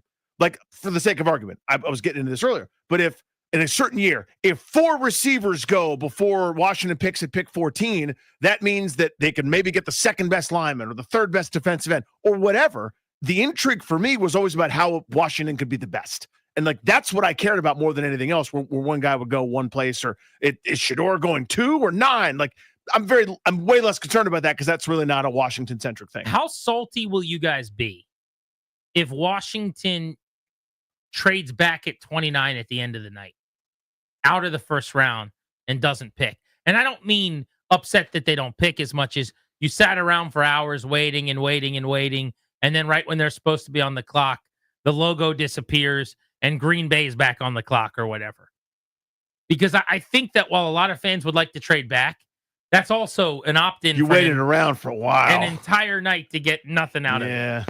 Let's go to Anthony in Calvert. Hey, guys. How y'all doing? Good, buddy. So I am less excited but more intrigued. And I think part of the reason is there's really no showstopper in this draft. Also, we're not looking for a savior. We're not looking for our franchise quarterback or, our foundation left tackle or anything like that. We're just looking for bits and pieces. So I'm intrigued as to what Peters is going to do. And I'm also kind of excited about if he starts wheeling and dealing, one pick could turn into 3 or 4 pretty quickly when he starts trading. So I'm definitely less excited, but I'm also more intrigued, if that makes any sense at all. Yeah, because there's way more possibilities. Last year at this time, we knew they were taking a quarterback, and we thought we knew which quarterback they were taking. We ended up being right. It became crystal clear a few days before the draft. But it was really, I would say over the last 10 to 12 days, pretty poorly kept secret that they were going to take Jaden Daniels, right? But for whatever reason, they didn't tell anybody all offseason, and they kind of left it open to interpretation. But can you think of a bigger juxtaposition year over year in the draft? I don't think there's been a team in this boat where you picked second after being the second to worst team in the NFL, not because you traded up, but you literally were the second to worst team in the NFL. You take a quarterback. So in a quarterback-heavy draft where all the QBs are beloved at the top of the board, you're choosing between some. Following year, you got to the NFC Championship game, and you're picking in the bottom 3. You're now picking 29, and you're likely getting like the 5th or 6th edge to come off the board. So that's screaming into a megaphone. This one's just not going to be as fun. Yeah. I can't blame you for not being quite as excited. There's no way there's the same. I mean, intrigue isn't the right word because you're right. We kind of knew what was happening, but even still, it was like, okay, here we go. You're handing the keys over to everybody's hopes and dreams rest on the throwing shoulder of this quarterback that they're going to take, which we all were pretty sure was going to be Jaden Daniels. This is not the same level of responsibility for whoever's at pick 29 or really pick 39 after they trade. Draft night is dinner, okay? It's fun to eat. But last year was a filet mignon for you, Danny. Thank you. A ribeye, the superior cut, for me at a wonderful steakhouse. This year, we're getting fast food. We like it. Are they very tasty? Crispy fries, burgers cooked well, right? But we're getting fries out the window. It's just a different thing. Going quarterback at 2, 29. Do they go edge? Do they go corner? Maybe you get a weapon. Maybe a receiver falls and it becomes a high-profile guy. That adds to the excitement. Kevin's in Virginia on the Fan. Hey, Kev. Hi, thanks for taking the call.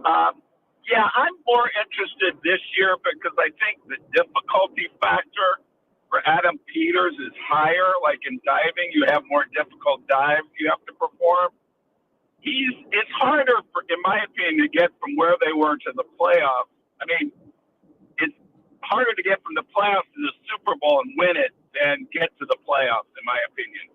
I think he has to hit on every pick in order to fill out this roster to get past the Eagles and get to the Super Bowl. And he doesn't have as many picks to do it in.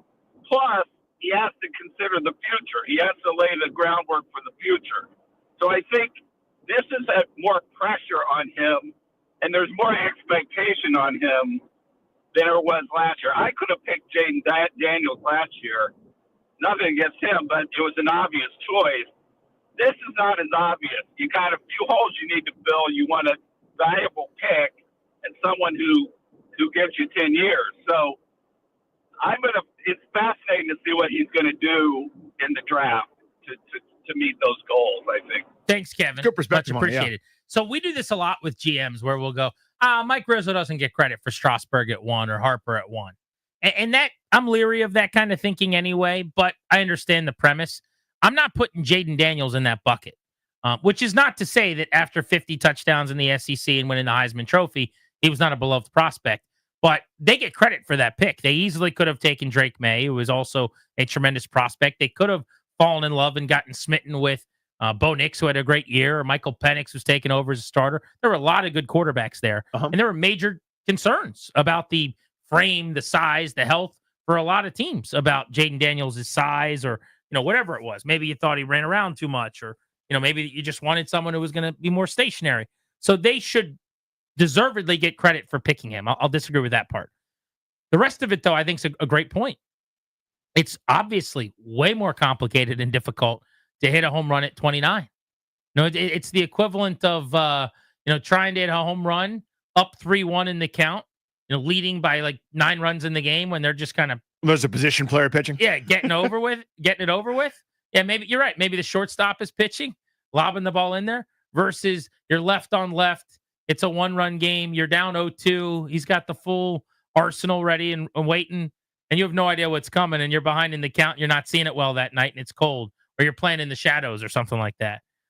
This just got a lot harder, and they do have to get these right. They don't really have the luxury to swing and miss because they have no young talent on the roster from the previous regime. That's right.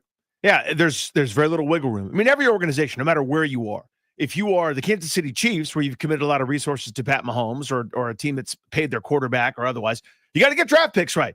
If you're a team that isn't very good, that's trying to get up to that level, you got to get your draft picks right. You need to shoot a good percentage, regardless of the amount of ammo that you have. So in general, the philosophy that I've always been under is if you're trying to improve, the more bites at the apple, the more darts you can throw at the board, the better. You should always be in the business of acquiring picks if you're bad.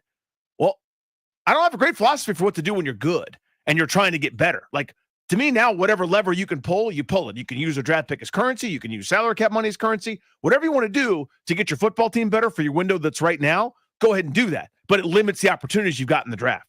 By the way, write down that topic idea, Darius, because I want to do that. I think that would be a great topic in the future. What he brought up, what is harder, going from the bottom of the NFL like they did to a good playoff team, or going from where they are now, which is a good playoff team, to winning it all? Because I actually agree with him. I'll bet you were in the minority, though. But I think what they just did, the leap they made, is easier to make, especially one time. Mm-hmm. Not that I don't think this is sustainable.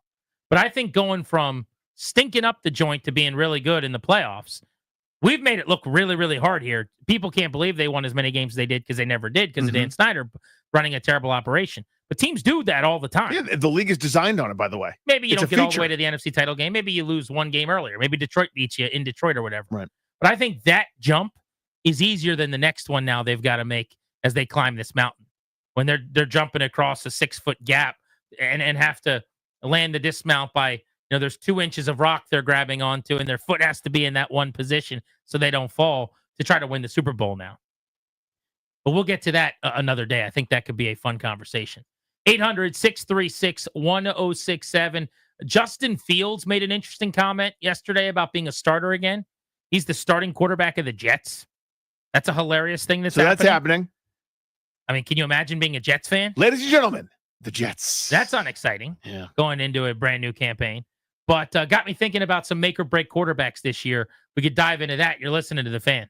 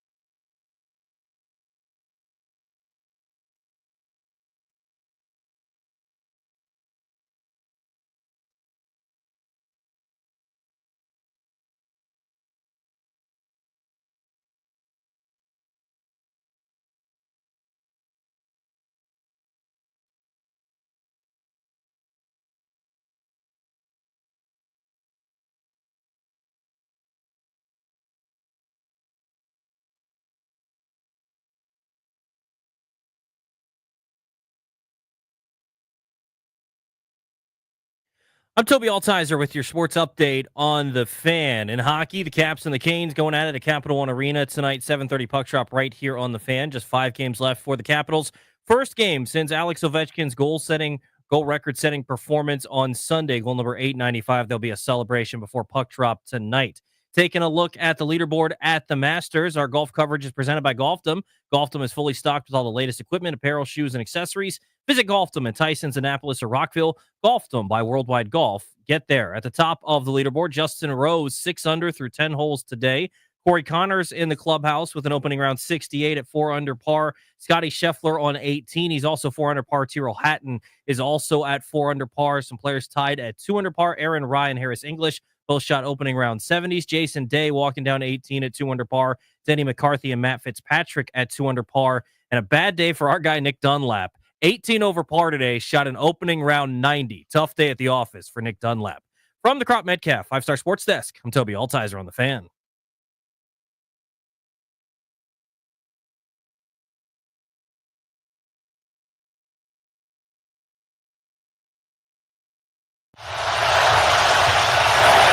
Fields desperately needs one right here. He's going to run for it. Fields in, touchdown.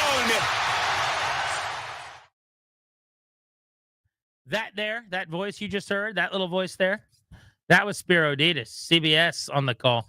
Justin Fields is a starting quarterback again. Who's got more lives, a cat or Justin Fields starting quarterback? Huh? He gets some opportunities, doesn't he? This is 3. Yeah, listen, he's got a throwing arm. He can throw. Now he's not accurate, and there's a lot of stuff, and he can move. That's intriguing. I get it. When there's not much going on in the market, I'd rather do that than the Case Keenum tier, right? I'd give it a whirl for the Jets. All right, so here's what I want to do here. All right, I want to go make or break quarterbacks in 2025. You and I are going to decide with these guys whose careers in varying ways are going to go one way or the other. Even they're going to be in a lot better spot or a lot worse spot at the end of this season, moving forward as starting quarterbacks in the league. And we're going to go make or break. Now, here is the caveat to this. This is, I think, could make it fun. I'd like to give each of you guys in the producer room a challenge flag, okay? So you can challenge our decision on any of these guys as we go. All right, so you and I are going to go make or break with each quarterback. And again, this is based on the upcoming 2025 season. Are they going to increase their standing as a starting quarterback in the league? At the end of this year, they're going to be in better or worse shape moving forward as a starter than they're in now. Which way is their career going at a fork in the road? All right, so let's get it going. We'll start with Justin Fields, New York Jets. This is a break situation. It's the last time. This is it. This is the last rodeo, the last dance, except not a documentary about how awesome Michael Jordan was. This is his last chance to be a starter. I think what will happen is he'll play fine at times, do some things positive, but do enough negative where people say, you know what, he's probably best served, and nothing wrong with this, by the way, being a backup that could come in and be dynamic in short spurts. But over 16, 17 weeks, not the right answer for him. I've also got this being a break of a season for Justin Fields. After 3 years in Chicago and 1 in Pittsburgh, you know this. I've been very vocal about this. I've never been a believer. I just don't see it. I actually loved him early on at Georgia in college because of the documentary series we watched via Netflix. And I even liked him coming out a little bit for the Chicago Bears. But then I watched him in that rookie year and soon thereafter, and it just doesn't work for me. He is a very high ceiling backup. Makes plays with his feet, can keep you in the game, be an athlete. I'd rather have a guy like him as my 2 than, say, Taylor Heineke or some guy that comes off the bench playing the way Taylor does, making those plays and playing like a high school football quarterback who's excited to be out there because Fields has better physical traits. But as a starter, you have a very, very low ceiling. So I ask you guys, any flags on the ground on Justin Fields? We're both saying this will be his final year as a starter. No flags for me. Yeah, no flag for me either. Considered it, but I'm going to leave it in the pocket. All right. Because that's the other tricky thing. You don't know what plays are coming. Oh, yes. You don't have unlimited flags either. You get one challenge flag. You got to wait to use it when you really, really know. When you get under that tarp that you're going to see something you like. All right. Next up, make or break quarterbacks 2025. Bryce Young, Carolina Panthers, at the end of this season, it's going one way or the other. And with him, it means they're either drafting somebody or they're moving forward and he's made another step and he's headed toward a second contract. I think what we saw in the second half of last year, after he took the benching, after he was all but supplanted, after they pretty much moved on, 12 touchdowns, 2 picks down the stretch for a Carolina team that wasn't particularly good, not very talented, but they played better with him. He played better. He was unstartable, if that's even a phrase, for the early part of his career. He was a disaster in week 1 and a 47-10 loss to New Orleans. Remember when New Orleans scored 50 a week? Remember that? Long time ago. But what we saw when he came back in, I think it was week 8 or 9, he looked pretty good. Not great, but pretty good. And at that rate of improvement, you got an NFL starter on your hands. So I hate that this has been boring, but we're in lockstep again. This is a make for me. Dave Canales is making things happen. Final 3 games last year for Bryce Young, weeks 16 through 18. Overtime game against the Cardinals team that was better than them. He threw for 2 touchdowns and no picks, protected the football. Next week against the Bucs, they got blown out, but in that game, a couple hundred yards, 2 touchdowns, no picks. And then week 18, remember, Atlanta needed to win the game. They beat them in overtime. He went 25 of 34 for 250 with 3 touchdowns and no picks. He played the best football of his career, end of his sophomore season, clearly ascending as the year went on. New coach, coordinator who got a lot out of Baker Mayfield. I think Bryce Young takes another step forward this year. And I don't think he's a star, but I do think he becomes a longtime starter in the league like he was supposed to be when he was taken number 1 overall. So we're in agreement again, a make for Bryce Young. Round the horn we go. Any flags on the ground? I agree. I think this is a make season for him. I think he's got a newfound confidence. Loving Bryce Young. I'm a Dave Canales guy. I'm going to trust him, and I agree with you, Grant. I think it's a make season for him. All aboard for Bryce Young. All right, still no challenge flags from the producer room. Danny, make or break quarterbacks 2025. Caleb Williams. We're either going to think he's a bust at the end of this year or he's going to look like the real deal with Ben Johnson. I'll go first. I'm going to say a make for Caleb Williams. I think the physical talent is too good. Am I a big Ben Johnson fan or no? I'm not really sure. Is that something that you've been You guys on know, record? by the way, Darius, you'll love this. It's a great bet. A girl of a family. So it was a parents and 3 little kids came up to us yesterday. A girl who I swear to God, she was 6 or 7 years old. What was her birthday? She was 6? 6, okay. Yeah. She said, she like mumbled something to us, and it sounded like she said something about Ben Johnson. And I was like, wow, I like Ben Johnson way too much. I thought that girl said Ben Johnson. And then I said, what did you say? And she goes, why don't you guys play the Ben Johnson alert anymore? No way. Unbelievable. 6-year-old little girl. Yeah. The Ben Johnson alert, sweeping the nation. Do we still have it? Can we I might for have her? it in the. Yeah. I might have it somewhere. Dig it up in the archives. I'll be saying his name a couple times here. Caleb Williams, make season. He's got the physical ability. He can scramble. He's athletic. That mobility, the arm strength. He checks every box. He's got to get rid of the ball faster. Can't hold on and take sacks. Needs to make much cleaner, better decisions. Although as the year went on, he started to do some of that, only threw 6 picks last year. And I just think working with Ben Johnson is going to make him a much more capable player right away than working with his previous staff did. 4,000 total yards, 20 touchdowns as a rookie. And we view it as a disappointment because Chicago was bad and it didn't go particularly well. And there was up and down. A lot. Like he did some really bad things. There were some bad moments.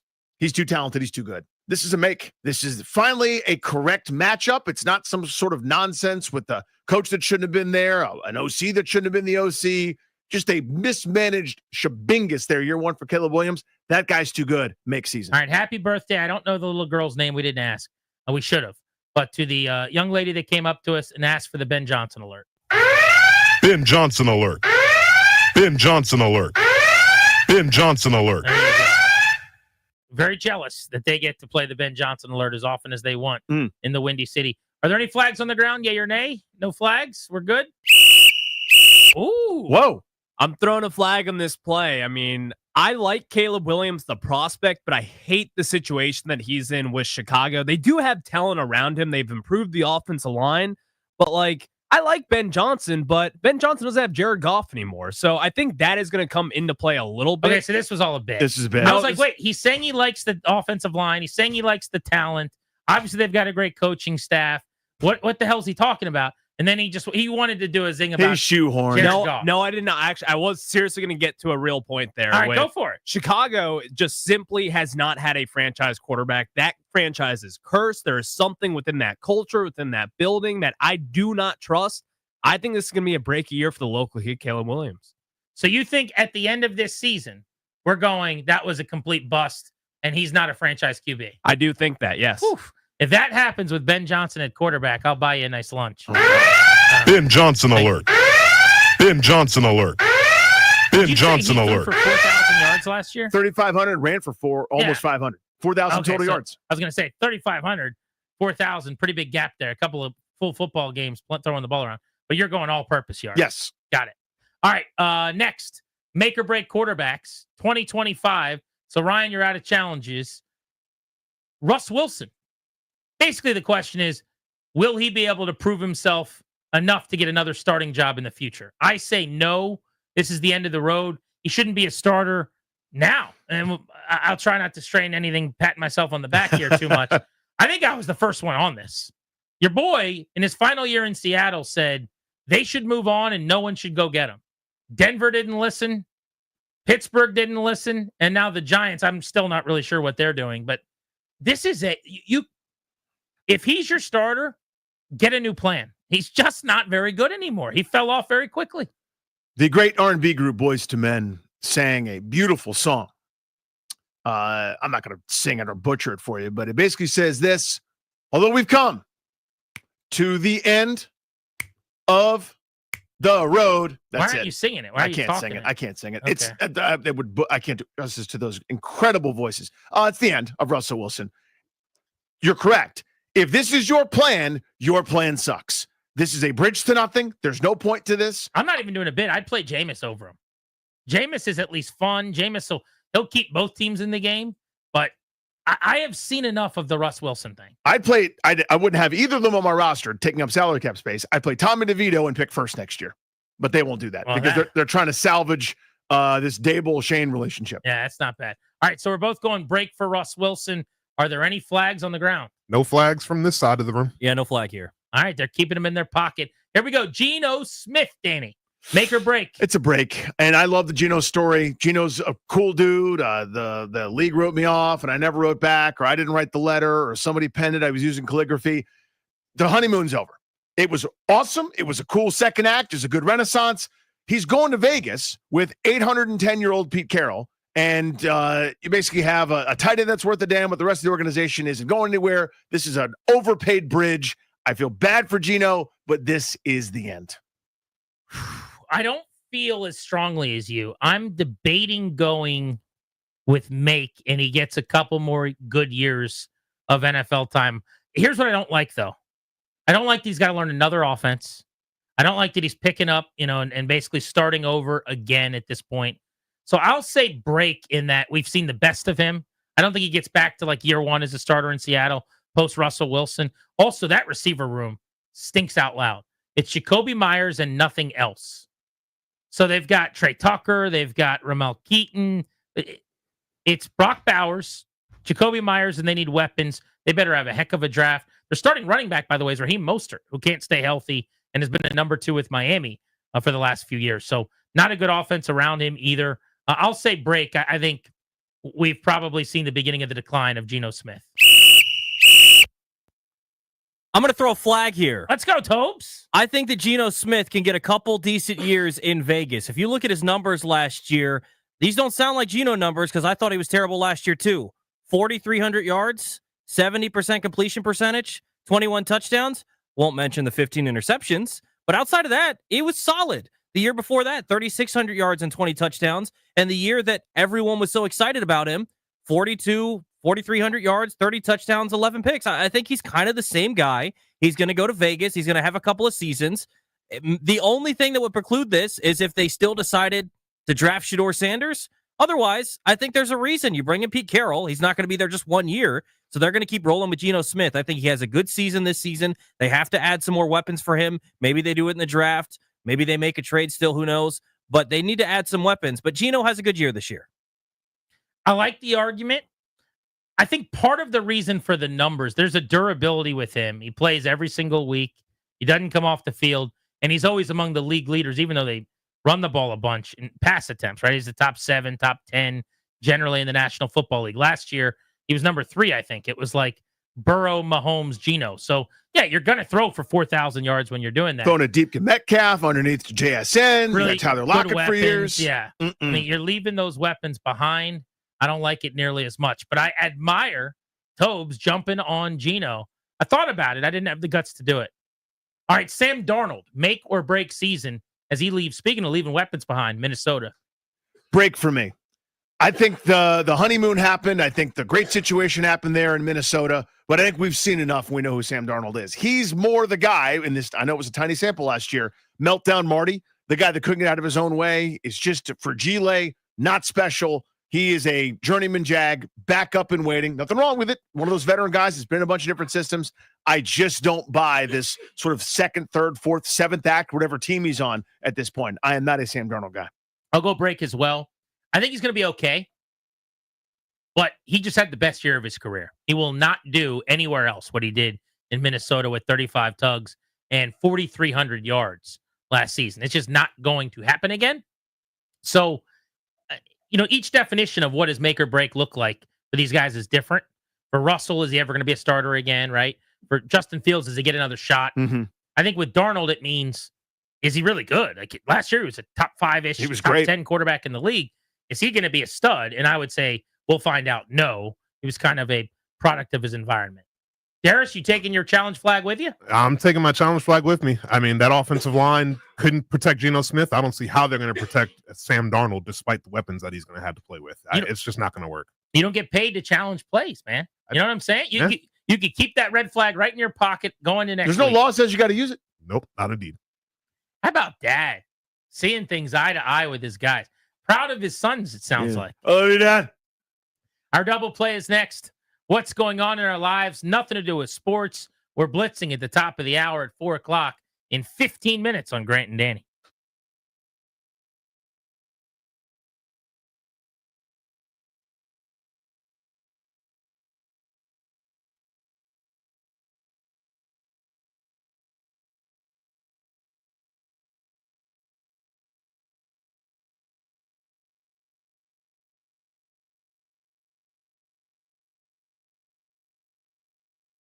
What's up, guys? Grant and Danny. For our pals at Window Nation, it's April. Have you noticed that? It's a great time to spruce up around your homestead, like getting rid of those old, ugly, drafty, hard-to-open windows and starting fresh and brand new, especially during Window Nation's Buy 4, Get 4 free sale, which is going on right now. Listen, there is no limit to how much you could save, and if you buy a house full of windows, how about this? They'll include a free entry door.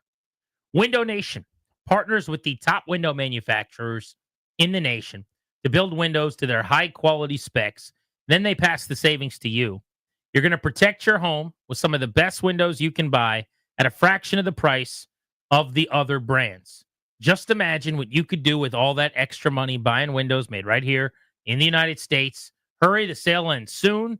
Do not miss your chance to take advantage of the Buy 4, Get 4 free and pay nothing until 2027 sale. Do what we have done and schedule your estimate right now at 866-90-NATION. That's 866-90-NATION or visit windownation.com.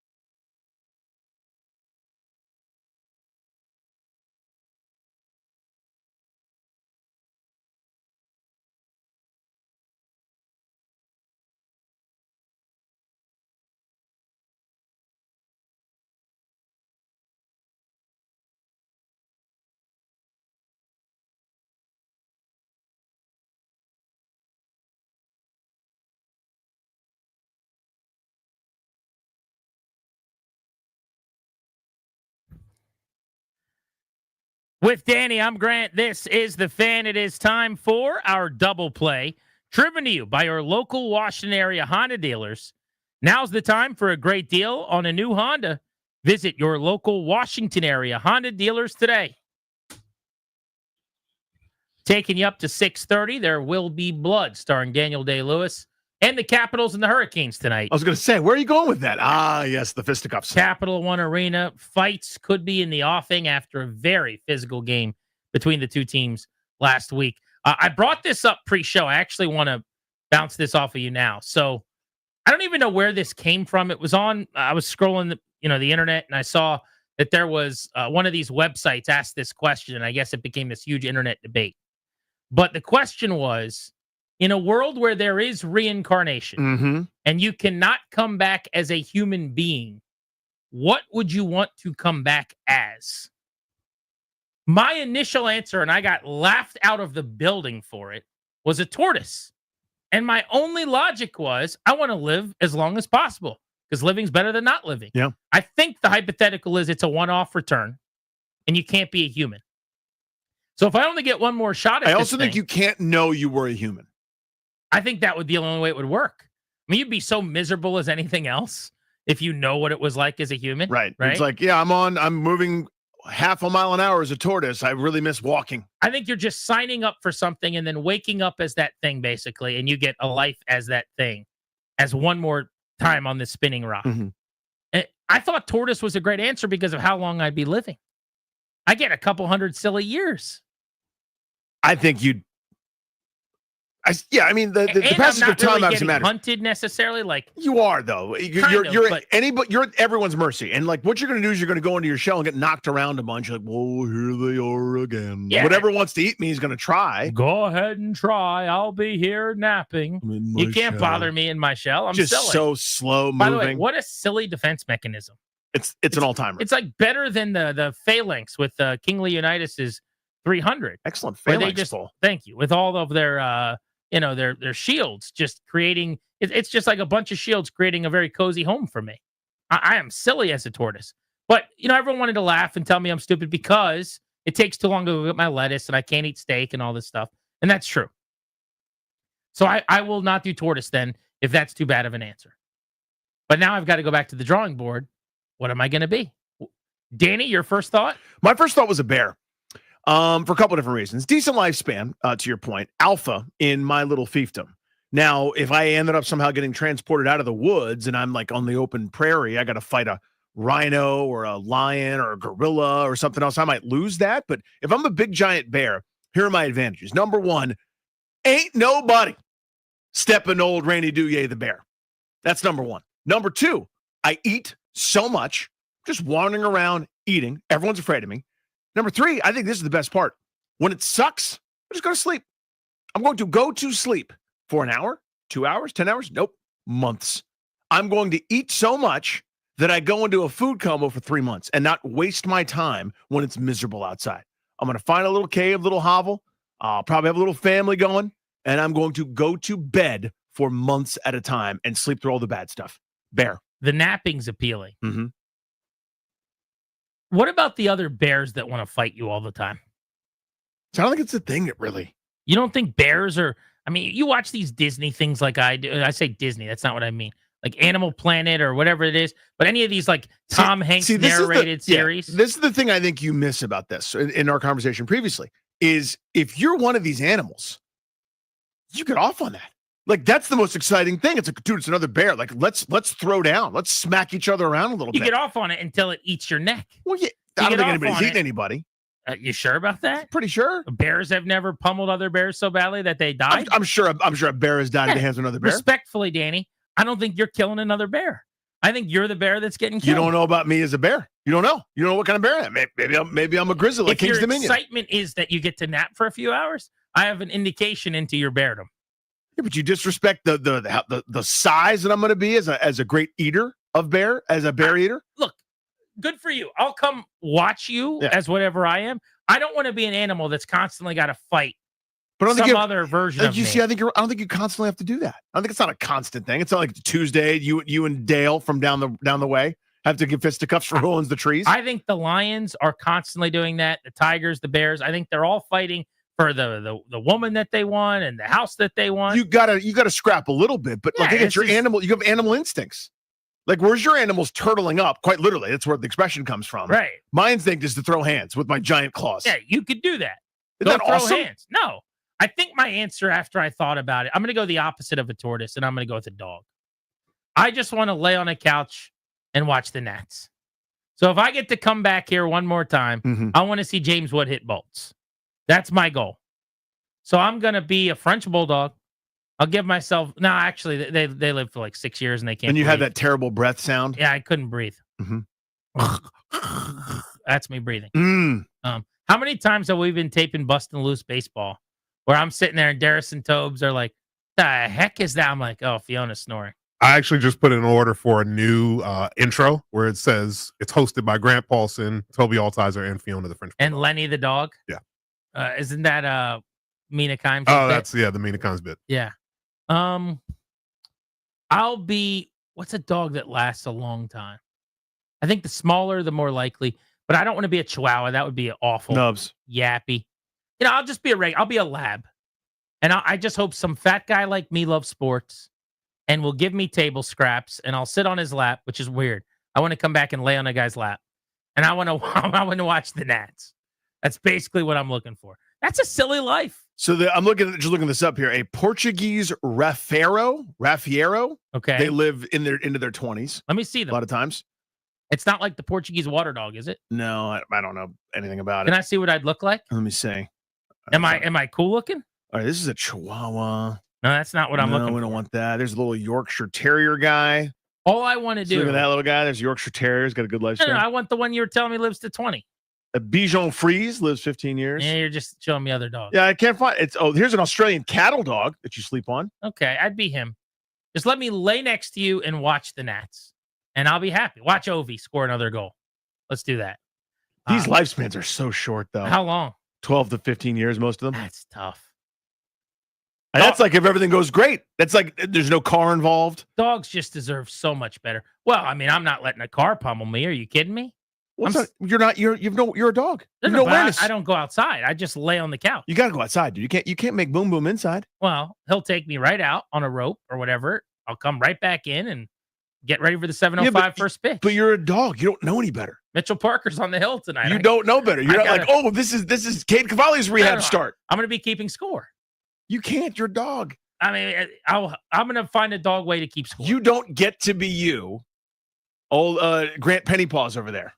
Beltway Blitz is next as we take you to 6:30 on the Fan.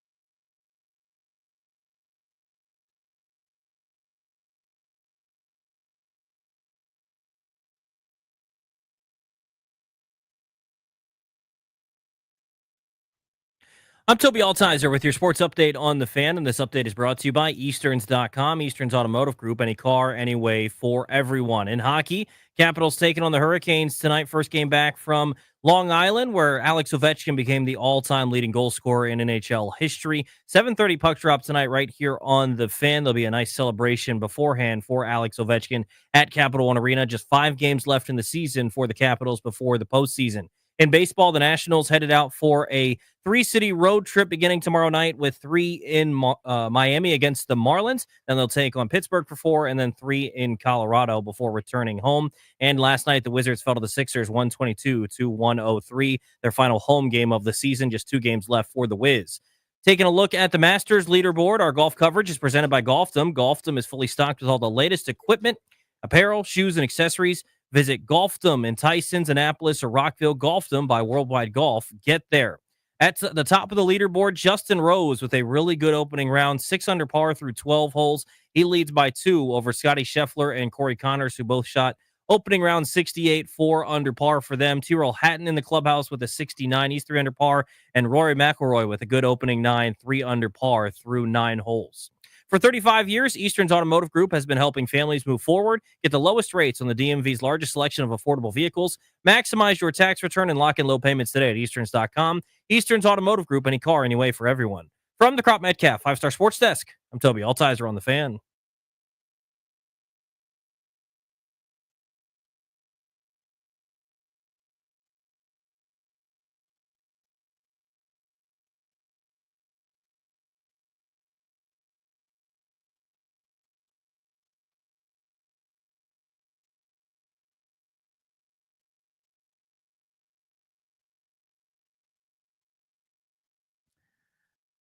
Brought to you today and every day by the law firm Condori and Murad. We're Grant and Danny. K&M will help you draft your last will and testament. They will set up a living trust. They'll put together a medical power of attorney for you as well. Schedule a consultation with their attorneys today. Go to kmlawyers.com.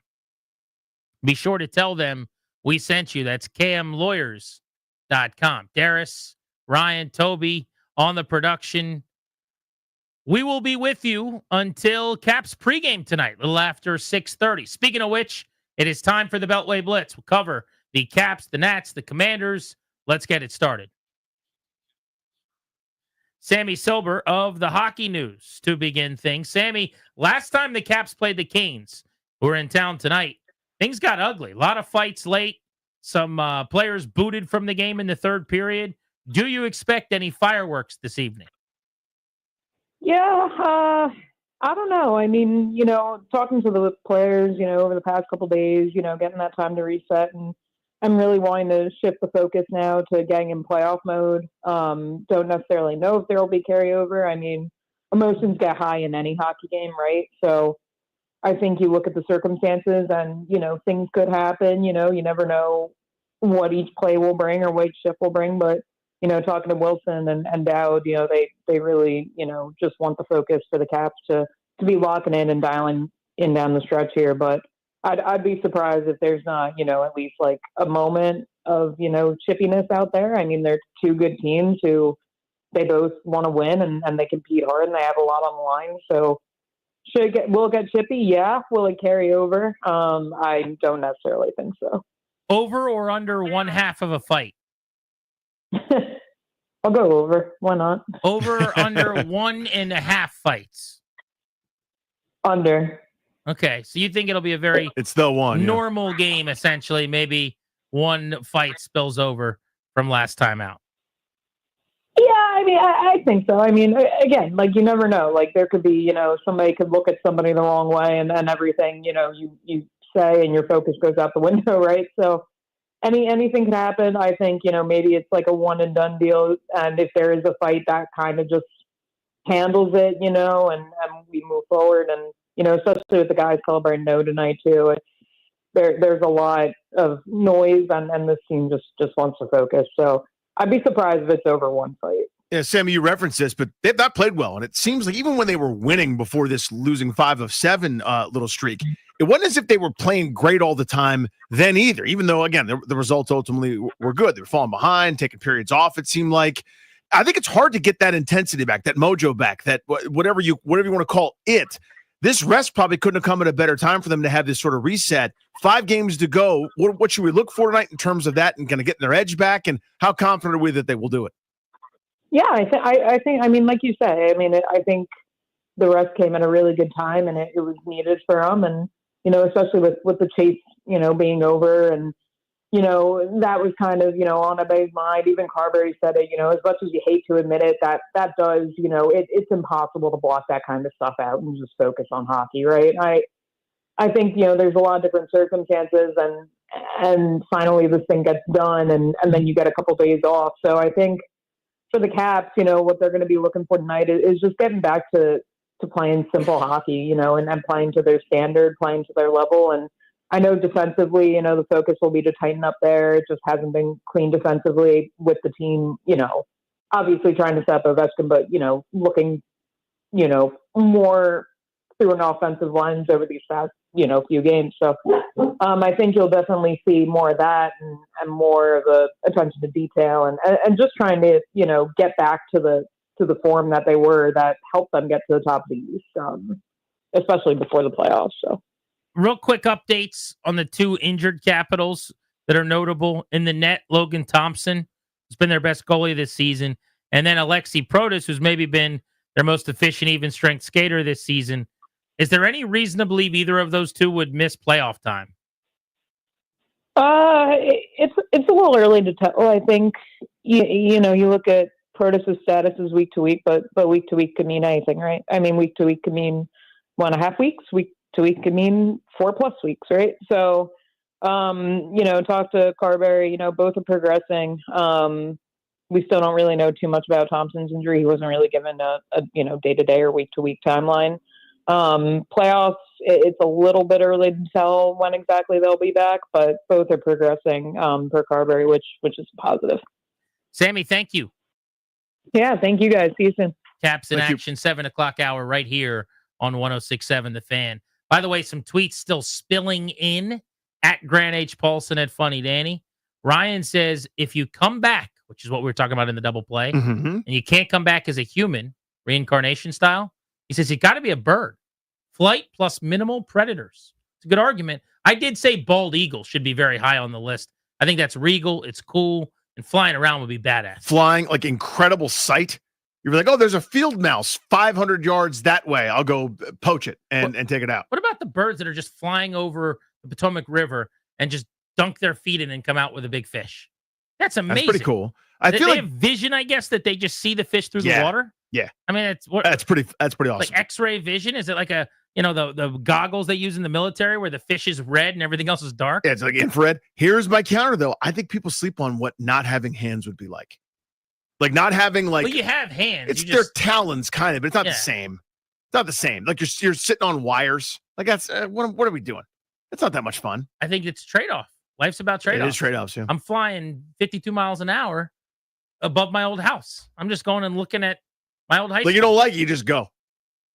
Chris says the correct answer, the only answer, the orca or killer whale. Says the badass swimmers and world's ocean is theirs. Stupid, smart hunters. They're awesome. You're just in the ocean. There's no variety. Yeah, my wife's trying to sell this idea of being a whale to me. And I'm like, well, you married one. Anybody? Nothing? No, okay. We're not doing that. But she's like, I think the answer is a whale. You got to go whale. And I'm going, I get it. You're never going to lay on a mattress. You're never going to watch baseball. What are you doing today, swimming? What are you doing tomorrow? You're in the water forever. Decades of just swimming Think around. Perpetuity. Just stuck in the water, man. You're never on land again. Like once every 50th whale might see a ship one time. You know what I mean? Like how limited it is. Just like the infinite expanse of infinite water. I said infinite too many times. I should say infinite more. There's nothing but water. All right, let's keep the blitz going. Talk some baseball. The Nats lost yesterday, but they did take 2 of 3 from the Dodgers, which was impressive. That was after taking 2 of 3 from the Diamondbacks, which was impressive. 4-2 homestand. They're off today. This is one of those good off days. They're in Miami, off for the day. Not too bad. They'll have a nice dinner. I suggest they go to Yardbird, which is a delicious spot. They got the Marlins for 3 starting tomorrow. Then they are at Pittsburgh's PNC Park, maybe the best ballpark in America. That's a 4-game series Monday through Thursday, and then 3 against the Rockies. How about this roadie, Danny? You start, it's 85 in Miami. To end the thing, could be snow in the forecast in Denver on April 18th. Early season baseball, got to love it. I will say this. You used the word impressive a bunch about a couple of their series. Actually, yesterday was impressive, believe it or not. Big boy stuff from Jake Irvin. Clearly did not have it in the first inning. They were down 4-0 after 4 batters. He turns in 6 innings yesterday after that, recovering. Their bullpen was exhausted. It was gassed from the Johnny Holstaff day, the game the day before. And they're right there with a chance to win against a really, really good baseball team, a chance to sweep them.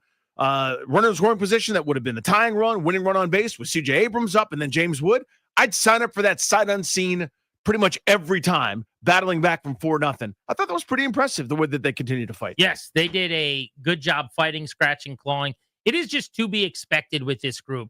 For any of the shortcomings of Davey Martinez as a manager, decisions in game or how he uses the bullpen or whatever you might not like, the hallmark of his teams have been they're gonna scrap, that they fight and they battle. And I really think that that's admirable. I know a lot of people just expect that because you get paid a lot of money. That's not how every team is. I've followed teams that weren't that way. I watch baseball every night, and a 5-1 deficit ends up being an 8-2 loss. I've seen good teams that aren't that way. Yeah, to your point. They have always kind of been that way. But to be down 4-0 top of the first, then score 3, then overtake and take a 5-4 lead in the third, and you just knew the bullpen wasn't going to be able to hold a 1-run lead because the bullpen isn't good. You need to score more runs, and they weren't able to. They had 1 hit. It was a dunking, duck snort from Paul DeYoung that should have been caught probably in the 9th inning as it was. That was all they had, all they could muster against the bullpen in 5 2/3 against the Dodgers. But I'll take a 4-2 homestand against 2 teams that are probably going to make the playoffs. A couple of postseason teams. You got that right. They're now 5-7, a whole lot better than the 1-6 that they were before they got going. All right, let's keep the Beltway Blitz moving. Chris Russell joins us now, who is oddly in this neighborhood all the time. We still haven't figured out exactly what kind of tomfoolery you're up to. But what are you looking at this board so weirdly for? You were something's peculiar's happening over there. I brought my headsets on my peculiar. What's that word? I can't even say Let's that do it word. one more time. Trip to the Navy Yard for no reason. And I can't hear anything out of my headsets. Now, they were just working in another undisclosed location. So there's a little thing about this studio where nothing ever works after 2 o'clock. And so my headset over here and your headset over there, for some reason, the headphones don't work. Now, it seems like when the junkies use them, they work. They work fine. So we got that going for us. Either that or Jason's really not listening to the show. Both are very possible. Anyway. Any hoodles. Come Fixed one day. That's what we're hoping. The sun will come out tomorrow. What brought you down to the Navy Yard? There's no Nats game. Were you just going to Metro Diner for a little lunch? Sure, or the Big Stick. Well, that's no, not that's no more. That's the headphone jack of local restaurants. I am aware. Going to the Caps game tonight. Boy. Against the Carolina Hurricanes. I know, on the glass, right?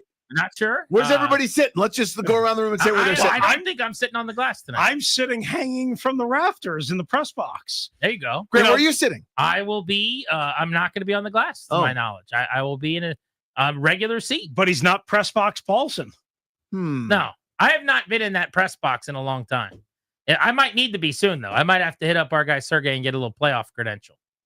Because, nobody knows. The well is starting to dry up. No, I'm not saying that, but, tickets are getting expensive for me. Okay. I can't keep shelling out all this money. The OB Chase has been, it's been costly for me. It's been a bank account drainer. Let's say, like, you were, let's say you did 1,000 jumping jacks from your seat. Okay? Like, you stand up and, you go right next to your seat, and you did 1,000 jumping jacks, and you're breathing heavy. Would anything get fogged up in front of you? No, he's missing the point. He thinks I'm on the glass. Tell him, because I've tried to tell him a couple times, I'm not on the glass. I think he's on the glass. I think he's doing a bit where he's pretending to tell you when I'm on the glass. No. He does this literally all the time. Yeah. I don't know if he says he's got a dentist appointment scheduled for 2:30. He's done that to me before. Or I'm not on the glass. I have a regular pedestrian, ordinary seat with the local yokels, with the 9 to 5 ham and eggers, with the peons. I think saying you're not on the glass is something that someone on the glass would say. No, guy. When I'm on the glass, I tell you I'm on the glass. But you like kind of pull us aside. And I don't always tell Slash because he does this. He gets a little grape jelly. I mean, it's a problem with him. He's obsessed with it. Did you not invite Chris this time? I didn't invite. I got invited to the game. Oh, I see. You ever been invited to a party? I have. And they say, "Would you like to come?" Yeah. You can't just bring random people. Like, hey, what about and guest? Because I got a friend who's in the Navy Yard for no reason today. There was no +1. I see. So it'll just be me tagging along. I see. But yeah, the OV chase was very. You got to buy tickets. It's expensive. It came and it went. Yeah. And so maybe I'll be up there with you in the press box watching some playoff hockey. Sure. I'll put on my dress shirt. There'll be a warm seat waiting for you and some popcorn. I cannot wait to scoop up that popcorn. Can we share a cup of popcorn together? Absolutely. Okay. The popcorn in the Caps press box is really good. How do you? It's so great. It's really good. How do you eat popcorn? By extending your tongue out of your mouth to grab it like a turtle, or do you put the popcorn like into your mouth onto your tongue? Into my mouth, onto my tongue. I can't wait to share it with you. I'd like to watch how you eat that popcorn. It's the only food where we get more than fits in our mouth. In like the palm of our hand, and for whatever reason, just cram it in. You don't want to be. There's no patience. You don't want to be a lizard. I'm a one kernel at a time guy. Yeah, I know. I don't do the handful. One kernel at a time. No, it's insane. Yeah. Oh crap. No, that's what he does. Why would I not? I don't like making a mess while I eat. He can't do it. The idea that maybe a crumb spills, and if I can say, that led directly to one of the most incredible incidents in the history of the Grant and Danny radio program, where because Grant eats it one at a time, it takes maybe a little bit longer to eat it. And it's at the table when we're at Capital One Arena, okay, this one particular day.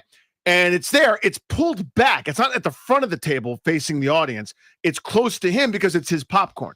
There's there were a couple objects on the table. It was like a hand sanitizer, a bottle opener. I think there were no squishy pucks left.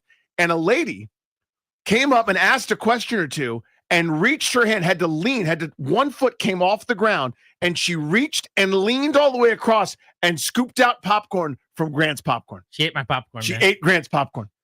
I've never seen anything like that. The comfort of a listener. That's like when the third baseman goes down the left field line, right, in search of a foul pop-up, and he doesn't get the foul ball, but he takes like a little scoop of takes a nacho, which is unacceptable. But like at least then there's this feeling of, oh, it's cool that that's cute, that's Arenado romantic. grabbed my popcorn. Yeah. With all due respect to this lady, I'm sitting here. If I had a sandwich that was half eaten in front of me, would she have grabbed that too? Yeah.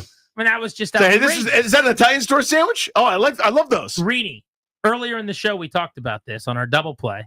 What's going on in our lives? Yes. Nothing to do with sports. Mm-hmm. If you were going to be reincarnated and come back to Earth, but you couldn't be a human, what would you want to come back as? And you're not going to know that you were a human. Danny's a bear. Like you don't get to like miss being a human. You know what I mean? I am a lapdog of some type. I think I'm a Labrador retriever or a golden doodle. And I just want to lay on the couch and watch the Nats. Yeah.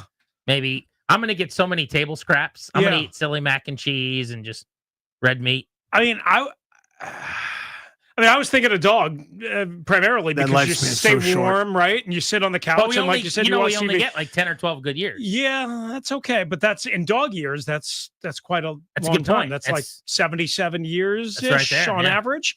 So I'll just, to be different, I'll say a kitty cat. Rainy's a kitty cat. Right, because what's about a cat this. lifespan? Think about this. They live way too long. No. They live if forever. you're an indoor cat, you're safe, right? 13 to 20 years. You have the same benefits that a dog has, only you don't have to be walked. Like when it's really cold You're going or to drink snowy a little out, milk out of a saucer bowl, Rainy? but you go to the bathroom right in a lovely litter box. You don't even have to go outside to go to the bathroom. You got to sit and walk in your own stuff. That's not fun. Also, imagine Rini hovering over a bowl, lapping up some milk, some cold milk.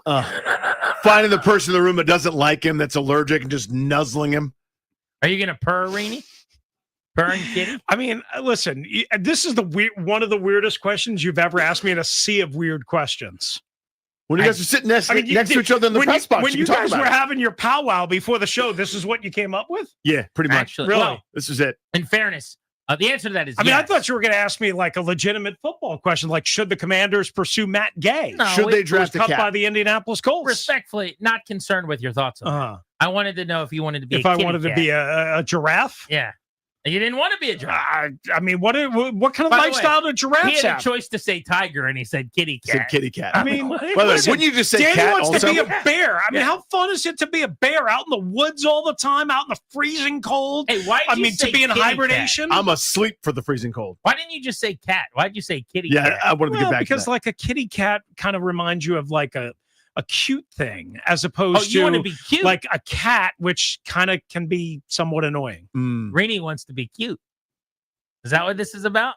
They don't call me big sexy. For Now, no what do reason. you want your owner to be like? Do you want it to be just like an older single lady, Or like and a you young guys professional have a that's good very bond? hip. Or like, yeah, maybe it's a guy, maybe it's like a young professional dude who's just Yeah. busy, or maybe it's a hot single younger girl. Like, what do you want Whoa, your it owner could to be be anything. like? Whoa, It could be anything. I mean, you get a free show that way, right? But you're a Now cat. You don't now care. It's getting weird. Now Rainey's just like, Now it's getting weird. Rainey's like, oh, she's about to change. I'll run into her room. But you're Now a it's cat, getting dude. weird. You're a cat, Rainey. I mean, come on now. Cats have needs too. You made it weird. This was a serious thing, Yeah, man. now you're talking about like cats being attracted. I don't know. Rainey, we I were don't doing know. an honest. Can't we just on this side of the hall? We do real stuff. You guys kept me from Capital One Arena for this. Well, there are different rules down there on the Deuce. Like Yeah. I don't like we When don't. you It's a guys say family. crazy offensive stuff, that's not what we do here. No. Okay. No. This is radio, man. We take it seriously over here. Wait, where's there? Where? The other At lunch, Metro Diner. on the Deuce. Yeah. What's the Deuce? What? Whatever you've been up to. We No. don't know what you've been up to. We don't even know. okay. Nobody All right. knows. Stopping here on the podcast. way to Hey, the NFL's firing refs, guys. Let's get into that Get a- next. get a kitty G&D. cat.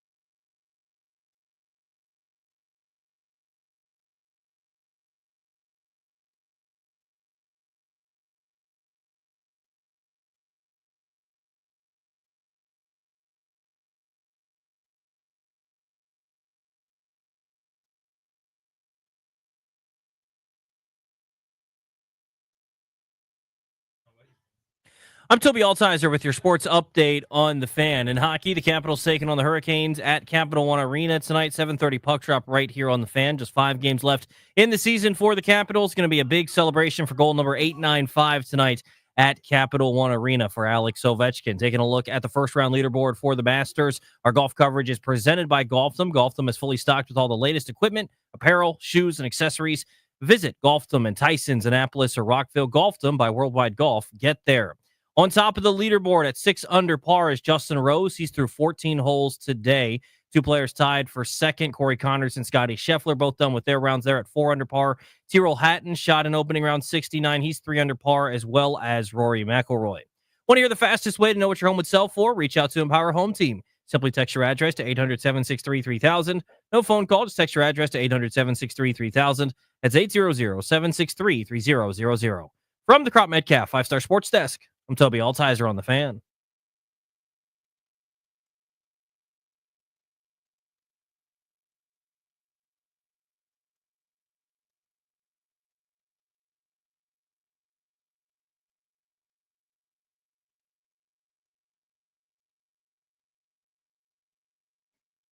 Thank you, Toby. Welcome back. Grant and Danny on the Fan.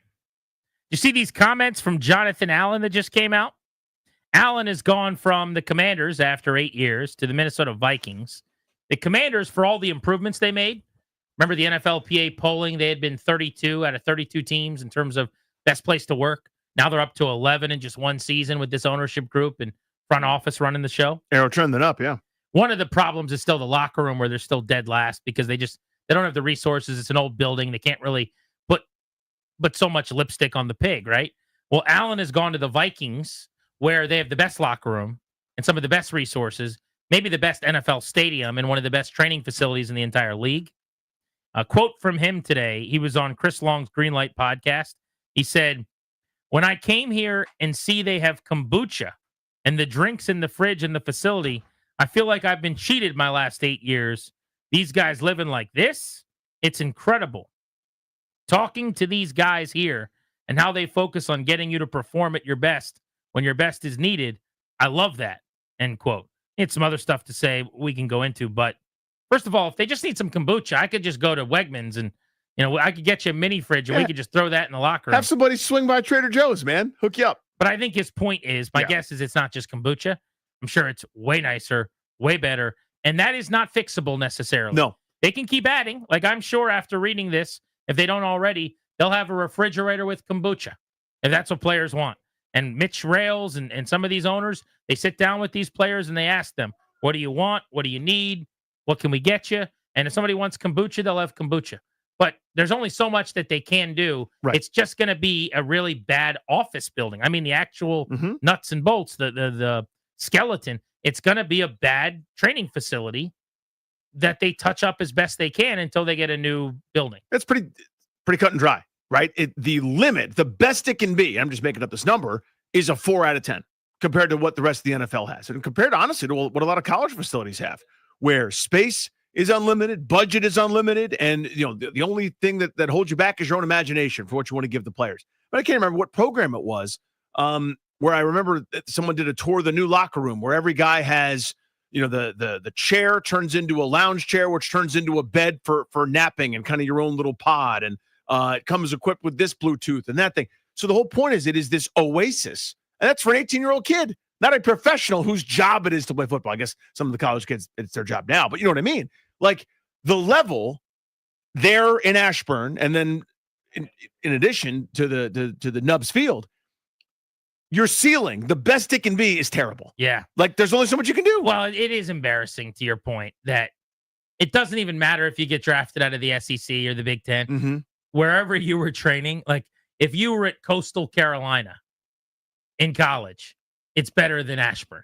Like, that's pretty bad. You know what I mean? It's like, does not matter what the level of the college that you went to is. I'm between two thoughts because part of me goes, that's a silly complaint that they have kombucha and you don't. But really, it is symbolic. It's not about kombucha at all. I'm sure they have everything you don't want for anything at that Vikings facility. And you just don't feel like that in Washington, although I'm sure you feel a whole lot closer to that than you used to, and it's night and day. But I'm reminded of the time, for those of you that don't know, my co-host and my good pal Danny Rouillet is a straight edge racer. He does not drink alcohol. He has not in several years. Not like he had a problem, but you just don't like drinking. And, he's no fun Rouillet, so he's decided to really take that up a lean notch. into that, yeah. Yeah, a couple times a year he would be fun with us, and we'd drink, and now he said, not anymore. Can't do it. So he took those days away from us, and we're really, really happy about it, if you can't tell. Right. But there was a time when Danny mistakenly drank alcohol kombucha. Yep. He had a kombucha in his refrigerator that he thought was virgin, and it wasn't. Thought it was regular. There was alcohol in it. And During the show, Grant. During the radio show, he was drinking a kombucha and then realized that it had alcohol. And because it had been so long since he'd had anything to drink, he got absolutely wasted, hammered, like a junkie in December on the Christmas show, off of this few sips of kombucha. Okay, so this happened today. Have you ever heard of, I can't say the word right. Have you heard of kombucha? Kombucha? It's Your Comrex is my acting up a wife little bit. loves it. I mean, listen to this. She drinks all these different kinds, and she tried to turn me on to this kind of stuff, right? Well, You were so drunk, Danny. Listen, Pause I mean, this for a listen to second. this, Grant. This is live on the radio during the pandemic. Now, you can Yeah. tell it was during the pandemic shows because it was the Wild, Wild West. Yeah, Comrex wasn't good. If you were this drunk today, CK would have your ass. Not just that, but the Comrex issue. You were so drunk, you were talking about your wife trying to turn you on the radio. No, that's not. No. You literally just said turn me that. on to this stuff. Oh, I didn't hear Get that your part. mind out of that filthy All place. right, anyways, you more, filth. more from the drunkest Danny's ever been on the show. and she tried to turn me on to this kind of stuff, right? See? Well, there's a text chain between my wife and my brother and sister-in-law and me. And I found Sir, out. step over here. Can you stand on your back foot, please, and touch your nose? Touch your nose. Not at that point. No, you couldn't. This is my lowest moment, you know? Darius had to actually tell you moments ago. to disconnect. You can't finish the show. That the kombucha I drink was hard kombucha. Yeah. Is kombucha with alcohol in it. Poor guy. That's what happens, though. I mean, you can see You it. guys got to be very careful if you go from a dry to wet season, if you know what I mean. Right. If you go from no alcohol to alcohol and you're live on the radio, you can sound like that. There's your cautionary. Hard kombucha. Remember, it's embarrassing to think back to that time where I'm like, I can't even say the word. It's Darius, did he fight you when you told him he had to go for the rest of the day? I kind of remember him trying, like a pitcher trying to stay on the mound. There was a little bit of back and forth. Thank goodness it was I was here in studio, he was back at home, because otherwise, if he was here in studio, it would have been a mess. It would have been an all drag out. I remember his Comrex being horrendous the entire pandemic. Well, of course, that was. I don't remember it being so tingy and terrible like that. Was that a particularly bad day? I think that was just one of those days where, yeah, and it was because he was under the influence. There was just no, getting to him in terms of getting around the fixes and things that would help him. I have to imagine our boss just happened that day because he was just hawk-eyed. He was on everything. Of course. Because he's at home, he's got nothing better to do. He's calling us about every segment. If we said he would tell us about it, right? For him to have allowed that, he must have had something going on. Sleep at the wheel, thank goodness. That was our version of Cakes' spot during the Junkies Christmas show of yesteryear. Poor Danny. Yeah, that's listen, I have come to grips with that. I've accepted it. I've accepted responsibility for it. And I'm a better person now than I was then. I think I try to be. You're more careful, I will say. Yeah. Definitely more careful. I actually look at the label. Now I try to look at the label of kombucha before I drink it to make sure it's not hard kombucha. It tasted pretty good. It was good going down. G&D on the Fan. The NFL is firing referees. What does this mean for possibly getting better officiated games? Next. Hard kombucha.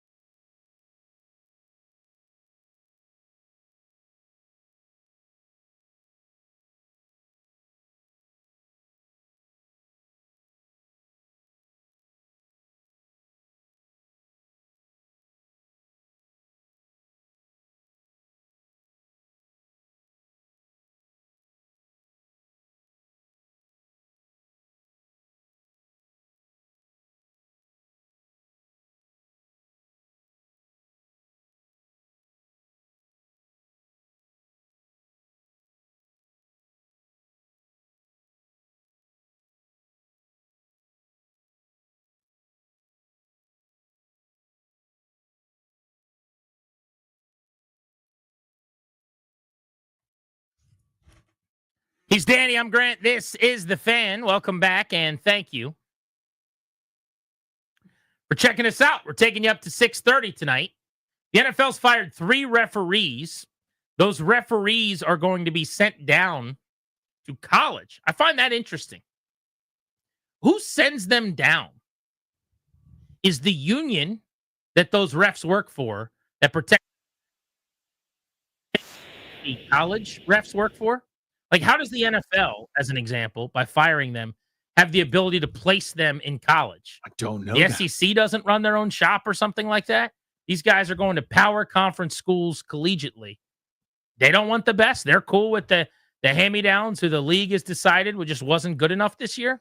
That was a weird decision for me. So while I feel individually for individual folks that have bad news given to them, lost the job. This precedent is wonderful. It's great. I want this. So here's the story. Yeah. NFL fired 3 officials, according to Ben Ostro of Football Zebras.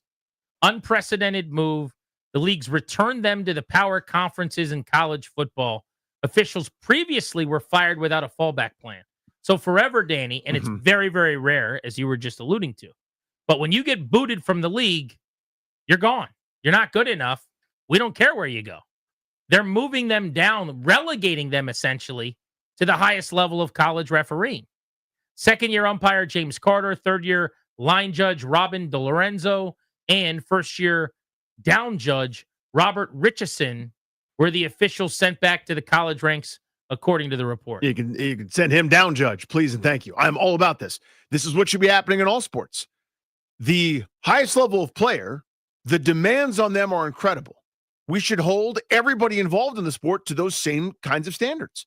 And the protection outsized, most specifically with Major League Baseball, has always long been outrageous. But the amount of protection we afford these officials as if they're above reproach or otherwise is insane to me and always has been.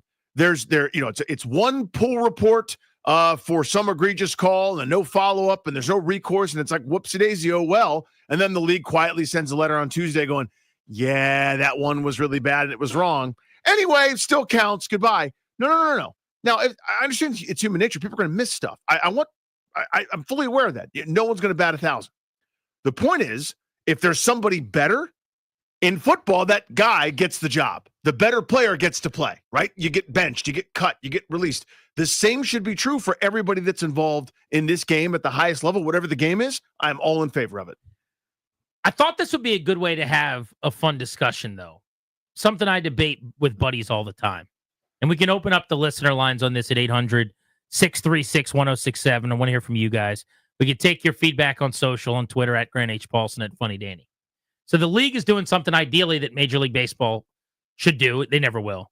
And that every other sport should do, to your point. If you're bad, you lose your job. That's what happens in other jobs. Yeah. What is the hardest sport to officiate, and what would be the easiest? Like, of the major 4, how would you rank them in terms of difficulty to officiate? Because I think if you ask me now and then in 1 hour and then an hour after that, I would probably have different answers. I think all 4 are impossible. We're talking about what I call batting average jobs. You're not going to bat 1,000.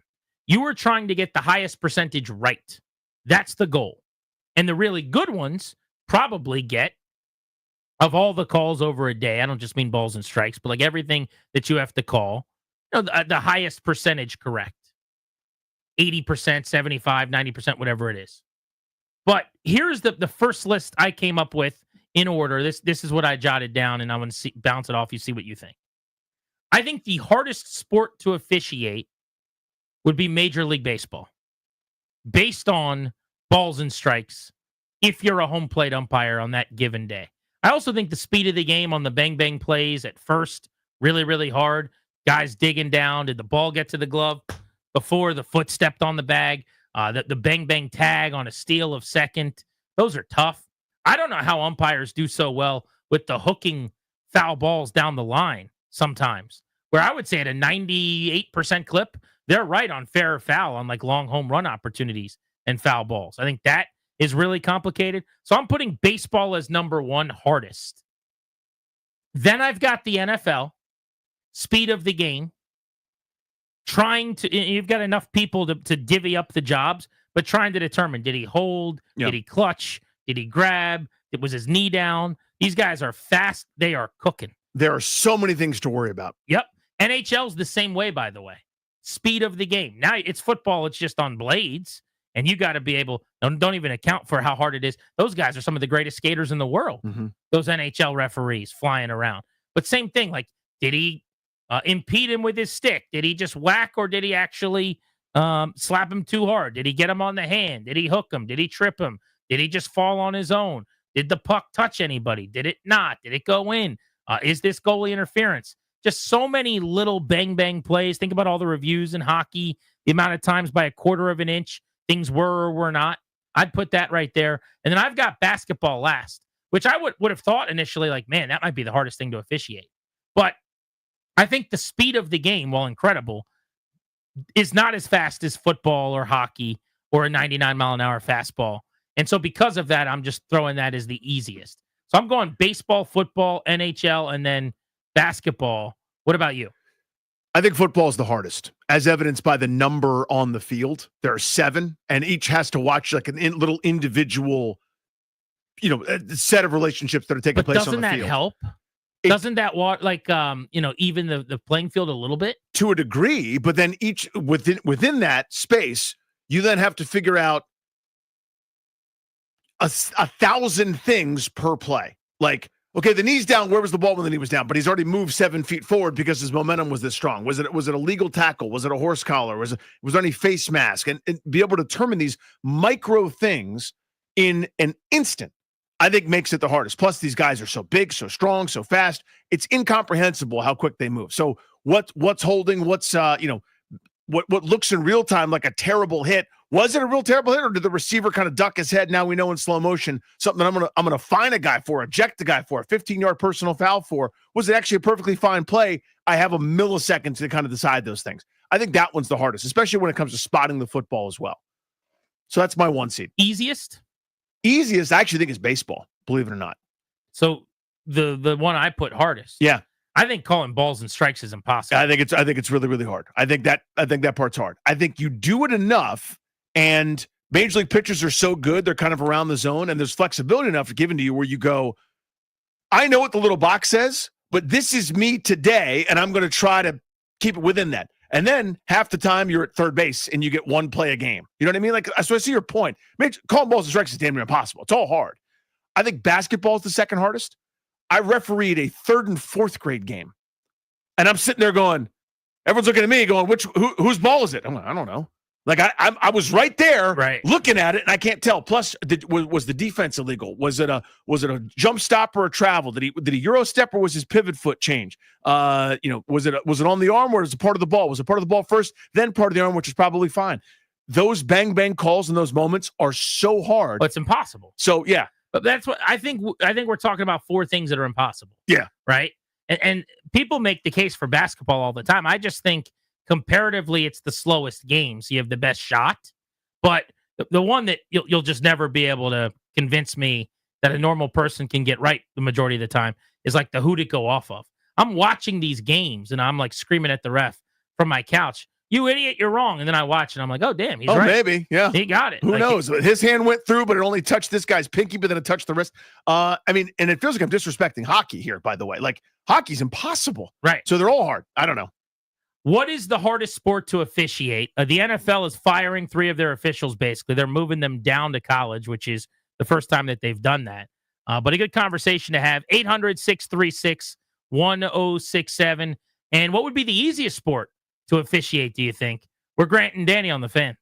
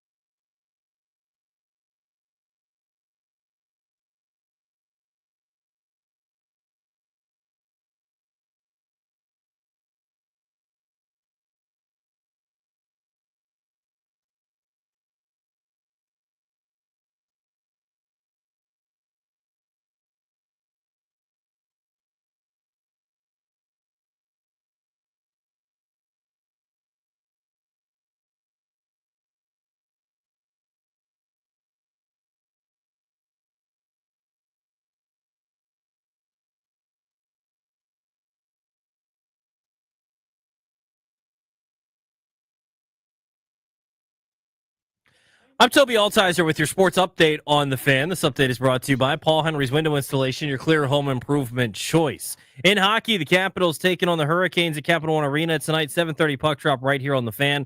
5 games left in the regular season for the Capitals. They'll honor Alex Ovechkin for goal number 895 before puck drop tonight. John Walton on the call at 7:30. Taking a look at the leaderboard at the Masters first round, our golf coverage is presented by Golfdom. Golfdom is fully stocked with all the latest equipment, apparel, shoes, and accessories. Visit Golfdom in Tysons, Annapolis, or Rockville. Golfdom by Worldwide Golf. Get there. The leader right now at 8 under par. What an opening round for Justin Rose. He's through 16 holes at 8 under. 2 players, 4 back at 4 under par. Scotty Scheffler and Corey Connors both done with their rounds. They shot opening round 68 at 4 under par. Tyrrell Hatton finished with his day. He's at 3 under par. Matt McCarty and Rory McIlroy both at 3 under par as well. McCarty on 18. Rory McIlroy just finished up hole number 12. Aaron Rye, Harris English, and Jason Day all done with their days, shooting opening round 70s to finish at 2 under par. In the NBA, the Wizards wrapped up their home schedule last night, falling to the Sixers 122-103. 2 more road games left in the season for them. The Nationals with the day off today. They'll begin a 3-game series against the Marlins in Miami tomorrow night. This April only, get 10% off each window with a 5-window minimum and 10% off each door at Paul Henry's Window Installation. Schedule your no-pressure free estimate today at paulhenryswindows.com, your clear home improvement choice. From the Crop Metcalf 5-Star Sports Desk, I'm Toby Altizer on The Fan.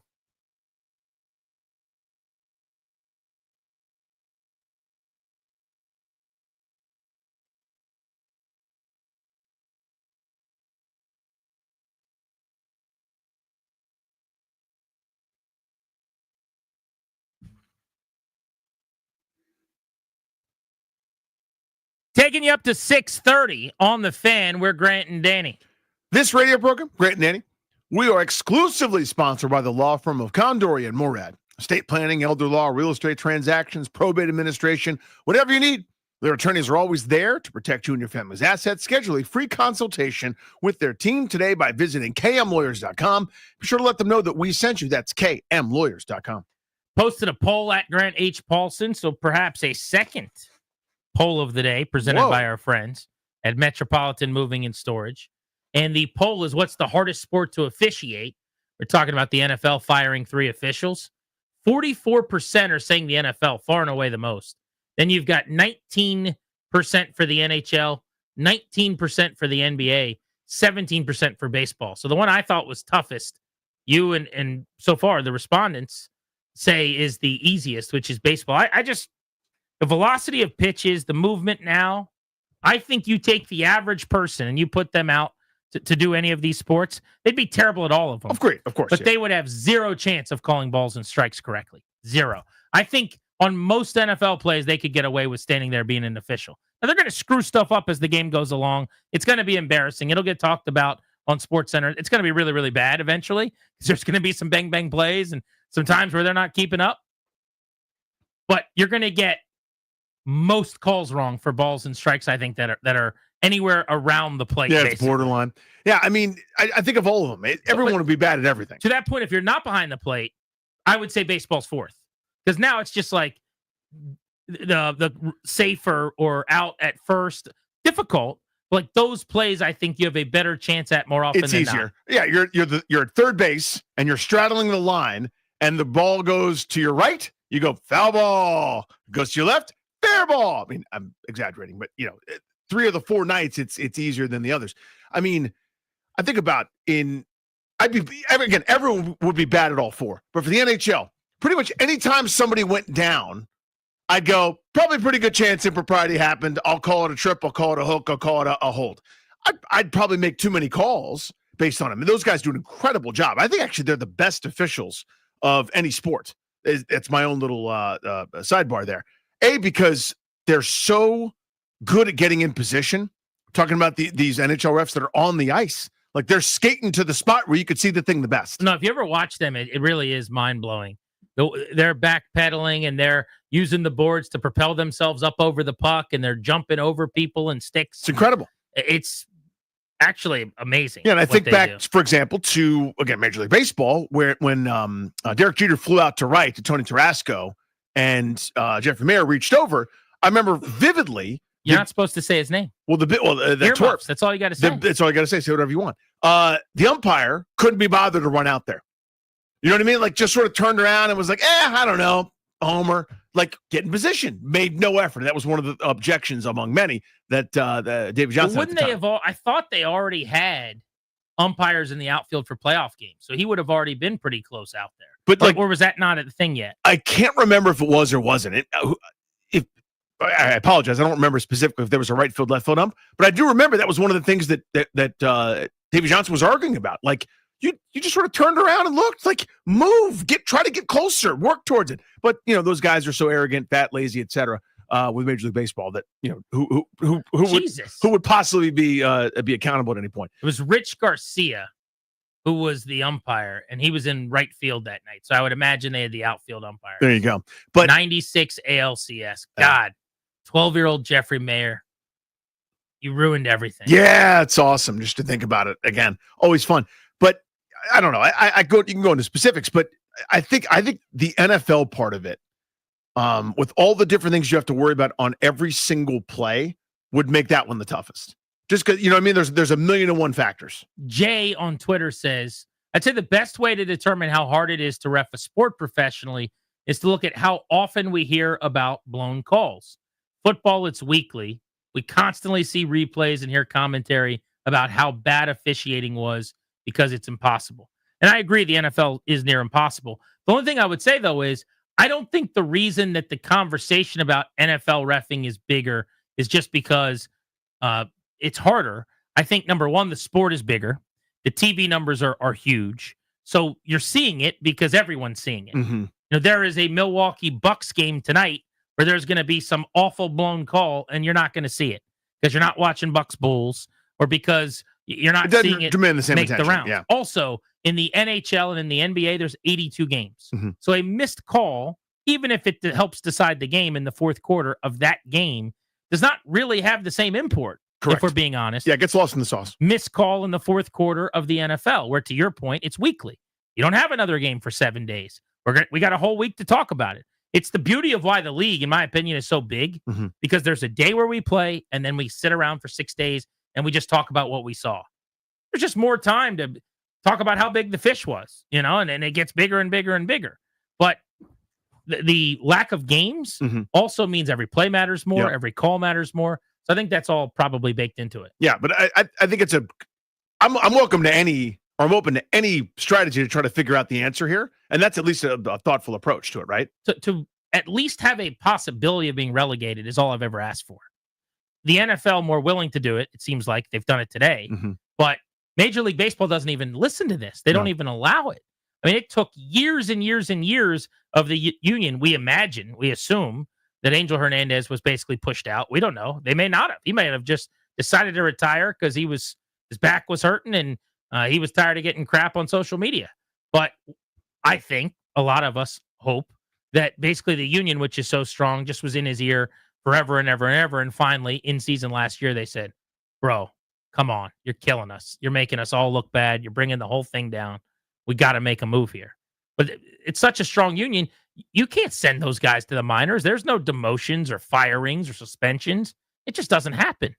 Alex is in DC on Grant and Danny. We're talking about the difficulty of officiating after the NFL fired 3 refs.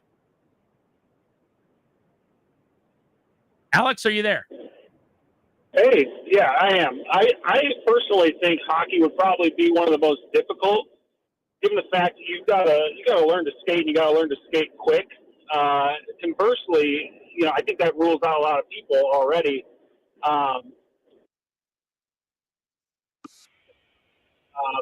Baseball, though, I found your point interesting. I think once you get 140, 150 reps a night behind the plate, watching that ball come in, you're going to get accustomed to it. And, there's the learning curve isn't as steep. I think your eye's going to adjust to it and you're going to be able to pick up on it. So that's my 2 cents. I appreciate that. Yeah, and listen, if you got 1,000 games behind the dish, you'll be better than at game 0. I totally buy that, but still, it is, with catchers, the way that they try to basically lie and fool you and try to frame every single thing. They start from down and they work up, and a pitch that was low isn't low, and you're going to get a bunch wrong, I think. I mean, but go to hockey real quick. What's goaltender interference? Other than it goes against the Capitals. Dude. You know what I mean? Like, well, you want to figure talk that out. rules. That specific rule is the most arbitrary, the least defined, and the worst in sports right now in terms of legislating it. So maybe you could work back from that to say hockey. I mean, because it's a toss-up. Like, it changes constantly. There's a fluidity to it in a way that there's nothing else in any other sport that's that undefined. It's the old catch, no catch, which they've redefined over and over and over and over again. It's still not great. And I think you could still show me a video of 100 catches, non-catches, and I probably wouldn't score above a 90% because it's this fluid thing. But goalie interference, you could show Spencer Carberry or Brian McClellan, the head coach and GM of the Capitals, 100 of those, and I'll bet you they'd bat around 50% in their guesses. It's that stupid. Yeah. Nobody knows. How do the officials know? How could they possibly officiate it well? That needs to be fixed yesterday. 100%. It's the worst in the sport. Yeah, I don't know how you fix it specifically. I mean, the wording is weird. I think you have to well, either you could change the wording to say any contact at all, basically in the paint, and it's a goal, or you just get back to it has to have affected. Like, if it was not the reason that the goal was scored, it shouldn't take a goal off the board. Sorry. If I bump into you barely, and then 2 seconds later, a goal scored, it shouldn't be taken off the board by the letter of the fake law that doesn't really exist and isn't written well. Yeah, sometimes a defender is involved too, where like he makes contact with the offensive player, and then that guy touches the goaltender. We're like, well, it's clearly the goaltender interference. Is it? I will never know. Every time they go to that replay, we could try some analysis here. We'll try to figure it out, but the outcome is impossible. And it was on that level with what's a catch for a while. But this is now the number one seed. I'm with you. Yesterday, we were at Nats Park before first pitch of Nats Dodgers. I told you that there was a development in the Cody Bellinger story I've been on the beat on. As Chicken Wings Pulse, and it's very important to me to see how this ends. So Cody Bellinger ate chicken wings. Yep. So first of all, can we hear it for Cody Bellinger? Chicken wings guy. Hold on. But hold on. He got food poisoning. Yep. He's blaming it on the chicken wings. And I'm not saying it wasn't the chicken wings. Maybe it was. You don't know. But he's blaming the chicken wings, and he has gone on record now and vowed initially that he would never eat chicken wings again. He has softened his stance to a 5-year moratorium. He is not going to eat wings for the next 5 years, supposedly. Now, I think he's making a mistake. I think you got to get back in the plane, Maverick, and get back up there. I think you got to go fly the plane again. It's the only way to get over this fear that you now have.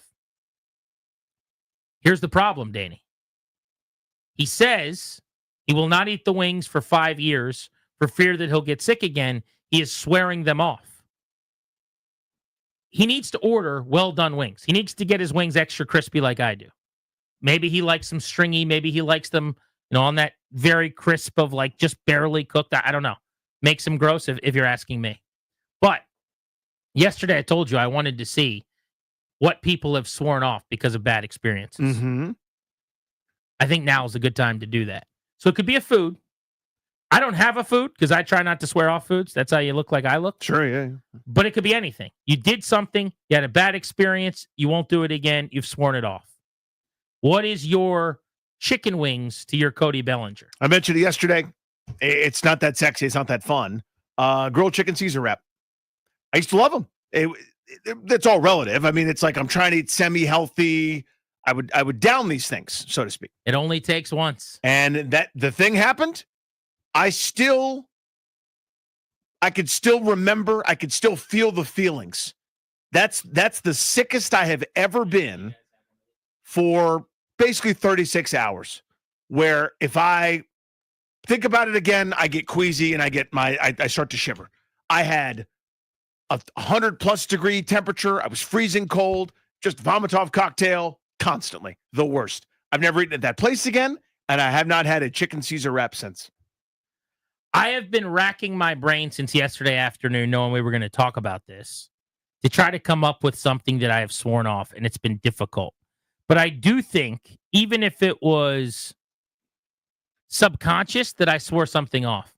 I went one time to a sporting event that was so cold and disgusting outside, snowy, awful, cold weather, that I think it has forever changed how I view it to the point where I'll never do it again. So I'll cover games at Landover or at the new stadium. No problem. It's a job. And also it's fun. The press box is warm or whatever. I like going to games outside. I sat outside when it was freezing cold at the Nats the other day. No problem. I'll go to Commanders games. I'll sit outside. I can do this. We can make this work. I have probably gone to the last snowy football game in my life. The coldest I've ever been. I went to a game I did not care about, and I'll date this by saying Logan Paulson played in this game when he was at UCLA. But it was the Military Bowl, I think it was, at RFK Stadium. Okay. And it was UCLA and Temple. And I got tickets with some buddies. We sat in the top row. It was frigid. Like the temperatures were in the teens. Oh, and you're up top too? Oh, yeah. But we're like, we're young. We'll do it. We were younger than Ryan. I'll bet you we were in our young 20s. And we're like, this will be so fun. I got hand warmers. I got all the stuff you get. Wearing 3 types of underwear and the long johns and everything. I've never been so cold or miserable in my life. The only time I probably left the game at halftime. And I realized since then, I don't think I've gone outside to a game in that kind of weather in the crowd since. And I feel like maybe it's not something I thought about, but I've sworn it off. Like I won't. You just don't do it. You opt out. Yeah. If you said to me, hey, bro, I got Commanders tickets. I want to go. I've never missed a play of a Commanders game, and I won't. As big a Commanders fan as you're ever going to find in your life. I'm not going and sitting out in wintry mix or 15 degrees. I'm just not doing it. I watched when the Chiefs fans in that negative wind chill AFC Championship game. People going to the hospital. I'm sorry. I just don't do like I used to do. When I was a kid, 20 years old, 22, I could stay up all night. I'd work till 4 a.m. at XM. I'd be in class at 8 a.m. Never fazed me. A couple days ago, I was up late with one of my kids not feeling well. I'm still feeling it. Yeah. It's just different now. Oh, yeah. Relatable. I'm not going and sitting in terrible weather outdoor sporting environments. I say that. Like, I'll do a freezing cold playoff weather game for the Nats or something. Which we've done. But that's different. That's like 35 degrees. I'm talking about like 7 degrees, having to sit outside for hours. Sleeting or hailing or whatever. Yeah. Not going to do it. Darius, what have you sworn off?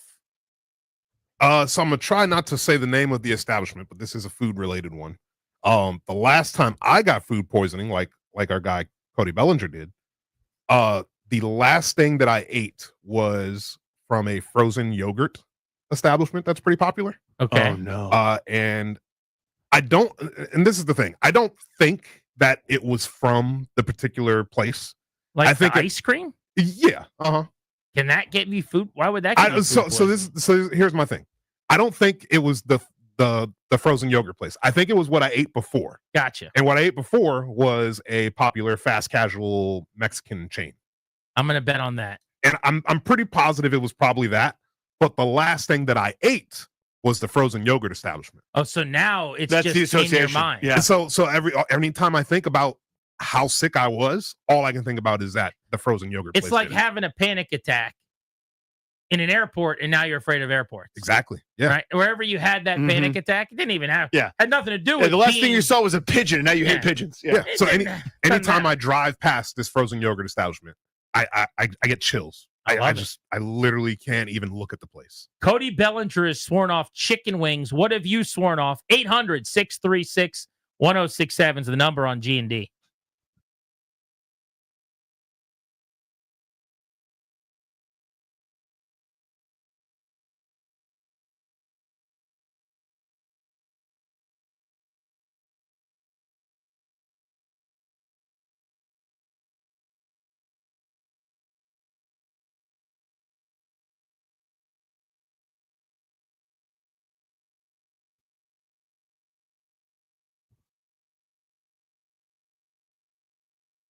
Hey, it's Grant. Swing into the biggest golf event of the year with FanDuel, where every putt and every drive will bring you closer to victory.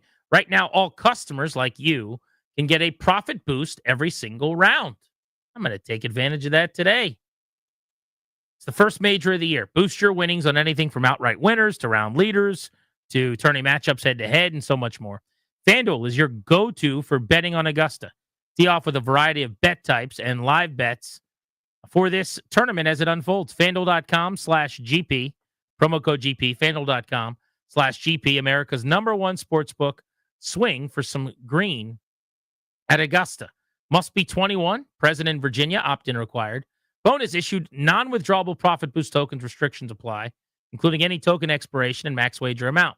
See terms at sportsbook.fanduel.com. Gambling problem? Call 1-800-GAMBLER.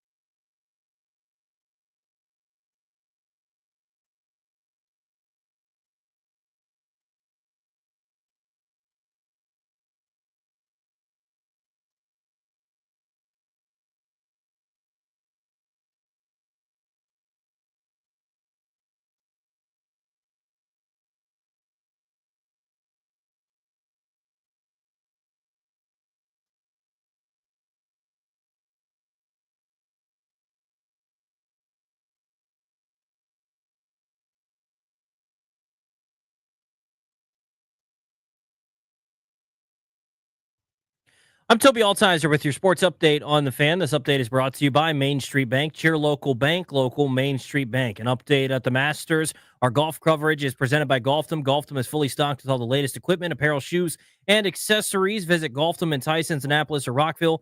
Golfdom by Worldwide Golf. Get there. Atop the leaderboard at 8 under par on his 18th hole of the day is Justin Rose, Corey Connors, and Scotty Scheffler, both in the clubhouse with opening round 68s. They're at 4 under par. Rory McIlroy on hole number 14. He's also 4 under par. Tyrrell Hatton is in 5th at 3 under par, shooting an opening round 69. In the hockey, the Capitals taking on the Hurricanes at Capital One Arena tonight. 7:30 puck drop. Can hear the game right here on the Fan. Main Street Bank is a business-focused community bank proudly serving the DMV since 2004. Visit mstreetbank.com to learn how to put our team in your office. Main Street Bank, member FDIC, equal housing opportunity lender. From the Crop Metcalf 5-Star Sports Desk, I'm Toby Altizer on the Fan.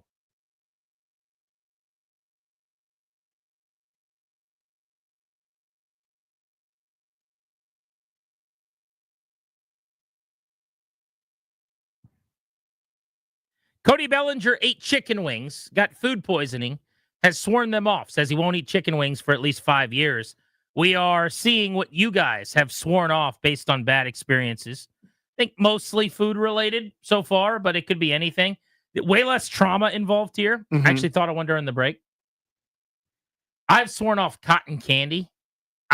All the memories of like being at either the circus or games or events, normally It's so sticky. hot and it's sticky and it's gross and you got to go wash your hands and fight tooth and nail to get it off. And even that doesn't help. I know I can say, even though my kids like it, I will never touch it again as long as I live. It's just not worth it. It's way more of a hassle. The juice is not worth the squeeze. It's a puffy nothing. You know, there's a little bit of taste, but It's a neat novelty. I mean, it's very puffy sugar. Yes. And I get why kids like it. But for kids me, love it. I loved it when I was a kid. Yeah, I did I've too. sworn it off, though. It's sticky. It's gross. Mm-hmm. I don't know if that even counts, but that would be as close for the food thing as I. That's a swear off, right? You're not like what you're going someplace that offers cotton candy. You getting it? No, definitely not. Right? It's not based on a single experience per se, but just the idea of it and enough bad experiences. I'm with you on that. I am not tempted by cotton candy. Let's go to Steve in Silver Spring. What's up, Steve? Hey guys, mine is SpaghettiOs. Well, you're gonna have to explain that one. Okay, so the SpaghettiOs, the can, right? Little Chef Boyardee action. Sure. You know, let's just say you're a 19-year-old freshman in college, and you've had a wonderful evening, and you come back to your dorm room, you know, sometime early Sunday morning, and you're hungry, and you cook it up in your little pot, and you eat it, and then you revisit that flavor an hour or so later, and all I remember is that chemical tomato smell, shall we say? And so it's SpaghettiOs and its brother, the Chef Boyardee ravioli. Those are the two. Never again. The smell still brings back trauma. Well, I don't know that I was ever going to eat SpaghettiOs again anyway, but he might have just added them to my list too. That's pretty gross. But that's like the same thing happened to Darius, where it's like may not have been the SpaghettiOs specifically, right? It's but that's the thing. It's connected. I think poor Sweet Frog is just a casualty in this whole thing. All they did was give him some delicious ice cream to wash down his bad decision from before. And Darius just sees it, and he's got PTSD. There's so many other better ice cream establishments. I'll be all right. I'm sure. I mean, just catching shrapnel. Man, it's unnecessary what you're doing. I'm a Sweet Frog guy. I am too. You know who loves Sweet Frog? Who's that? The kids. The kids love it. We are Sweet Frog. Like, if they had a card I could punch holes in and get free Sweet Frog, we probably would have done it. Because after I take them to a movie in Kingstown, which is most weekends, there's a Sweet Frog right across from the Kingstown movie theater. Then they know. We walk out. Truman's like, Dad, can we? And if he hasn't already eaten all of the candy at the movie, we'll do some Sweet Frog. Yeah, and sometimes I bring it up if somebody. Hey kids, you guys, anybody want something like Sweet Frog? I do feel bad because miles out of the way. My future kids will never get Sweet Frog. At least not from me. my future wife can take them, but my future kids will never They're have. not going to have any because of your nothing to do with what they did. They did nothing wrong. Your poor decision of eating it after you had eaten something bad. Let's go to Josh in Upper Marlboro.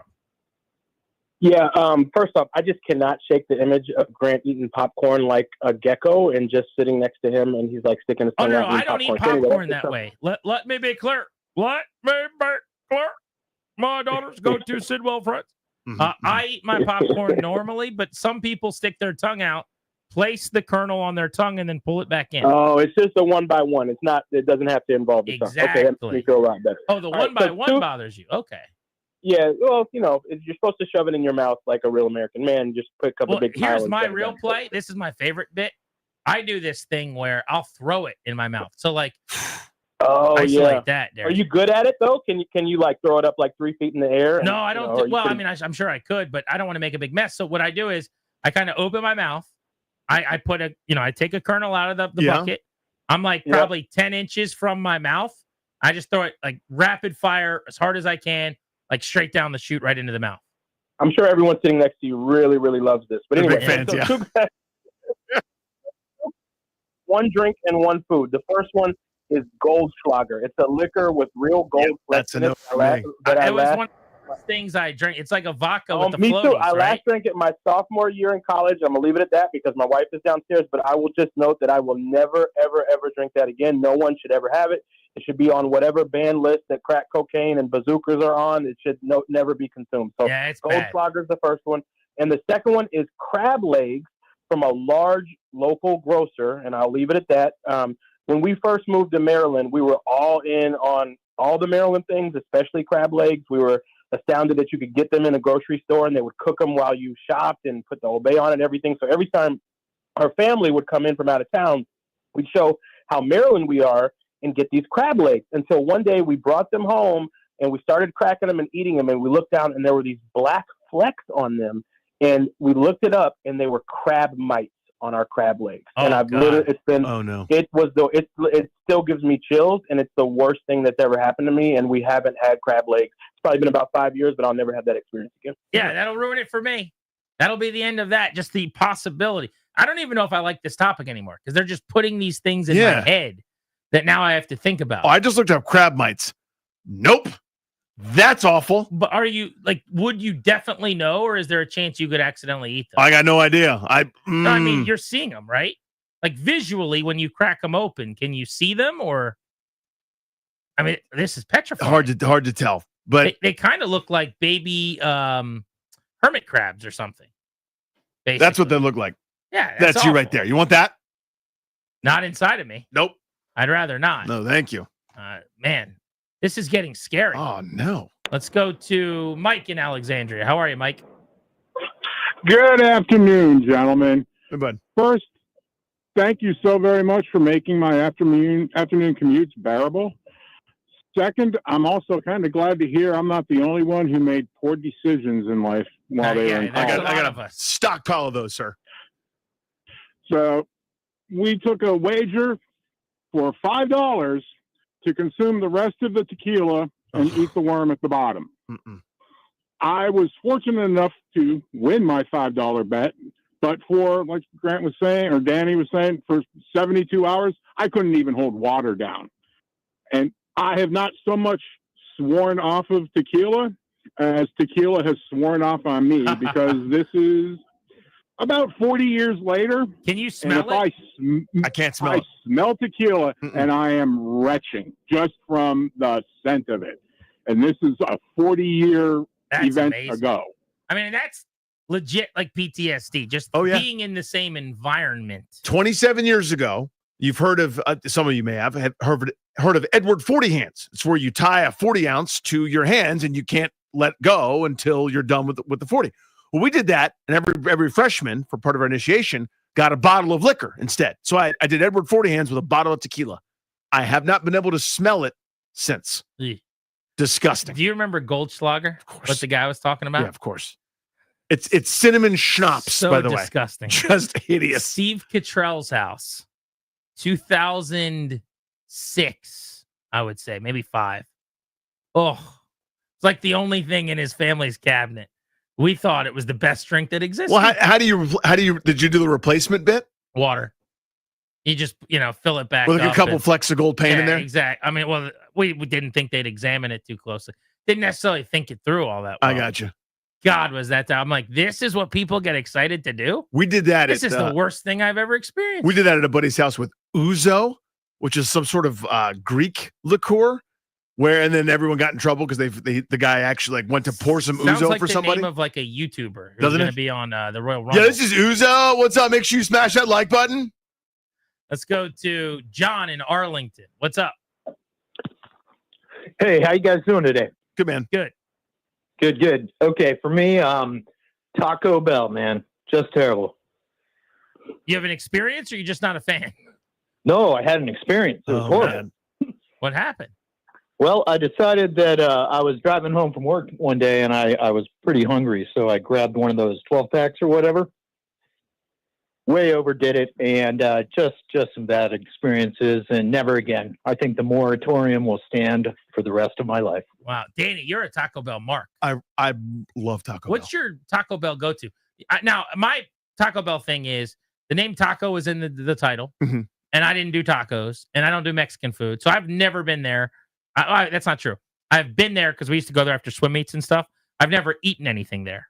Not 1 ounce of anything has ever gone into my mouth via Taco Bell. I would just get a drink and sit there as we were hanging out. But I know you are a Taco Bell guy. Cheesy Gordita Crunch. I missed the double-decker. Bring back the double-decker.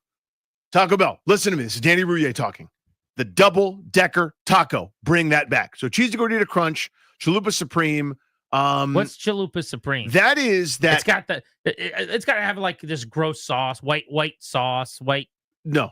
But again, you're whipped cream. Respectfully, you're out of your element here. Okay. There's no whipped cream on the chalupa Not taco. whipped cream. What's the thing I'm thinking of? Sour cream. Sour cream. Yeah. Everything's just got sour cream spilling out of it all over your car. Why are we doing that? Yeah, it's just billions of people worldwide are eating Mexican food, and you're not one of them, which is totally fine. But the chalupa, it's not your regular hard taco shell. It's like a puff pastry taco shell. So it's like a bigger, more substantial. Like so like it's all, I want to say it's breaded, but it's on the way there. What would you order for me at Taco Bell? Quesadilla. Just get you started. What's in that? Cheese and a tortilla.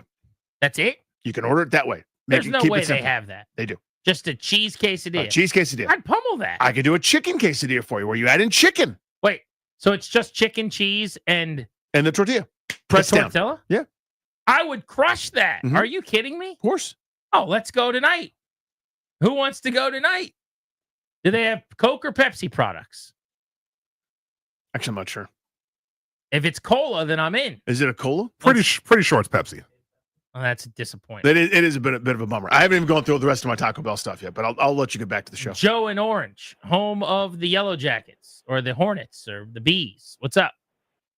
All of the above. Depends upon which school you go to. How you doing, boys? Good. How's it going? Great. So about 6 years ago, I was halfway home on my 70-mile commute from work, and I got completely pummeled from the backside, just plowed into, totaled my car on my ride home. And ever since then, for the past 6.5 years, I refuse to drive down that stretch of road. I will take a 5-mile detour to avoid it, just to not have to drive past it again. That's an amazing. And feel that phantom pain in my shoulder and the pain in my neck from the whiplash. I will not do it. I love that. That's a great one. Yeah, I've overused the phrase PTSD, but that's what it is. You don't want to relitigate and relive. You don't want to go back through it again. Something terrible happened to me there. If you're somewhere and you get the worst call of your life, or somebody has passed, or you hear something you don't want to hear, it makes perfect sense to me that you wouldn't want to go back to that place again. 100%. Because you would feel it all over again. 100%. I mean, not to the same degree, but my dad would go minutes out of his way to not wait at the light at Glebe Road and Lee Highway there in Arlington. It's kind of the main thoroughfare both directions. You can go anywhere. It's Route 29 and Glebe. From like exit 7 off 395. Yeah, just a regular spot. He decided that's the worst light in the world, and he would get mad every time. So he would get to the point where he would literally go miles out of his way to avoid it to get to wherever he wanted to go. I could get behind that. Look, he decided at one point, the lights, like, I've waited too long. I'll never wait again. He literally swore off Glebe Road and Lee Highway. We are 2 weeks away from the NFL draft, Danny. I will never swear off the draft. Let's talk problem areas for the Commanders. Need or want? We'll play a little game next on The Fan.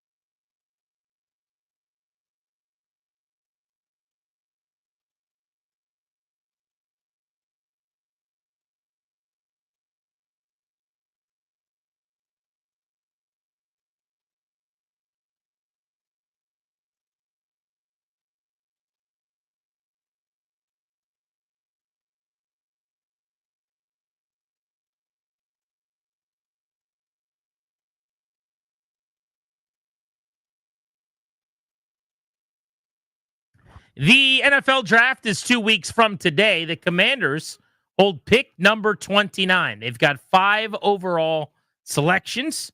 One of the reasons there's a really good chance that they may trade back out of the first round altogether. For Washington, their total draft picks going in, 29, that's in round 1, 61 overall, that is in round 2, then 128, which is actually the end of round 4, and then 205, end of round 6, 245, end of round 7. So they have what is effectively 2 picks before the end of the 4th round. Yeah. So they got some work to do, but I wanted to go through some of their needs, and I want to play need or want, Danny. So let's prioritize like how big of a need they are. We'll start with cornerback. They did add a starter, if you kind of squint and tilt your head to the side, this offseason. But they did not add a unquestioned every down boundary corner, right?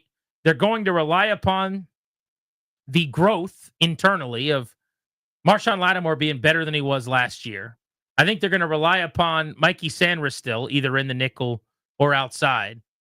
But do you think that returning Noah Igbenogany, keeping him in the mix, going and getting Jonathan Jones from New England, who's the one starting caliber player they brought in, makes this more of a want, or is it still a need to get a corner early in the draft? If they're right, it's a want. If Danny's right, it's a need. I'm not buying it. I like. What makes you think they think it's a want? They didn't go get a marquee free agent in that regard. They didn't get an edge either. I'll bet they know it's a need. Well, I think they are more confident in Marshawn Lattimore and their group than I am. I am not confident in Lattimore at all. I think this is I don't want to say a fool's errand because he's got some pretty good deposits in the bank, but it's been a long time since those things were there. So to me, I think they could really use a young, strong, outstanding corner. I think they passed that up in free agency. I think Jones is fine, but I think there were a couple stars that they could have had for a reasonable amount. They didn't do that. I think that they're banking on Lattimore being really good so that they have solved the number 1 corner spot. But I could still see them taking a corner in the 2nd round if they trade back. I think they acknowledge and know that they're not good enough at that position to be a great defense. I'm going to put it as a need still. That's not to say I don't like going and getting Jonathan Jones from New England. I thought that was a nice addition, but he is a nice role-playing depth piece. That's what I think a lot of their corners are. I'm not sold on Lattimore either, for the record. I love Sanders still, but I want him inside where Igbenogany was awesome last year. They could actually have a really good nickel situation. Like between Igbenogany, Sanders still, and Jones, who played a lot in the nickel. I think they're going to be pretty set there. That's a pretty good depth. Yeah, they're going to be flexible there. It's the boundary where I worry. So I'll say need. 1 out of 10, how much of a need would you rank it? 6. I'm going to put it at a 7. We're kind of in lockstep. All right, next on the list, edge. This is a need. It just is. I don't mind having Cleveland Farrell, Dorrance Armstrong, Dietrich Wise. I like having those guys, but I need one. I need that pass rusher. I need that difference maker. I got solid. Solid is covered. Armstrong, I think, is maybe even a little bit better than solid. For me, Farrell, Wise, and company, that's stay at home, do your job, set the edge, right shoulder or the outside shoulder of the tackle, blah, blah, blah. Nothing dynamic there. I could use a dynamic pass rusher. I think that's a major need. Yeah, I don't even need to add anything because I think it's not even debatable. Probably didn't need to put it on the list. I guess the more interesting question is how big of a need, 1 to 10. I would list it as a 10. I mean, to me, if you start this year with what they have right now as their defensive ends, they did a bad job at that position. And I love this front office, and I love Adam Peters. That's a bad job fixing a really important position. Your double-digit sack guy walked, who you could have paid and kept around if you wanted to. I know he's not particularly good against the run. You might be a little bit better stopping the run because of some of the jag edges that you mentioned that they do have around, like Cleveland Farrell, who could do an okay job when he's healthy, setting the edge. But I need some speed. I need someone who scares you a little bit. I need someone that an offensive tackle's got to worry about beating them all game long and getting 2.5 sacks. They do not have that guy. So their starter opposite Armstrong, and starter maybe isn't even the best word, the guy that's going to get the most pass rushing work opposite Armstrong better not be on this roster yet, in my opinion. It's a 10 out of 10 need for me. Yeah, and I'm feeding out of the same trough. 9, 10, however you want to slice it up, it's a big one. All right. Need or want Commanders positions of what we'll call problem areas where they haven't been very strong. Let's go running back. I view it as a need. Again, I don't know that they do. Now, maybe I'm wrong. Maybe I'll be proven incorrect here on this, but I think they like this style. I think they like this thumping. Let's have Brian Robinson. If Brian Robinson can't go, let's have somebody like him go. And to me, they are not majoring in the scat back or the pass catcher. They feel like they've got that solved with Austin Eckler. I'm worried that they're going to kind of run back the same room. I think they might view it as a want. I view it as a need. I think they need something dynamic back there. So this is a want for sure, but it's something I want badly. Like, they need the kind of guy that I want, if I could complicate this, to be the type of offense that I want them to be. They could have the exact same running backs right now, go into the season, and be fine. But there's nothing wrong with Robinson and Eckler and McNichols. Like, we just saw it. There's nothing wrong with that. But you're a methodical, thumping, uninspiring, unexciting offense. I want speed. I want fast. I want scary. I want game breaking. And that's where, for me, running back should be like an 8 need for them. But it is a want because they kept everybody on their roster and they brought some of the guys back as well, like McNichols. Mm-hmm. That's what I worry about, is that it's a crowded room that this new scat back is walking into. So I don't know. It seems to me they go, no, we like that group. And maybe they're viewing it as the biggest problem with our run game down the stretch, basically this entire second half of the year, minus that Tennessee game. Maybe it was offensive line related. Maybe it was teams weren't threatened that they were going to go deep and teams schemed a certain way against us, and that's going to be different now. I have no idea. I know that it was hard to watch those guys take handoffs and not go anywhere. There's only going to be 2 running backs that go in the first round. Ashton Genty from Boise State, who just had one of the great years ever, and Amarion Hampton out of North Carolina. Hampton's supposed to go somewhere in the teens, early 20s. Will go before Washington at this point, based on the helium he's getting as a candidate. After that, I don't think anybody else goes before several picks into the second round. So someone like Travion Henderson, who could be a home run hitter out of Ohio State, I think that's a player Washington could take if they traded back into the mid-30s. Quinshawn Judkins, also from Ohio State, another guy that could make some sense. But I would even wait into the mid-rounds. I think that's generally where you do your best in terms of value at running back, whether that's Cam Scatterbo from Arizona State, if they want a bigger, more physical guy. Again, I want speed, so I think you could grab someone like Bashul Tutin out of Virginia Tech, the 205-pound burner, who had the fastest 40 time at the combine at the position. I don't know what people are saying now, but I don't know why you couldn't get him in the mid to late third round, something like that. And there are guys like him, right? Woody Marks, USC, Jaden Blue, Texas, Marcus Yams, Delaware. Caleb Johnson out of Iowa, I like a lot. Yeah. Now, pick your fastest guy, look at the 40 times, watch the tape, whatever. But go get me some speed. I think they'll do it. I just think it's going to be later than people want. Maybe it's a 5th round running back, right, something like that. And that's my wheelhouse, by the way. I would do that. I don't say I would do it every year, but I would do that a lot. Every couple of years, it's find me, I'm blanking on the guy's name, but the super fast guy out of middle of nowhere, Colorado, that ran great for Denver for a couple of months and then, got banged up and then we never heard from him again. That kind of player is what I would major in. The late rounds of the draft, I'd find the hyper quick, hyper athletic running back that may not have had the great production. Want or need is the question. What do you guys agree and disagree with there? Got a couple more positions to get to, including wide receiver. Grant and Danny, 2 weeks from the NFL draft. You're listening to The Fan.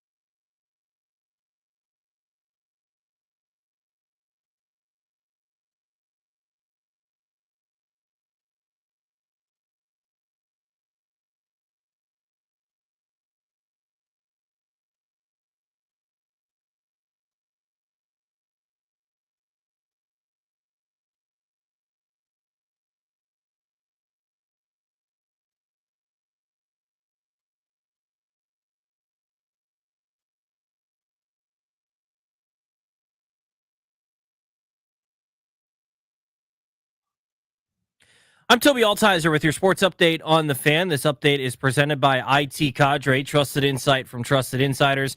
ITCadre.com. Tonight in hockey, the Capitals taking on the Hurricanes at Capital One Arena. 7:30 puck drop right here on the Fan. Just 5 games left in the regular season for the Capitals. They gear up for a postseason cup run. The Capitals are going to be celebrating Alexander Ovechkin tonight. It's the first time they're back on home ice. First time back on the ice since he broke the record in Long Island on Sunday. Masters coverage is brought to you by Golfdom. Golfdom is fully stocked with all the latest equipment, apparel, shoes, and accessories. Visit Golfdom in Tysons, Annapolis, or Rockville. Golfdom by Worldwide Golf. Get there. Update on the first round of the Masters. Players finishing up the first round. Justin Rose leads all players in the first round at 7 under par. He shot a 65. Corey Connors, Scotty Scheffler, and Rory McIlroy all at 4 under par. McIlroy, the only one still on the course through 14 holes. Ludwig Aberg, Bryson DeChambeau still on the course at 2 under par. Tyrrell Hatton shot a first round 69. He's at 3 under par. Aaron Rye also at 2 under par. He led for early portion of the first round. IT Cadre's trusted insight, helping leaders in the nation's most important organizations understand complexity, align efforts, and make the best data-driven decisions to achieve success. IT Cadre, your vision, our purpose. Learn more, visit itcadre.com. That's itcadre.com. From the Crop Metcalf 5-Star Sports Desk, I'm Toby Altizer on the Fan.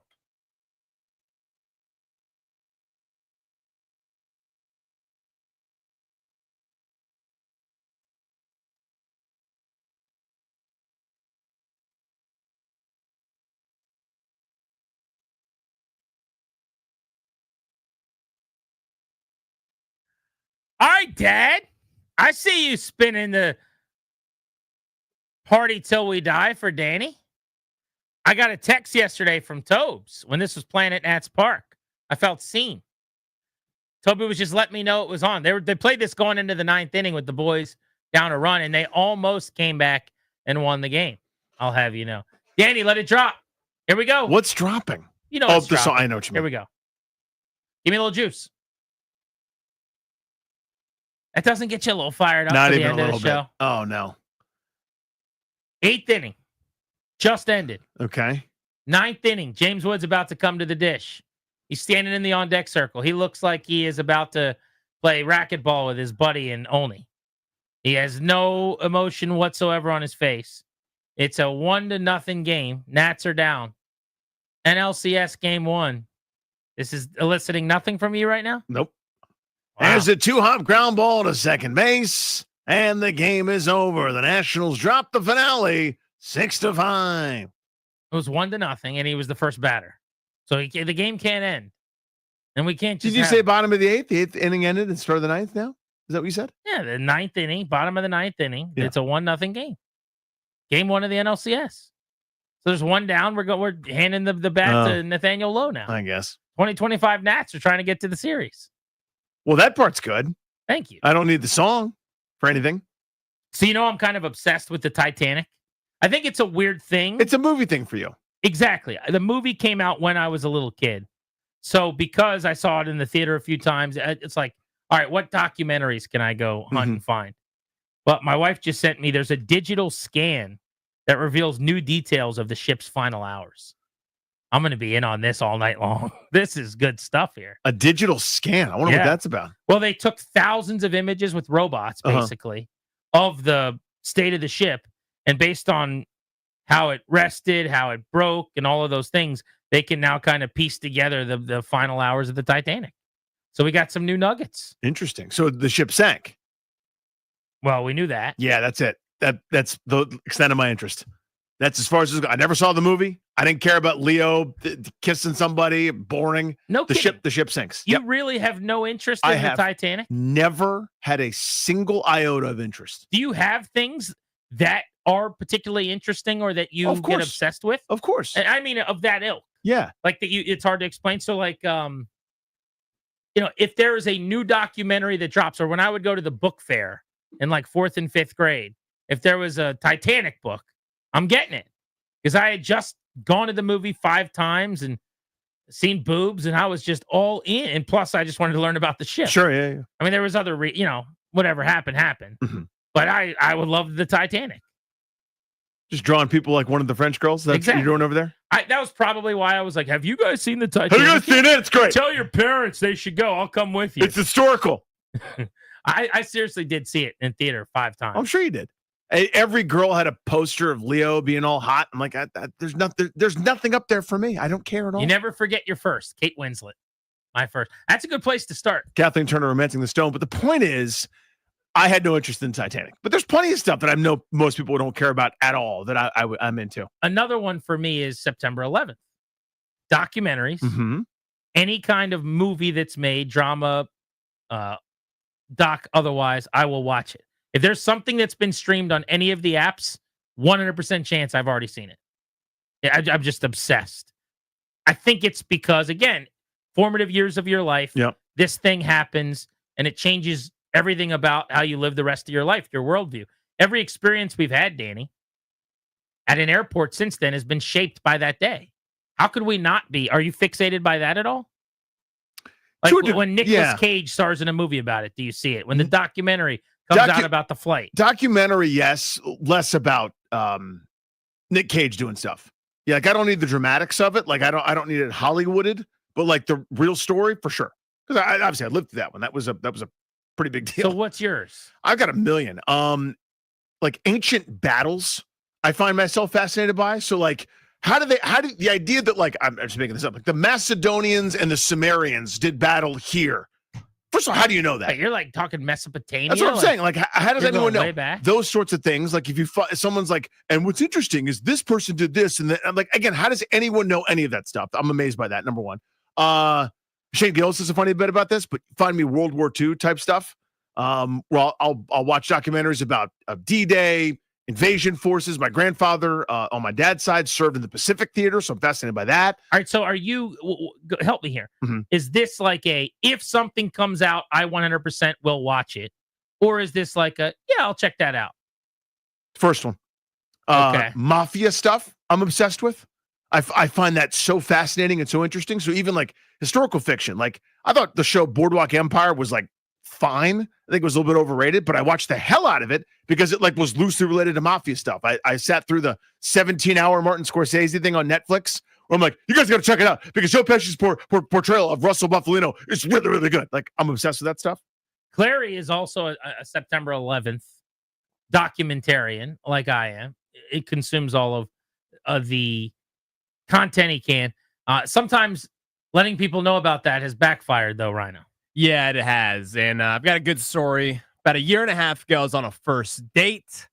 And, it was going well. At Colony Grill? Actually, this was not at Colony Grill. Wow, what? I didn't know you did that. What? No, it was not at Colony Grill at this point. It was actually at this person's house. And we were just there kind of talking in the living room. Whoa. We'll get to the story. Okay. A girl, Yes. had a guy over that she's never met and doesn't know anything about. Yes. To her house. Yes. For a first date. How had you guys met? Through a friend? No, on Tinder. What a I know. dumb thing to do. I know. And it's actually I have 2 daughters, and just the idea of this world, man, will keep you up at night. Why would she do that? I don't know. It was kind of one of those things where it wasn't really planned. It was like, hey, like, what are you doing now? And I was like, oh, nothing. Just got back from work. Like, wait, what time was this? Like 8 o'clock, maybe. I don't know. Right after work. So I got home like around 7. So it wasn't a date then? No, was it? I mean, it technically was, I guess. But like 8 p.m. she texted you, what are you doing now? Yeah. Okay. Yes. You say nothing. I say nothing. You went over there. I went over there. Did you get dressed up? No. And it's not a date. Well, I mean, I not really. You're stumbling a bunch. Yeah. I didn't really get dressed up, I guess, now that I think about it. That you showered. Which I did. Okay. Yeah. Okay. So you go over there. Yeah. And did you guys eat something? Did she make you guys food? Well, this was when the Colony Grill bit originally started because I picked up a Colony Grill pizza. I see. I know it. So Come on. I picked up. I knew it. But it was not at Colony Grill at this point. And actually, it's side story here. I walked in. And it was with her 4 roommates were sitting there. And I was just kind of like knocking the door and open. And I was kind of like, pizza guys here. Yeah, like, it was so awkward. That's tough too. It's tough. Dating when you live with so many people. Maybe people aren't embarrassed by that or don't have the shame. Like when I I lived with my brother for a little while, and always, roommate after college or whatever. I just always felt so weird. Yeah, like I would never want anyone. The idea, and it's very normal that someone would come over to your house and interact with you, but just the possibility that someone would see them. It's like my sleeping thing. I don't want anyone to know that I sleep or go to the bathroom. I don't want anyone to know that someone's coming over here and that we're going out on a date or hanging out. It's just very weird to me. Yeah, that's weird. The thing that you're saying, but your pathology is very strange. You don't think like 4 or 5 roommates just sitting in the living room and some donk comes over and you're like, oh, he's going up to Megan's room. Wonder what they'll do. That's not weird. No. All right. People hook up with each other all the time, man. I think it's like weird. The whole rock spinning. That people are doing it right now somewhere. It's just strange to me. Okay, but anyway, so you go over there. Yeah, we go 8 over there. p.m. 8 p.m. We have some pizza. We're talking, getting to know each other a little bit. And then, she asked like the normal question of like, oh, like, what are you into now? Like, what are you watching? And I'm like, well, like, actually, I'm really into 9/11 documentaries. And I mean, her face just absolutely sunk. It was just totally disturbed by it. Did not play tennis with me. You actually think she was disturbed? Oh no, absolutely. Because she texted me the next day and was like, sent like this big thing. How did that night end? I mean, it ended with me going home about 10 minutes later because she was like, I have work tomorrow. And I'm like, I do too. Oh, that was a complete. It was tough. Just the screeching brakes. Did it seem like she was going to have work later before you said that? No. Okay. It did not seem like that at that point. And right. I remember like we were texting the next day. I was kind of like, oh, like what was like, I thought we were going to be going on a date this Saturday or whatever. She told me straight up and was just like, the 9/11 documentary thing was pretty weird to say. And I was just kind of like, said that? Yeah. Good for this young lady. Wow. Yeah, she said it. She told me straight up. Good for the young lady that had him over to her room for the first date. Well, but listen, it's not too late to recover. I think her initial mistake was made. Right. And I think she went, oh my God, that's too weird. I got to let him know that's too weird. Do you agree with her that his answer was weird? It depends on the context. Right. Now, if there's no qualifying where it's like, I actually love documentaries about historical events, and this is obviously a pretty significant one. So I've actually been watching this recently, and it was really well done, and it gave you some insight. Being like, I like 9/11. Like that's you know what I mean? The other thing is the way you explain it to us. You said I'm a big 9/11 big 9/11 guy. Yeah. Yeah. No, the way I phrased it, and also I will say this person was like working a government job, was like very serious. She just sees her clearance getting taken away right in front of her so eyes. I think something just kind of started flashing in her brain. Was like, okay, this guy should not be here at all. And so in hindsight, I understand why she said, okay, this is not going to work out. I got to wake up really early. That's a tough answer. It was yes, tough. it is. You could have just said like Stranger Things. I was honest. By the way, honest. The number of answers. There's a lot of shows. Thousands of shows. Like have you seen the new John Krasinski show on Prime? He's Jack Ryan. It's really good. His night would have gone so differently. It's an easy thing if he just said Severance. Like it's a guilty pleasures. Love is blind. Like there's a million things to say. 9/11 docs wasn't one of them. Nope, that's not the one. I think she overreacted, but I also have to imagine, based on what we know about how the night ended, it was even more awkward than he's letting on a little bit. Like, it was bad. Like, it was really bad. I'm not going to lie. Like, it's one of those things that I look back, like, I'll never forget that moment because it makes my skin crawl to this day. Like, I remember getting in my car just, like, banging like, I was wrecked. Right? And not only, she asked me to toss the Colony Grill pizza box that I had left. She was like, could you take that out to the trash? I was like, yeah, sure. Of course I can. On your way out. She hated your guts. She hated me. That. In her phone, do not answer. Do not answer or 9/11 guy. Oh my God. Hope she doesn't have an emergency. Her friend's gonna pick up the phone and try to call 911 and Ryan's gonna answer. Hello? And we're like, Bethany isn't responding. He's gonna be like, I can bring you a Colony Grill pizza. What are you talking about? Gosh, that's tough. Sorry that happened, pal. All right, actually, it's a good thing. Yeah, better place now, You're right? Let him to love. Yay. Right? The broken road or whatever it is, right? The I winding think that's road. what we said. Yeah. All right. Wide receiver, Danny. Need for me. Need or want? This is a need for old Randy Douye. I'll be in the minority on this one.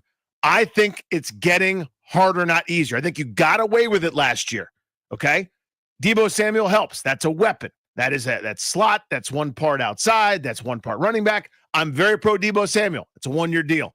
They need a guy with some speed, or they need a third down war daddy. They need something to take the pressure off of this on this passing game. It was too much to ask of Jaden Daniels, and he did it, by the way. It was incredible. I still can't believe we saw it.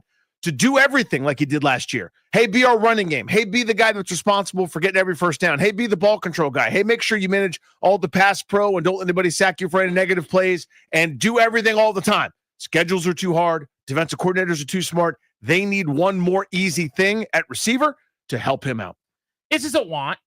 I want it badly, but it's not a need. Not after you gave up what they did for Debo Samuel. Not after you added to the list of veteran depth. And that's all it is, really, is just guys down the depth chart. But that have had some success in the league. Michael Gallup coming in here.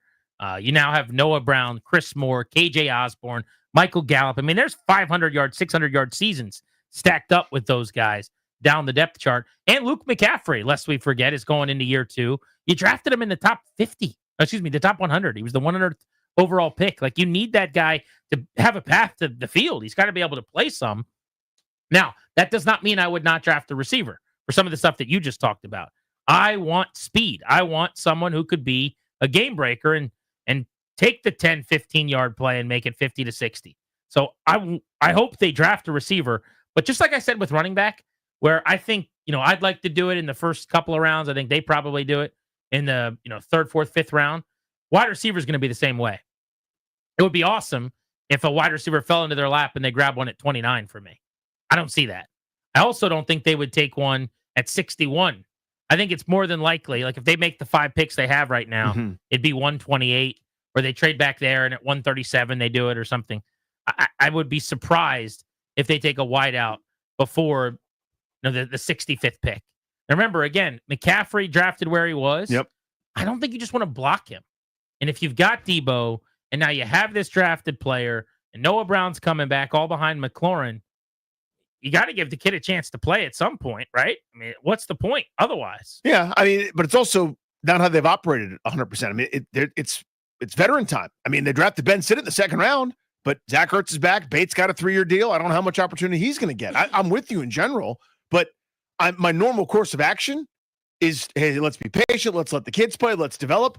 They're striking while the iron's hot right now. Sure, right? But what you're talking about is true. That they kept the veterans around that they trust. This would be bringing in another kid to develop. I think it's a different thing. It would be the equivalent of drafting a tight end to take Sinnott further down the board when you just drafted him in the 2nd round.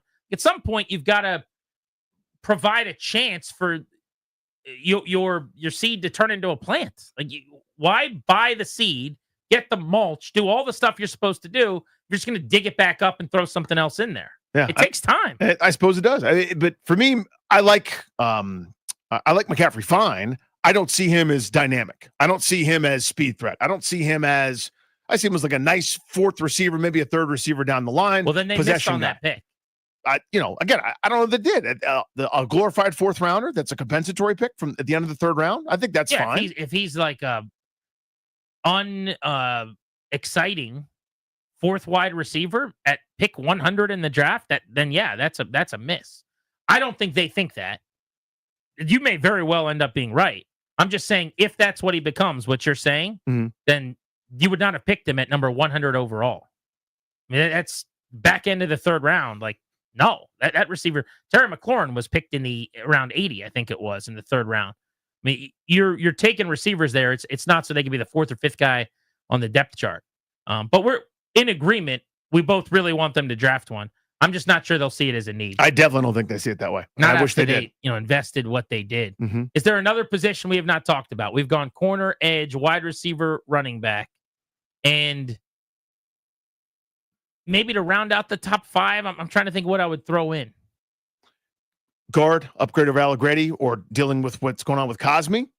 To me, that's a want. I'd like to upgrade there. I'll never have a problem taking an offensive lineman, especially with a quarterback like Daniels going into year 2. Anything? I mean, linebacker, they're pretty sorted, right? But it's short-term stuff with Wagner and company. Yeah, I'm okay there, but your main two don't come off the field if they're healthy. Right. Bobby Wagner's going to play every snap. Frankie Louvu's going to play a ton. They drafted Jordan McGee last year. Now, they've got a year of watching him just like Luke McCaffrey. So if they think he's really good, then you don't need to draft someone. if you're worried, like it sounds like you're worried about McCaffrey not turning into something, then you're more inclined to maybe supplant him with another young guy to develop. But I mean, those are the only nominees that they're out there. I mean, I guess I think they're pretty sorted at safety, right? With Quan Martin kind of developing and turning into something. Quan Martin was awesome last year. Thought he was pretty good. And they signed Will Harris from the Saints. Mm-hmm. You still have Percy Butler. You still have Jeremy Reeves. Tyler Owens is a nice little prospect project, whatever you want to call him. Dominic Hampton's kind of a hybrid. Yeah, they drafted him last year. I mean, he may or may not make the team, but like he could hang around for another year. I would say, give me another edge, 2 edges. Why not? Yeah. I mean, how sold are you on Jacob Martin or Cleveland Farrell going into the season with Dorrance Armstrong, Dietrich Wise, and then 2 guys you drafted in rounds 1 and 4 or something? So do we agree that's the biggest need? I don't think it's close. Right? Yeah. I think it's definitely. What's your 2 behind edge? Corner. I go edge because I don't like Lattimore to have the year they think he's going to have. So I'll go edge and then corner. And for me, the great debate is running back or wide receiver. Because I want a burner on offense, and I don't really care what position they play. Either a running back or a wide receiver that runs like a 4-1-9, a 4-2-1, One of them, yeah. Something crazy. I would probably say back over receiver narrowly, but throw it into a blender. Yeah, like does this player have speed? Grant's happy. I'm a little more out on the Brian Robinson every down thing. I don't think, I think it's being overblown a little bit that like he's not good. He's perfectly fine. He could be your RB1. You could be an okay offense. I don't want to just be a 12 play at a time touchdown drive offense. I want home runs. They need to sign a home run hitter, and I hope it's a running back in the draft. But if it's not, then go get me a receiver who can strike up the band. Yeah, that may be where the value is in terms of some of those playmakers, because I want more playmakers and speed on offense like anybody else does. So I think that 3rd, 4th, 5th round window, you might see some of those guys, those running backs that maybe aren't your every down bell cow guys, but are that like, I don't know, 150, 200 touch per year type guy that can supplement. Caps Canes tonight. Time for your power play.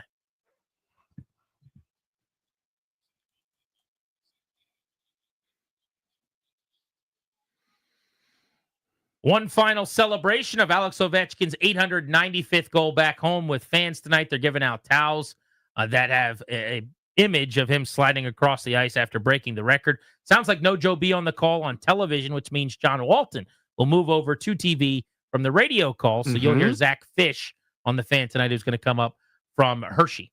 Carolina's really good. They have lost 3 straight, though, which is a shame. And, of course, I hate them so much. But they're really good. If you want to go to where we'd like the Capitals to go, it'd be good to start beating them tonight. And you'll probably have to beat them in the postseason if you end up in the second round just like them. So I hate Rod Brindamore, and I hate the Carolina Hurricanes. Please beat them, Washington Capitals.